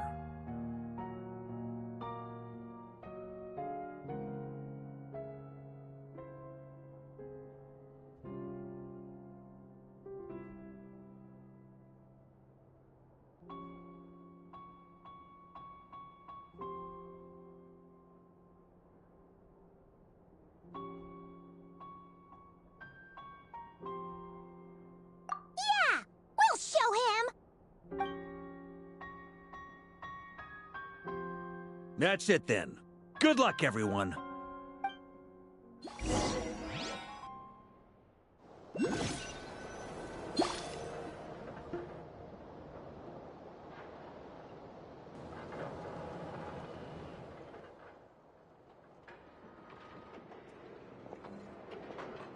I never thought that Columbina would become my real name. It went from being a Fatui code name to something my friends call me. And remember, come night or day, the moonlight shall always connect us.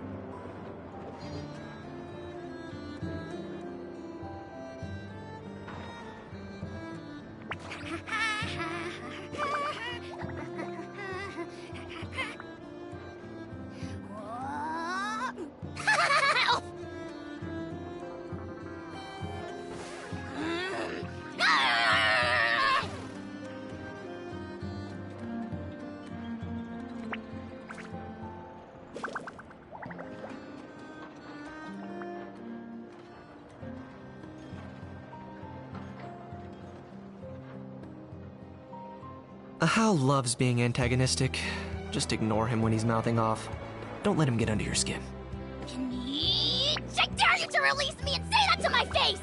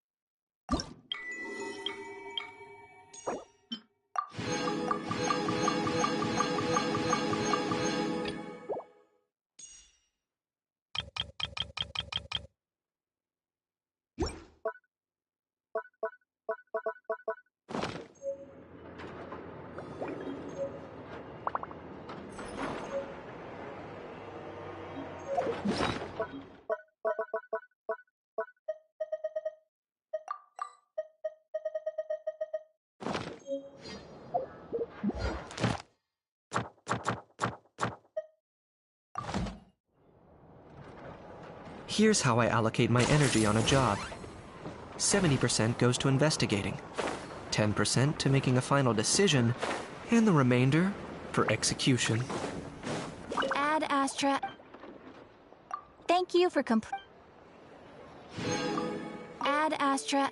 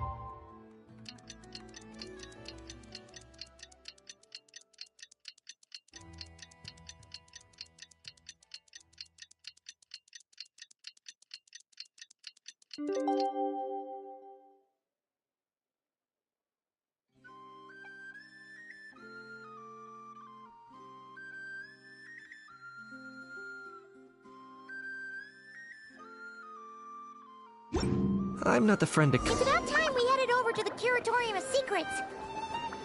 We have something super important to discuss.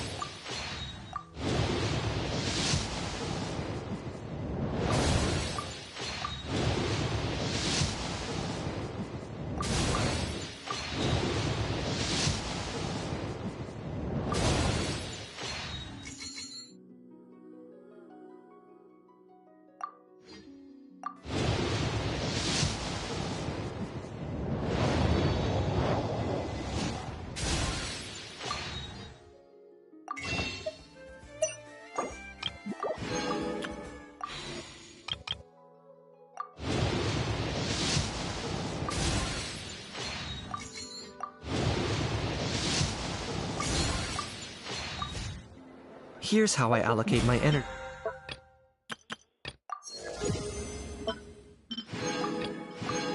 On a job. 7.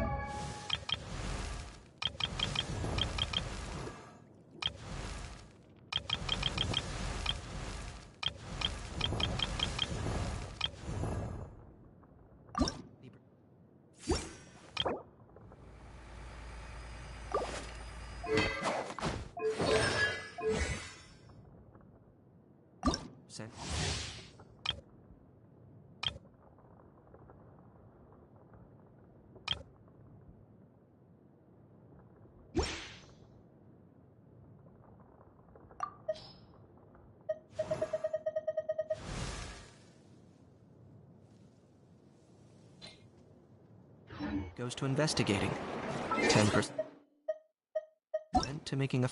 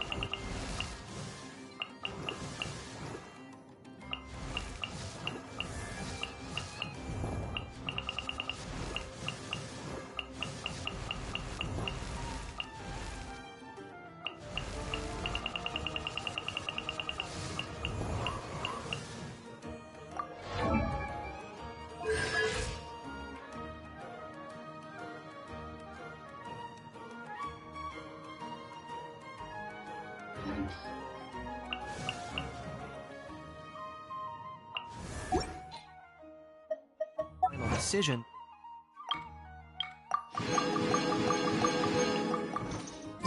And the remainder for execution.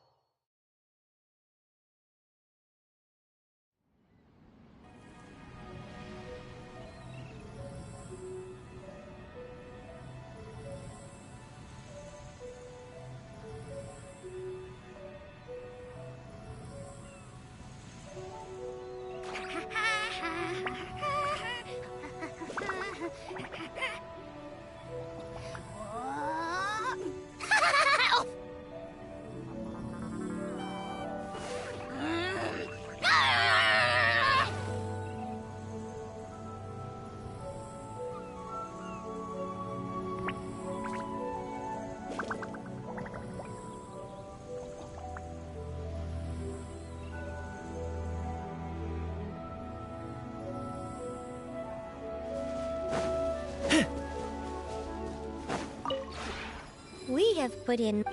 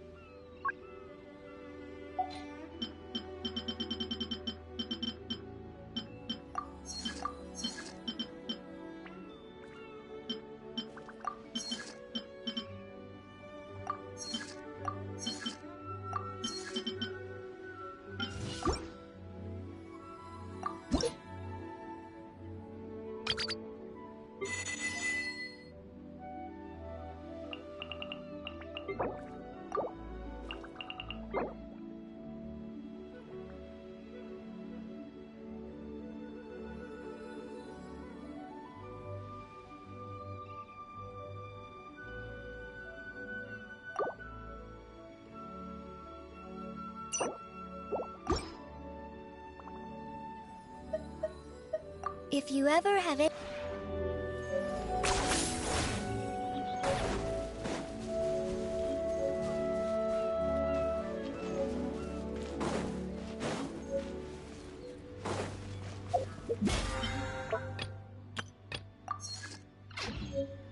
Are you running away?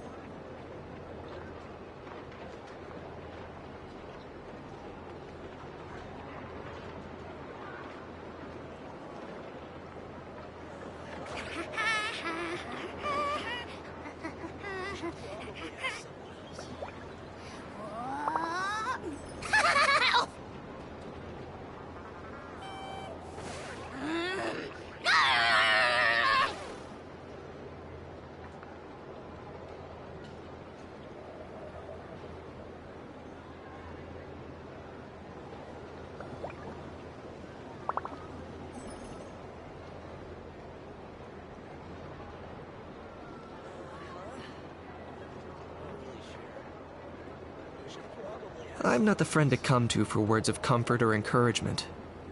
But when it comes to weighing the costs of your actions, ask away.